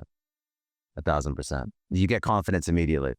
And so like that instantly, regardless of your personality style, that instantly makes you feel better about your chances and your opportunity. Imagine when you're doing a presentation and you're trying to make a pitch for something. So there's two yous, right? The you that's in shape, that isn't out of breath, that isn't sweating, that isn't feeling gross and tired, versus the you that's in shape, that you're not sweating, you're not out of breath, you're cognitively there because you didn't eat shit for lunch. So you're not hitting this this glucose insulin roller coaster. Who do you think's going to close the deal? That's exactly true. And that's what's so mind-blowing is that people don't realize that. You know what I'm saying? Like they get so caught up in like the nice clothes, the expensive watch. And it's like, bro, you look like one of my buddies used to say, you're 190 pounds of shit in a 125-pound bag, right? Like people do see that. I mean, dude, good or bad, first impressions are everything. And people do instinctually judge based on the way you look. I don't give a shit who you are. If you walk into a room and you are physically in shape, and again, we're not, like you said, we're not talking you, because that's not in shape. That's like, what the fuck is this guy doing? This guy's too much time on his hands. Exactly, right? But it's like, if you're physically impressive and you walk into a room, you already have a leg up. Doesn't matter what you're doing, who you are, you have a leg up. It's if people are upset with that, I mean, it's truth. It's real life. Truth is only, as I use, and I learned this from one of my spiritual mentors, but truth is only for the most sincere people. You know what my biggest life hack that I learned when I was I played a lot of sports and then I got into bodybuilding. But the biggest life hack is if you don't want to worry about what you're wearing, just be in shape. Exactly. And everything looks good. So simple. You could put on a t-shirt. It's 100% true, dude. You put on a t-shirt, you look like you're like $1 million. Nothing you look all shit. That guy wearing a Gucci shirt. Oh my God. Sometimes you see that in Miami too. Oh, dude, I saw yesterday at the hotel. 100%. 100%. That's so true, dude. You always see guys that are in terrible shape and they're wearing $2,000 worth of clothing. And it's like 2 sizes too small. It's like, bro. Like you can't just wear like a tube of toothpaste. Like I said, 190 pounds of shit and 125-pound body. Oh my God. What would be some last... Oh, we didn't speak about spirituality. Where do you think... So I think that if you talk about improvement across all areas of your life, I think that physical, mental, relationships, I think spirituality is something that a lot of people lost. I think society is very secular, and spirituality doesn't mean God or religion defined that way. I think it just means that believing in something higher than yourself, and removing ego out of the equation in everything that you do. And I think that if you do not have something that you subscribe to that helps you remove your ego out of your decisions, you become slave to some other version of God or something like that. And it controls you as opposed to you influencing it. 100%. And I think that that's a very toxic way to live life. And I think that's why people are so depressed and unhappy, because they don't have anything bigger than themselves to live for. Agree 100%. And by the way, to add to that, well said, profoundly said, religion is not spirituality. And people have to understand that, right? Religion, for the most part, in a lot of people's lives, not that it's bad, but it's cultistic. And spirituality is literally doing what you just said. And again, said in another way, it's living in service. And when you live in service, you're automatically grateful.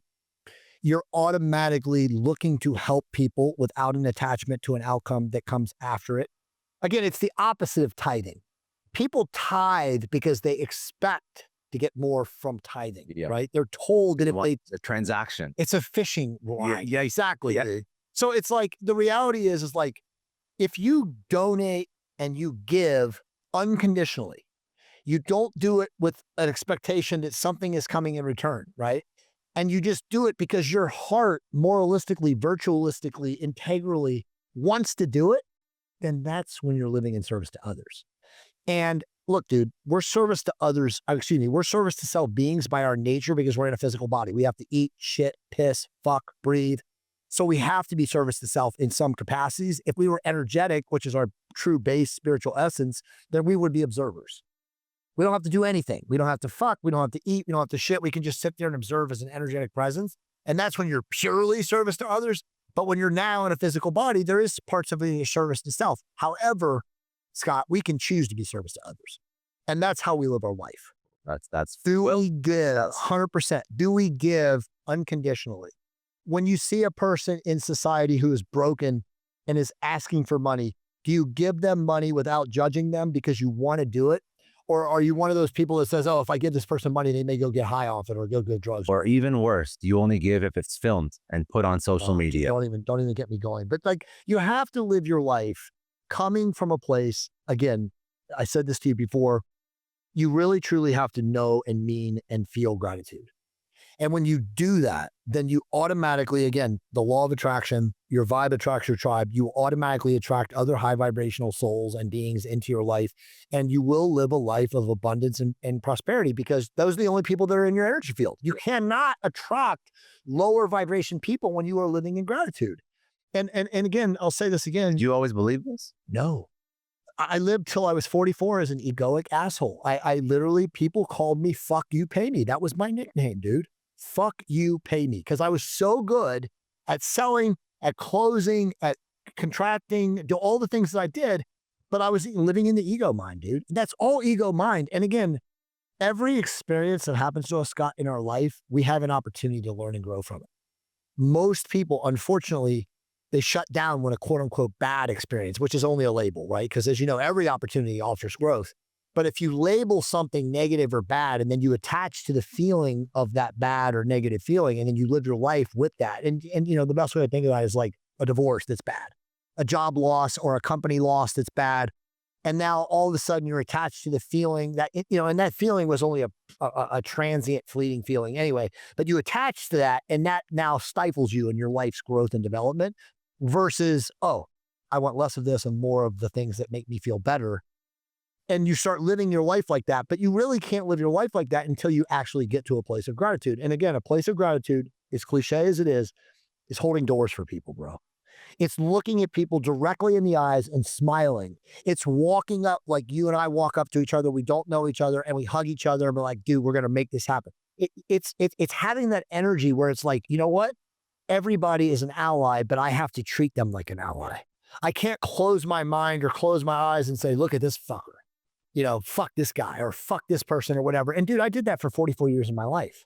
So it's only been in the last 10 years that I have truly developed an attitude of gratitude and lived my life beneficially. And when I say beneficially, like, dude, I hold doors for everyone. Last night after the, whatchamacallit, the steakhouse, there was a woman running across the street on the Walgreens right across the street. Yeah, I know exactly where that is. And it crossed. And I was like, oh my God, she's going to get hit. And I ran out and I stood in front of her and went like this and blocked the cars. A bunch of people honked at me, but I thought she was going to get hit because the cars were coming.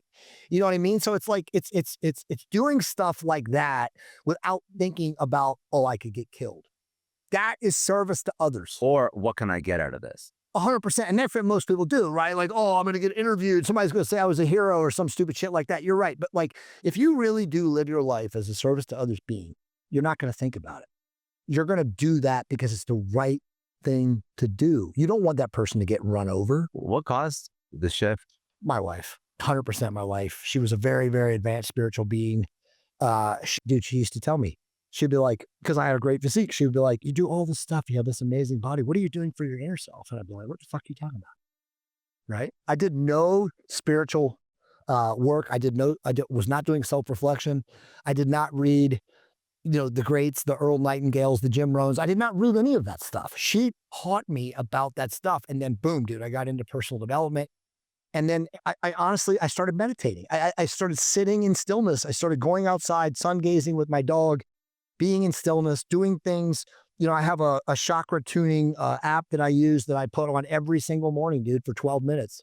I get in my red light bed. I mean, I have a insanely focused ritual, and I have everything is notifications in my calendar, and I don't live 100% attuned to that, but I live 90% attuned to that. You know what I'm saying? Like in the time that I've been here, I've had probably 4 or 5 notifications show up to say like, what are you thinking right now? What are your truth? Really? So you use forced self-reflection. It's not even forced, because like if I'm in the middle of work like I have with this amazing podcast, I don't look at it, right? But I know it's there. So if I'm in my office and I'm grinding or something during the middle of the day, I can see the notification pop up and I can look at it, and then I can like put my mind into that, and I can leave the busyness to get into that. But like that's how important the right person is, the right partner is. Dude, 100%. Yeah. She taught me all of that stuff, and then it became this like guiding epicenter of my life. And that's how I live my life now. And I'm not perfect, dude. No one is in a third density body, but like I realize that the more I serve unattached without an expectation for an outcome, the better my life is. Because my life since I met her has been like this. It's just been like this. I mean, yeah, I've had some downturns, as we all do, but I don't label them as negative. I look at them as an opportunity for growth and development. And now once you do that, once you look at it like that, nothing is a challenge anymore, because you know that you can overcome it. Because again, you're not labeling it as negative. It's like, how do I look at this as how can I grow from this? Versus, oh, fuck that. This is a collapse, a debacle, a fiasco. And then it actually, the effects of that negative thing, they start to spiral into all the other things that you're doing in your life because you can't get it out of your mind. So then everything else you do, you start to sabotage it because you have this negative mindset. So then it's not only the one thing, it's everything you do for the next like 3 to 6 months, you self-sabotage it. 100%. It's fear. It all goes down to fear. So you have to live your life. I mean, dude, I think the easiest way to really break this down and just speak it as plainly as possible is like, if you realize that you are a divine essence at base essence, beyond your physical body, your soul is a divine eternal energy. What are you worried about? You could fucking die. You could get hit by a car. Anything can happen to you, but it's not the end. And I don't think enough people, and I don't want to go into some psycho-spiritual woo-woo babble, but I don't think enough people truly come from a place of like, hey, I'm an eternal energy being. I'm in a video game in Earth right now, and I'm here to enjoy the ride, right? But all the ancients, all the gurus, all the sages, they've told us, enjoy the ride. The Nissan commercial, they were telling us, enjoy the ride, right? This is a ride in third density, and the ride is going to go like this. And you can either embrace the ups and downs and the trials and the travails, or you can literally just attach to the negativity of it and think you're a failure, and then be in fear, like you said. And then everything compounds. More fear, more apprehension, more anxiety. That's just how you live your life. It's ironic how like when you live in fear, then things actually don't work out because you're the one actually making them not work out. Exactly. All we are is mind. We're nothing more than the thoughts we think. So why do you think negative? Why do you even think that you're not going to have a great day? because something happens in the morning, you know, you lose a client or you lose a deal or something like that. Like, who gives a shit? There's better ones behind it. There's a million different deals, a million different opportunities. What's the necklace you wear? Oh, so this is, so I'm a crystal man. And again, my wife is a crystal queen, so she got me into this. So this is a Herkimer diamond and then moldavite. This is moldavite. This is Wild rings. Yeah, so this is Egyptian tektite, and then this is Egyptian tektite too, with an ankh, Egyptian energy, called a mantle inside it. And then this is amethyst. But my wife got me into crystals, and just so you know, just like really quick, this is not woo. Moldavite is the highest vibrational stone. So like when they measure energy in crystals, this is the highest amplifier. I don't know much about crystals. Yeah, it's okay. And then Herkimer diamond amplifies moldavite. So true story. These stones were called the pharaoh stones. So all the pharaohs in Egypt wore these stones because they believed that these would transmute any kind of negative energy. So demonic entities, etheric spirits, or whatever. Yeah. So like, in truth, I've been wearing these. They're also called tektites because they're essentially from asteroids, landing on Earth. The same thing as moldavite. Ever since I started wearing these stones, bro, I don't ever deal with like really craziness like in public. Like when I was an egoic maniac, I always dealt with craziness. I would get into fights with people. Not like knock down fist fights, but I would get into arguments and disagree. Just life is chaotic. Exactly. Yeah. Like, and again, if we're talking law of attraction, you attract what you vibrate. So when you're wearing things like these that are super high vibrational, it's likely that you're only going to attract other high vibrational people. This is not woo at all. I mean, you can look into the laws of thermodynamics and conservation of energy. And when you understand vibrational, fields, if you're wearing high vibration jewelry or high vibration technology, some of it's technology too, you're only going to attract that same type of person. And again, so since I started wearing these, and I don't wear them everywhere, I wear them in podcasts, I wear them on planes. I feel like I'm not only attracting the right people, but I ward off the wrong kind of people. Yeah.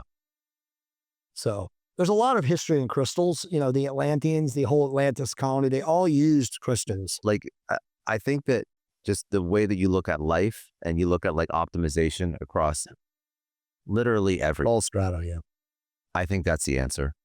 I think that I know nothing about crystals at all. I mean, like these there's something about these. You got that's tiger's eye, right? Yeah. Yeah, that's really good. That's very strong. A tiger's eye is very strong EMF protection. So that's actually protecting you from EMF. But I don't know it too well. I want to like some more about it. Oh, I mean, I'll send you stuff. I have like a PDF of the Crystal Bible, and you can read through it. It's because I saw some of your past content. Yeah, I do a lot of stuff on crystals. A lot of stuff on. Like I said, dude. Like the J. Campbell podcast, because I would bring you on my podcast. I stopped it in September of last year because I just got bored of it. I mean, I entered the last 6 years. I got so bored of talking about health optimization. All I talked was like consciousness people of the last 6 years.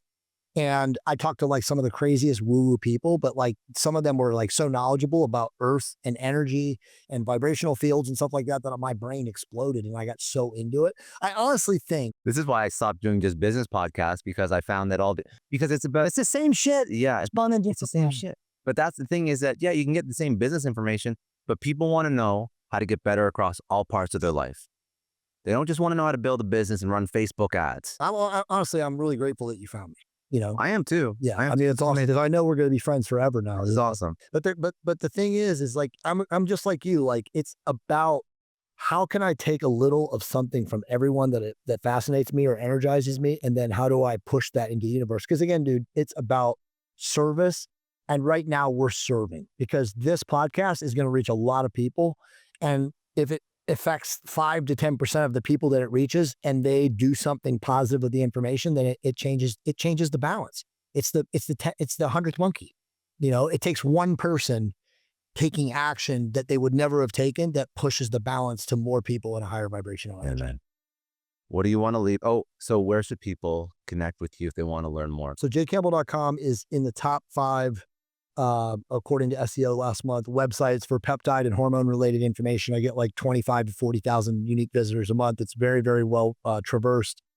Over 90 articles now on page 1 of Google for, peptide related information. So a lot of peptide information. We put out at least 2 articles a week. And then you can follow me on social media at jcampbell333. People ask me, what does that mean? 333 is actually a numerology of mind, body, spirit. So that's where I attach to that.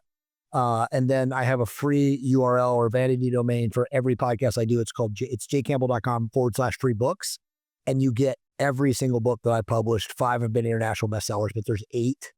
And you just get the PDF that you can download. And so there's a lot of them that are really good. Like the last 2 books are major international bestsellers. The peptide book, it's called Optimize Your Health with Therapeutic Peptides. That's amazing. And then my newest book, and I have one coming this year, but my newest book is 30 Days to Shreds. And that is probably at least one of the top 5 fat loss books of all time. It's 490 pages, but we go into the deep, like metaphysical weeds of like, what is the best way to lose fat in the fastest amount of time in the healthiest way possible? And that's why it's called 30 Days to Shreds, because we tell people you can literally lose 10% body fat in 30 days with 0 impact on your long-term health other than positive things. So that book came out in October of 2023, but I have a book coming hopefully by summer that's going to be the first book of its time. It's GLP-1 book. So it's going to teach people how to use GLPs like in the way that you and I talked about them today, which people desperately need because they're getting bad information from doctors and pharma. So we'll put the existing books for sure in the show notes, and then when that new book drops, I'll push it out to the audience. Of course. Okay. Last question. Is there anything that we didn't go into? I think we covered it, dude. We got a lot. We Talked about a lot of stuff. Amazing. When you do more research in the future, or when you discover new things, you have to come back. Awesome. Yeah, no, for sure. I love that. Yeah. And this is changing so fast. I think that it's important to like stay up to date on this stuff. Dude, the future of health. The quantum, even people in my own communities and stuff are like, dude, you told us this 4 months ago and now you're saying this. And I tell them, I'm sorry, the science changes. We're in a quantum reality now. Yeah. So follow and look at his work. And then I'm assuming like stuff that's just coming out and stuff that's new, you're going to cover that on social. You cover that on your blogs and everything like that. So you can see it all there. You speak a lot too, so people could probably catch. Yeah, and put it this way, man, we didn't say this, but BioLongevity Labs is going to be the Amazon of biohacking within the next 12 months. And I haven't told you this yet. And by the way, we decided this last night after I talked to you. We decided last night we're starting $1 billion longevity fund, which you're going to raise for it? 100%. And it's going to be done like by this summer. Like I have so many billionaires that are like, I want to give you money. I want to give you money. So we just finally decided like, let's just finance this. And in addition to that, let's finance other business, viable businesses that are connected or attached to it in some way. But that's for sure coming. So I mean, like, again, just to segue with RFK, he got confirmed today. There's no reason that people like us cannot teach, like I've already said this, like instead of Maha, we're going to say Miha, make Earth healthy again, right? So that's where we're going with this. But like we want BioLongevity Labs to be the place for any person, researcher, clinician, layperson to just go and buy something to extend their life, whether it's a peptide, a bioregulator, hormones, supplements, small molecules, anything that's out there that's cutting edge, we're going to have it and ship it globally. So not just Canada, US, like, the people in Australia who are destitute or New Zealand who can't get it in, we're going to figure out ways to get it in those countries so everybody can access. Good. Last question. You've learned a ton over your life, over your career about health, wellness, business, spirituality, relation, like literally everything that we went into today. I love unpacking like all the different parts of a person, because sometimes they're just like so like myopic and blinders on about the one thing they want to talk about, but that's not what makes a person. So you kind of like, you eat your own dog food, so to speak, right? I think that's important. So the last question, sorry. Out of all the lessons that you've learned over your whole life, you have to make a decision to pass on one of those lessons to your kids. What would that lesson be? Why is it so important, and why? You must live with an attitude of gratitude. Your children, your legacy, your family, the people that are in your system or in your circle, they have to understand that you really are the living embodiment of a grateful person. And when I mean grateful, you teach them to hold doors for others. You teach children, this is so important today, Scott, because it's not being taught. You teach children to look into the eyes of the person that they're speaking to, or they're shaking their hands, or they're meeting, and you smile and you convey that honest gratitude of like, I'm so happy. Yeah. Nice to meet you. How can I help you? How can I serve you? What can I do to help you? All my emails to every person who emails me now literally is like, when they say something good or bad, I'd say, hey, it's awesome to meet you. How can I serve you right now?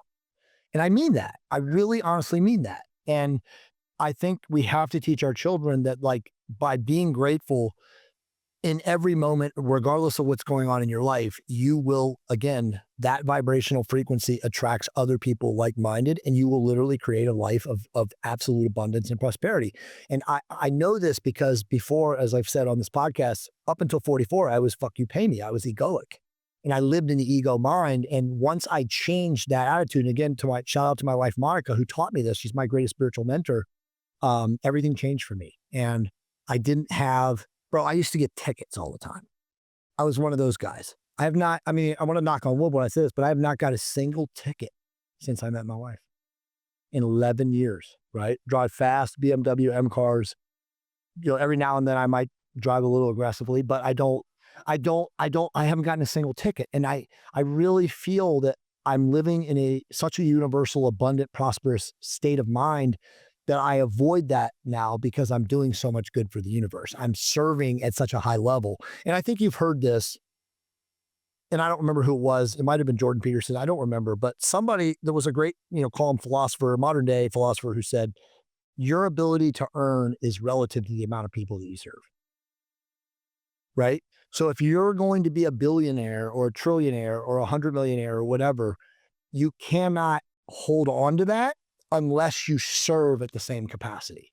So it's like, I realize now that the more I serve, the more abundance will come into my life. It's literally as simple as that. And if you can scale service, which obviously many people have, and again, not do it from an egoic standpoint, but come from a place of non-attachment, no expectation, then you'll hold on to it and you will build legacy wealth. And you will not just build legacy wealth for yourself, but you will build legacy wealth for millions of people who are connected to you. And that's the key. And again, I hate bringing money into the equation because I do think that money is an issue for a lot of people in this world. Obviously, debt slavery and debt servitude is terrible. You can use debt, in a positive fashion versus a negative fashion. But at the end of the day, if we ever do get human relationships and human, let's just call it vibrational fields, to a place where everything is level, people will have to come to a place where they absolutely live in gratitude. They cannot be, I'm going to rip this person's head off and take advantage of this person. And I think capitalism, socialism, every, economic philosophy, it leads to that. And so we have to get to a place where people just are in a place where money isn't the be all end all, and that service is the be all end all. And I don't know if we, in this current time and age, can ever get to there. I don't know if our economic But I think that the people that do live that way they change and they end up having a very good life.